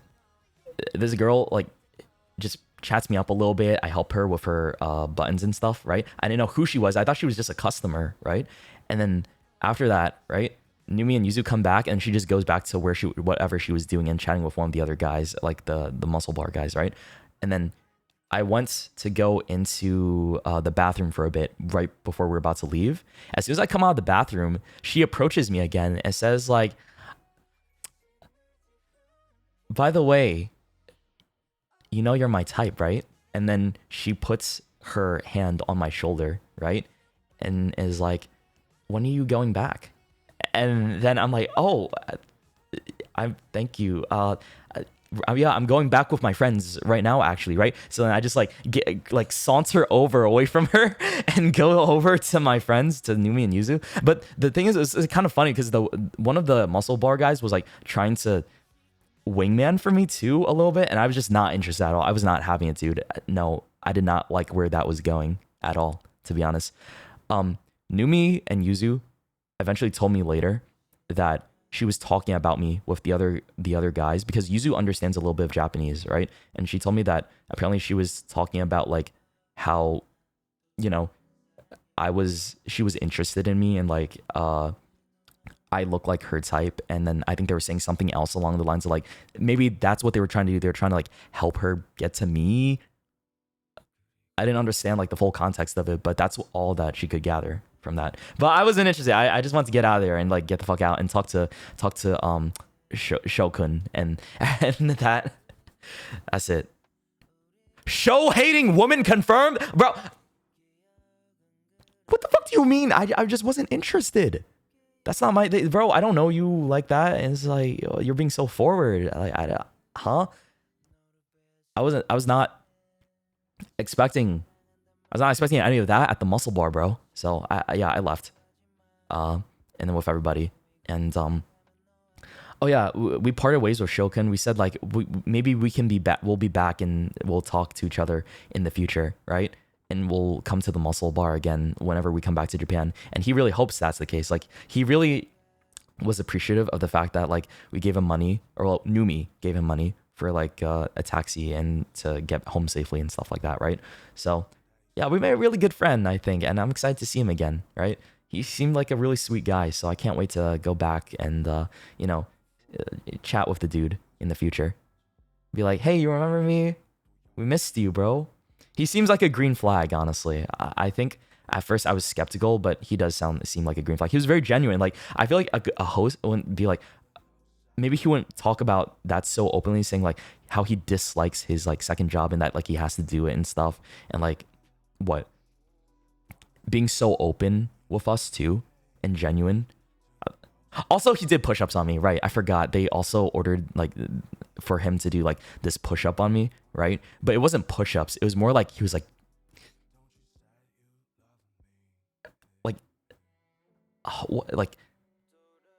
how do I describe it, bro? Grinding? Not grind. It was like he didn't do body contact. It was like body rolling against me, right? Right? Well, I was like laying down. I was like, oh, okay, this is interesting too. I didn't expect like him to do that. I thought it was gonna be like actual push-ups, right? It's just like I thought it was gonna be like a couple push-ups and that's it, but it ended up being a little bit more and stuff, right? And again, he whispered in my ear, "Good job," right? And then he wanted to take my shirt, and oh, actually no, he was like, "Just please take off your shirt." When he was about to do it, like he was reaching for my shirt again and trying to pull it up. He's like, and I was like, no. It's like, just please take it off, right? He said, "Just please take it off." I'm like, who just says that? Why did he want me to take it off so bad? After the fact, like I told him, like, yo, it's like we even knew the fact like he was straight too. I don't know. Maybe that was like he wanted to. Is that like help him get more money if he does that? I don't know, bro.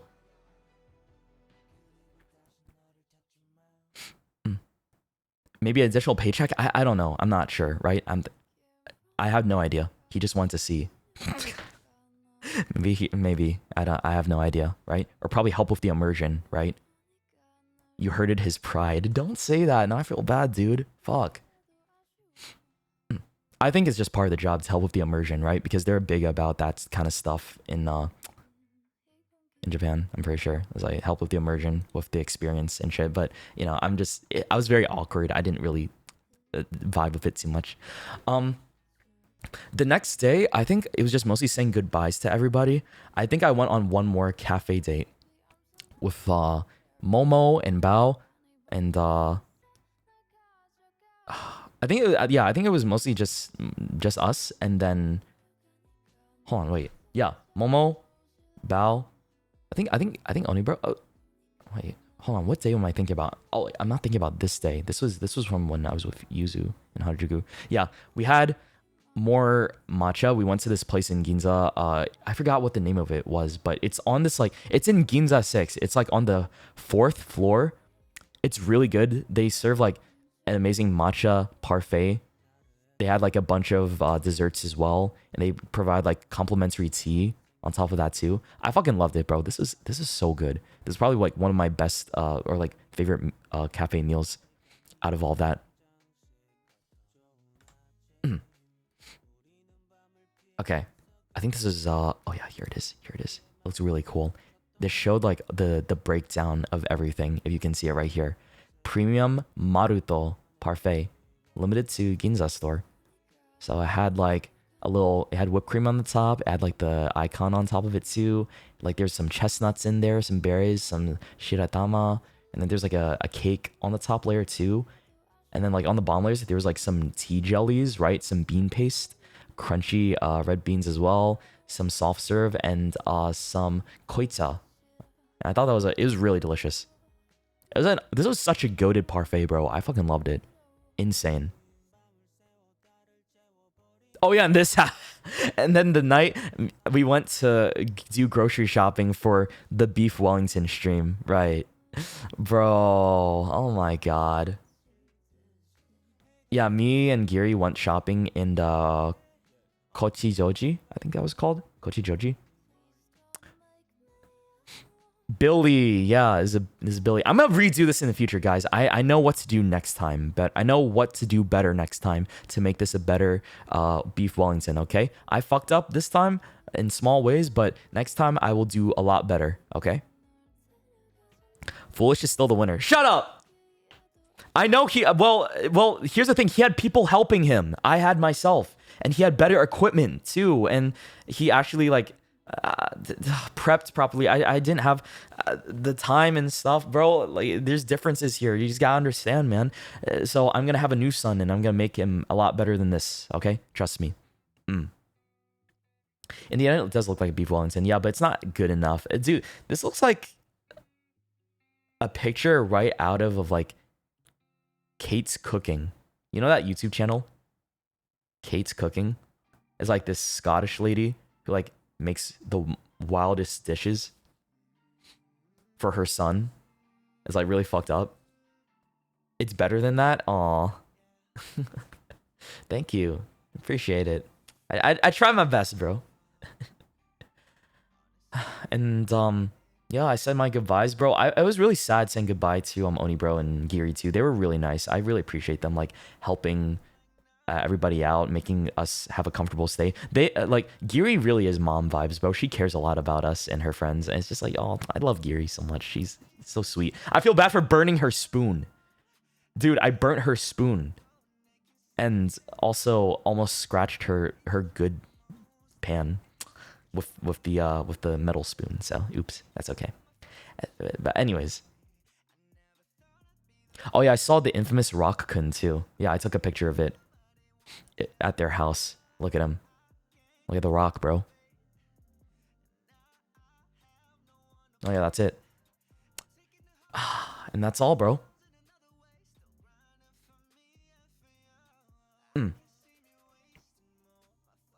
Yeah. Okie dokie. That was the whole Japan trip, because like honestly all I did was like because I called Andy, and then he said like that was pretty much the only thing that happened, him almost starting a fire at the beginning, but then I think he was like, cautious. Oh yeah, my couch is here now finally too. Oh yeah, I can't wait to show pictures of the whole apartment at some point. The whole setup looks awesome. Like you guys have seen the PC setup, you guys have seen my bedroom. You haven't seen the bathroom as much, or like as much of my closet, or like the living area and the kitchen. So I might show that sometime soon too, right? But yeah, that was it. Like made it home safe, got a nice flight back, and it was really enjoyable. Like nothing bad really happened. I watched Mad Max Fury Road and Mad Max Furiosa on the plane trip and slept most of the time. It was really awesome. I Mad Max is it's a good movie. I like the movie. It was really cool. It's so fucking, oh, I like Mad Max. Dude, I yapped for 4 hours. Holy shit. On a stick.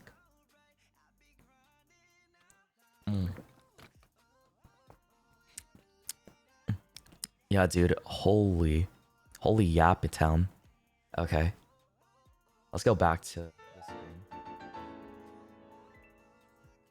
Good yap session, y'all. Right? Oh, the chat died. Let me see. Let me fix the... Should be back now.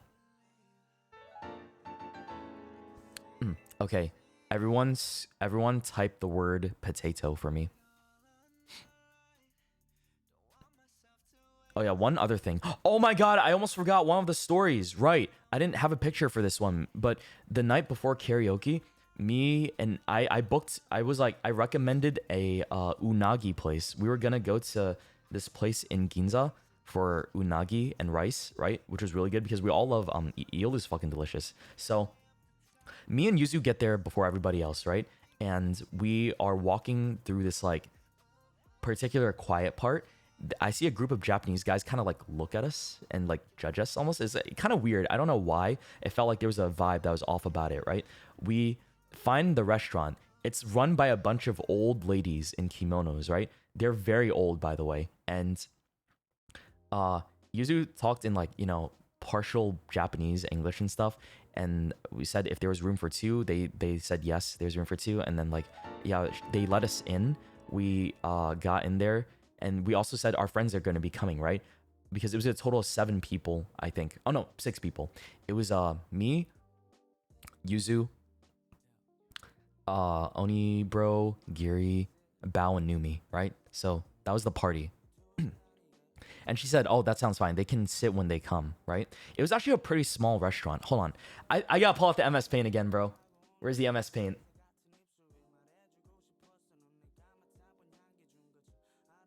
The illustrations help a lot. You guys don't understand. They help so much. Wouldn't you agree? Yeah, you guys would agree, right? The illustrations help a lot with visualizing. I'm a big visual guy, so that's why. Okay, so this is the bathroom. This is like the main area. It's a small restaurant, by the way.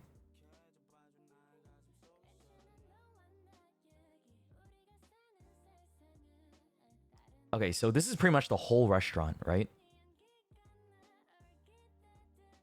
Entrance is here. This is the bathroom, right? And this is like the main dining area over here, right?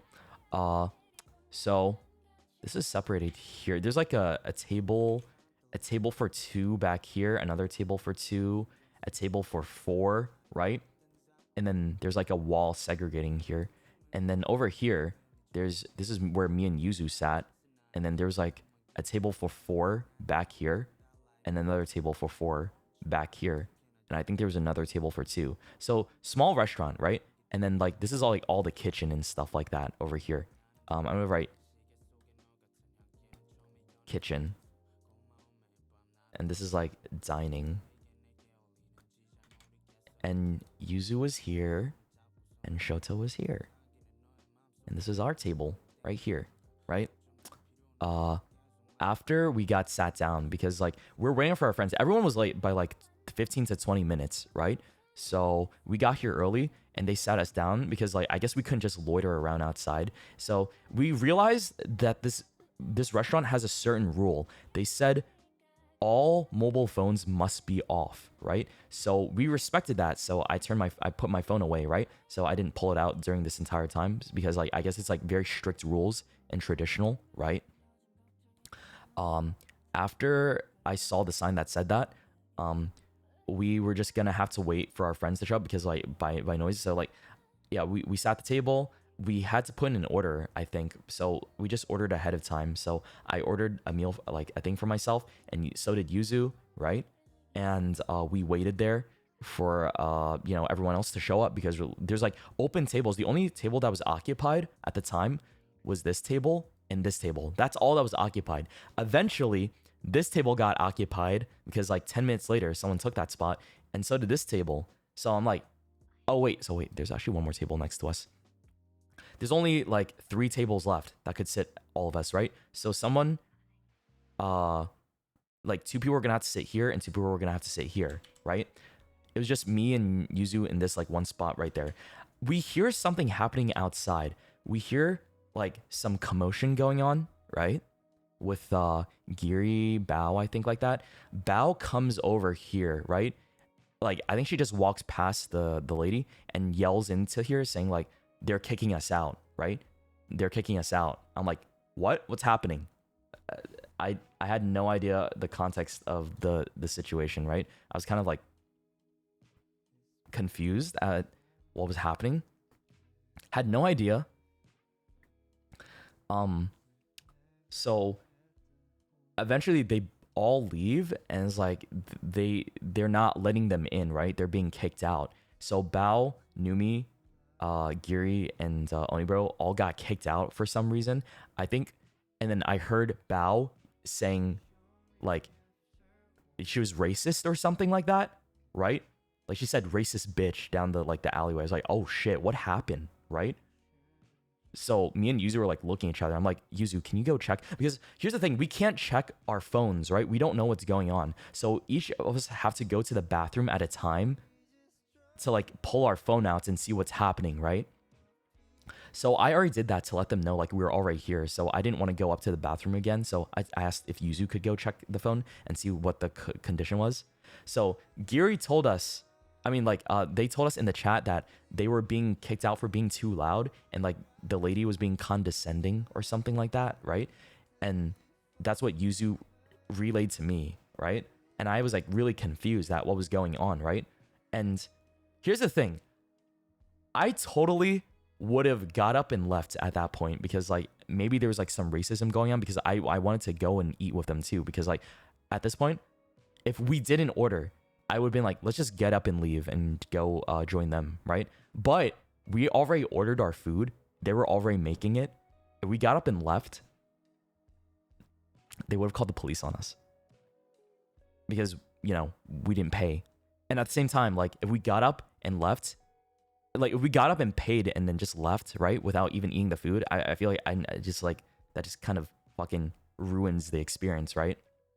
So it was like not a good answer to the situation. It was like very difficult, but they didn't serve, but they were also preparing the food in the middle of all that too, right? So it's just like, it's very because I was already eating my appetizer. Like we're already eating our appetizers and stuff like that, right?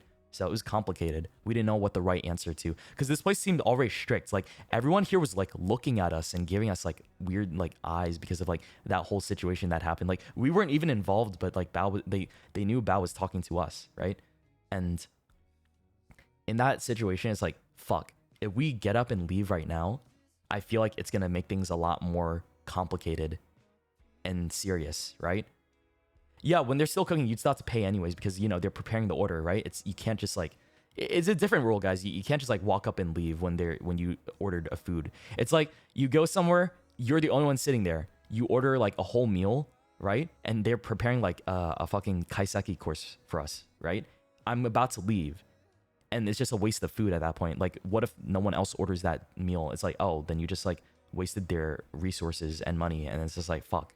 But at the same time, we learned after the fact because that she was being racist because she was like being condescending to Giri, right? Because Giri is Giri's Chinese, right?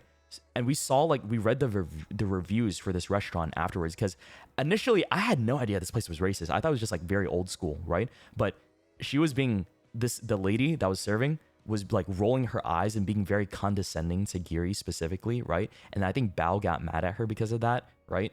And then they were just like telling him to fuck off pretty much. And then we saw like reviews talking about like how this place was quite all the lowest reviews showed like complaining about the ladies being racist or something like that. I'm like, oh, they were being mean to mama and we had no idea. We had no fucking idea what was going on because like again it just sucks because we couldn't check our phones and stuff. I was like we had no idea what was going on. I was like, do we eat the meal? Do we just do we leave and just like fuck it? Do we pay and then just leave and not eat, or like do we just get up and leave? And we can't do that because like what if it gets escalated to like a crazy situation? It's like, oh god, there's like no good answer, right? Afterwards we talked about it and see what happened and like we're all good now. But man, like I'm never coming back to that place. Yeah, why would you beat me? And Giri's so nice.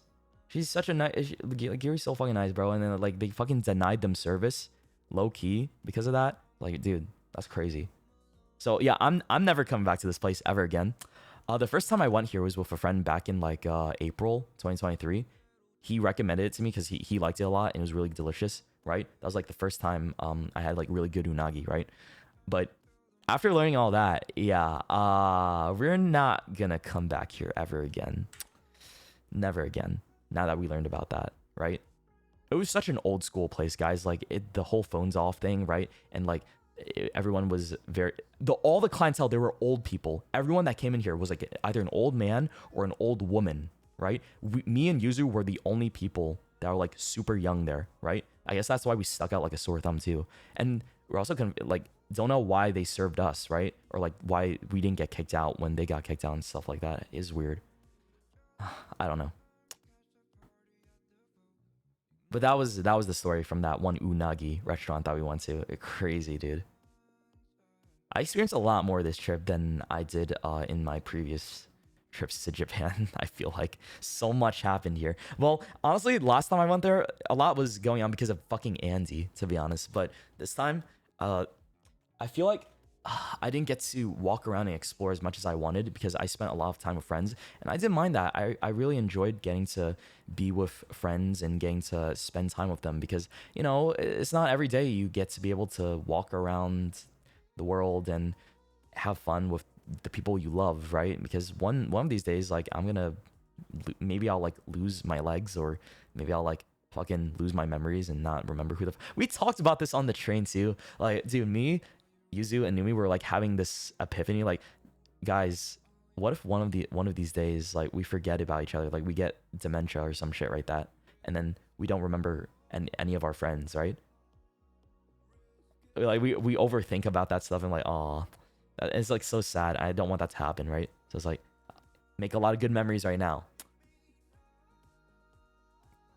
I feel like I won't have that though, because like I have my memories right now. Like I feel like I'm super conscious of everything that's going on around me. So I feel like that would never happen, but I don't know what forgetting and losing your memories feels like. So kind of hope that never happens, right? That's a scary thought. It's just fucking scary, man. Okay.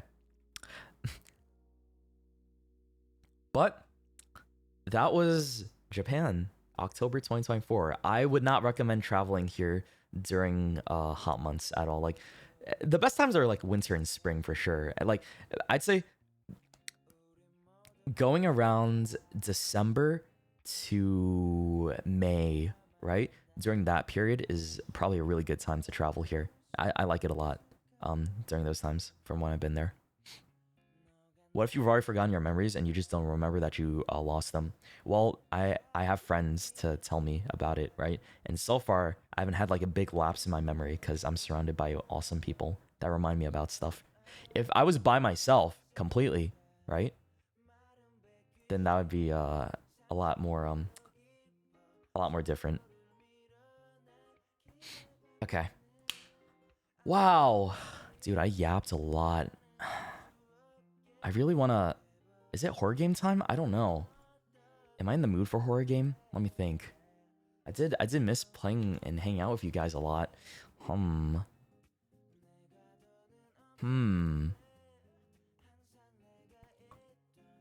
It's already 11 a.m. right now. Let me think. Spring's really busy for Japan because of the cherry blossoms. Yeah, that's like the influx of tourists at that time, right? I think I kind of want to save horror games for like a very specific day, right? But I don't know.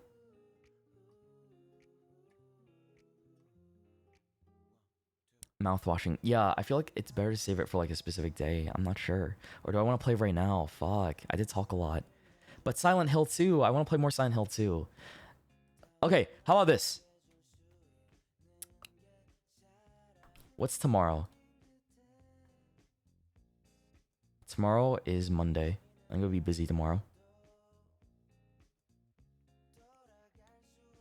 Rest day tomorrow, yeah. Tomorrow I gotta take a rest day for sure. Monday though, I can't like... Let's do another stream on Tuesday maybe, right? On the 22nd. Yeah, let's do October 22nd, Tuesday. I'll play more Silent Hill. We'll continue, right? More Silent Hill. A Quiet Place game will happen like sometime this week as well. And Mouthwashing, we gotta finish that game. And a few other indie horror games that are on my list, right? Does that sound good? Yeah. We can call it an early one today. Yeah. Since, you know, we've been yapping a lot. And it is my first day back. I just wanted to talk about like the stories and stuff and see what's up with y'all real quick. I did miss you guys though. Hope you've been fine. That's crazy. Your favorite part of the story is definitely Shokun. Yeah. Thank you guys for all the subs, by the way. Welcome back again to everybody. Thank you for the bits as well. I appreciate it a shit ton. If you guys got a gift sub from anybody in the chat, be sure to give them a big thank you as well. All right. And I think I think that's it, man. Like I'm glad to be back home. I think I'm gonna be locking in for the next couple months so I can get some work done. So I want to be able to do more content for Patreon. I want to do more. I gotta do some more song covers and stuff. And I think, yeah, I just gotta lock the fuck in and get like some good work done, right? That's the plan for the next couple months. I was originally going, and then we're gonna have a subathon in December, right? December I will be streaming a lot since I'm going to be planning like, you know, another crazy subathon just so I can like stream a shit ton, play games that, you know, I'm gonna force myself to play, and do some crazy content like cooking and gingerbread houses, right? Christmas theme stuff. We're gonna make a plan. We have some time until December, so we don't have to like rush it all, right? Let's go subathon. Fuck yeah, dude. It's gonna happen again. Yeah, it's gonna be during winter break. I think like I'll probably start mid-December for that, and then yeah, mid-December I'll probably start. We'll probably spend Christmas together, guys. Honestly, wait, that might be happening. Because honestly, I don't think because my family doesn't celebrate Christmas. No one really like celebrates Christmas in my family except for my extended family. Maybe it'll just be me and Andy or whatever. I'm not sure. Beef Wellington Part 2. Maybe, I don't know. Maybe we bring it back. Yeah. Maybe I can actually do another Beef Wellington. and just reattempt it knowing what I do now, right? Good luck with Andy. Oh yeah. Good luck is crazy. Bro almost burnt down the house, yeah, so I gotta fucking deal with his ass. Oh my god, man. Bro, it's so over. It's so fucking over. Luigi board? Yeah, that's gonna be happening at the end of this month. Ouija board and some pumpkin carving. Andy's roommate? Yeah, now he is because he moved in during when I was gone for Japan. So he's here now. I gotta deal with his ass. Yeah, he's actually in his room right now doing work, I think. I'm not sure. Prepare an escape plan. An escape plan? Wait, what do you mean? Like, jump off, like, the fucking stairs? Or what? There's nowhere to go. It's just the door out. What escape plan? Oh, you mean moving out? You mean like moving? If things go sour, I don't think things will go sour. Like, I think he'll be a good roommate, right? I don't know. The thing I'm worried about is like if you guys ever have roommates before, right? One of the things is like people say don't room with your friends, but I'm feeling like we're pretty good friends. Like I don't think we'd get mad at each other. We'd understand our boundaries and like our like rules and like having like the things that we're responsible for, right? So oh, an emergency exit just in case he burns down the place. I see what you mean though. Okay. Yeah, have you guys had bad experiences with roommates before? I don't know. Because this is my first time having a roommate, so I don't know. I feel like you'll be fine. Like as long as everyone does their stuff. I mean, you guys, have you had roommates with random people before? Like you just go and room with people you don't know. Then that's a different context, right? Completely different context. Buy a fire extinguisher. We should have one in the apartment, I think. Ray, thank you for the 5 gifted. Thank you so much. Thank you. Appreciate it.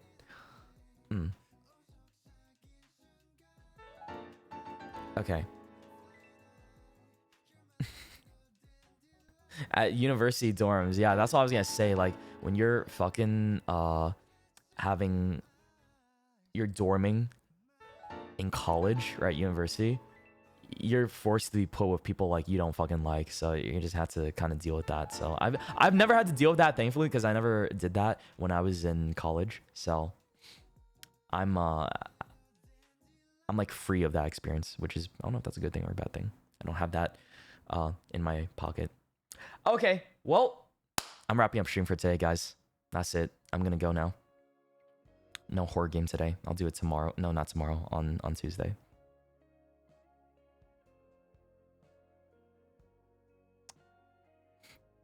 You've traveled with friends. It'll be fine. Yeah, I've traveled with a lot of my friends before too. Right.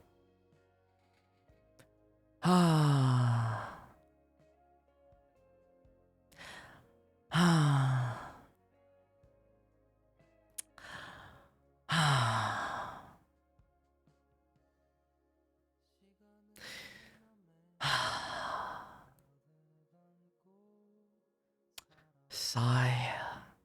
One? What do you mean one?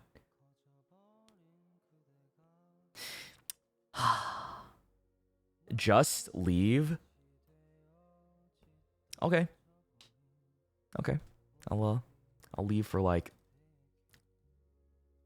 I'll be back in 2025. How about that?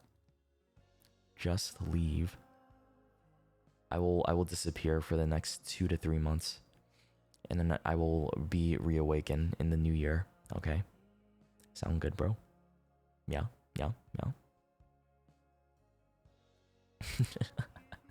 Okay. Yeah, see you guys on Tuesday. More Silent Hill on Tuesday. We'll be continuing where we left off. After, let me see. Yeah, after Silent Hill. I don't fucking know, dude. Let me think. Whenever I finish it, I might replay the game again on like the hard difficulty, because I really want to try that too as well. So yeah, I think that's it. Let me check. Is there anything else that I forgot? Let me just double check, bro. Let me see.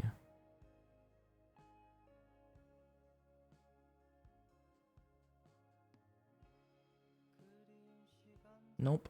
Nope. Nope. Alright, talked about that. Talked about that. Talked about that. Yup. Okay. Yup. Cool. That's done. Yup. Talked about, the wasp never showed up again. The wasp died. So, that's it. The wasp is dead. Okay. Okay, guys. Have a good night.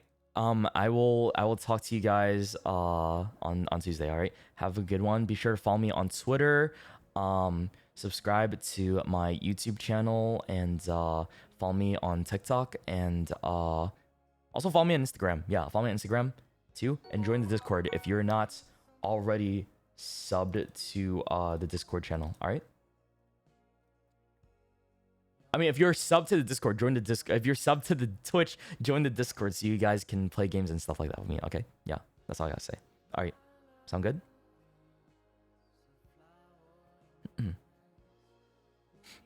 All right. Bye-bye, guys. Have a good day. Love you all. Mwah. Take care. All right? Love y'all. I'll give you something unforgettable.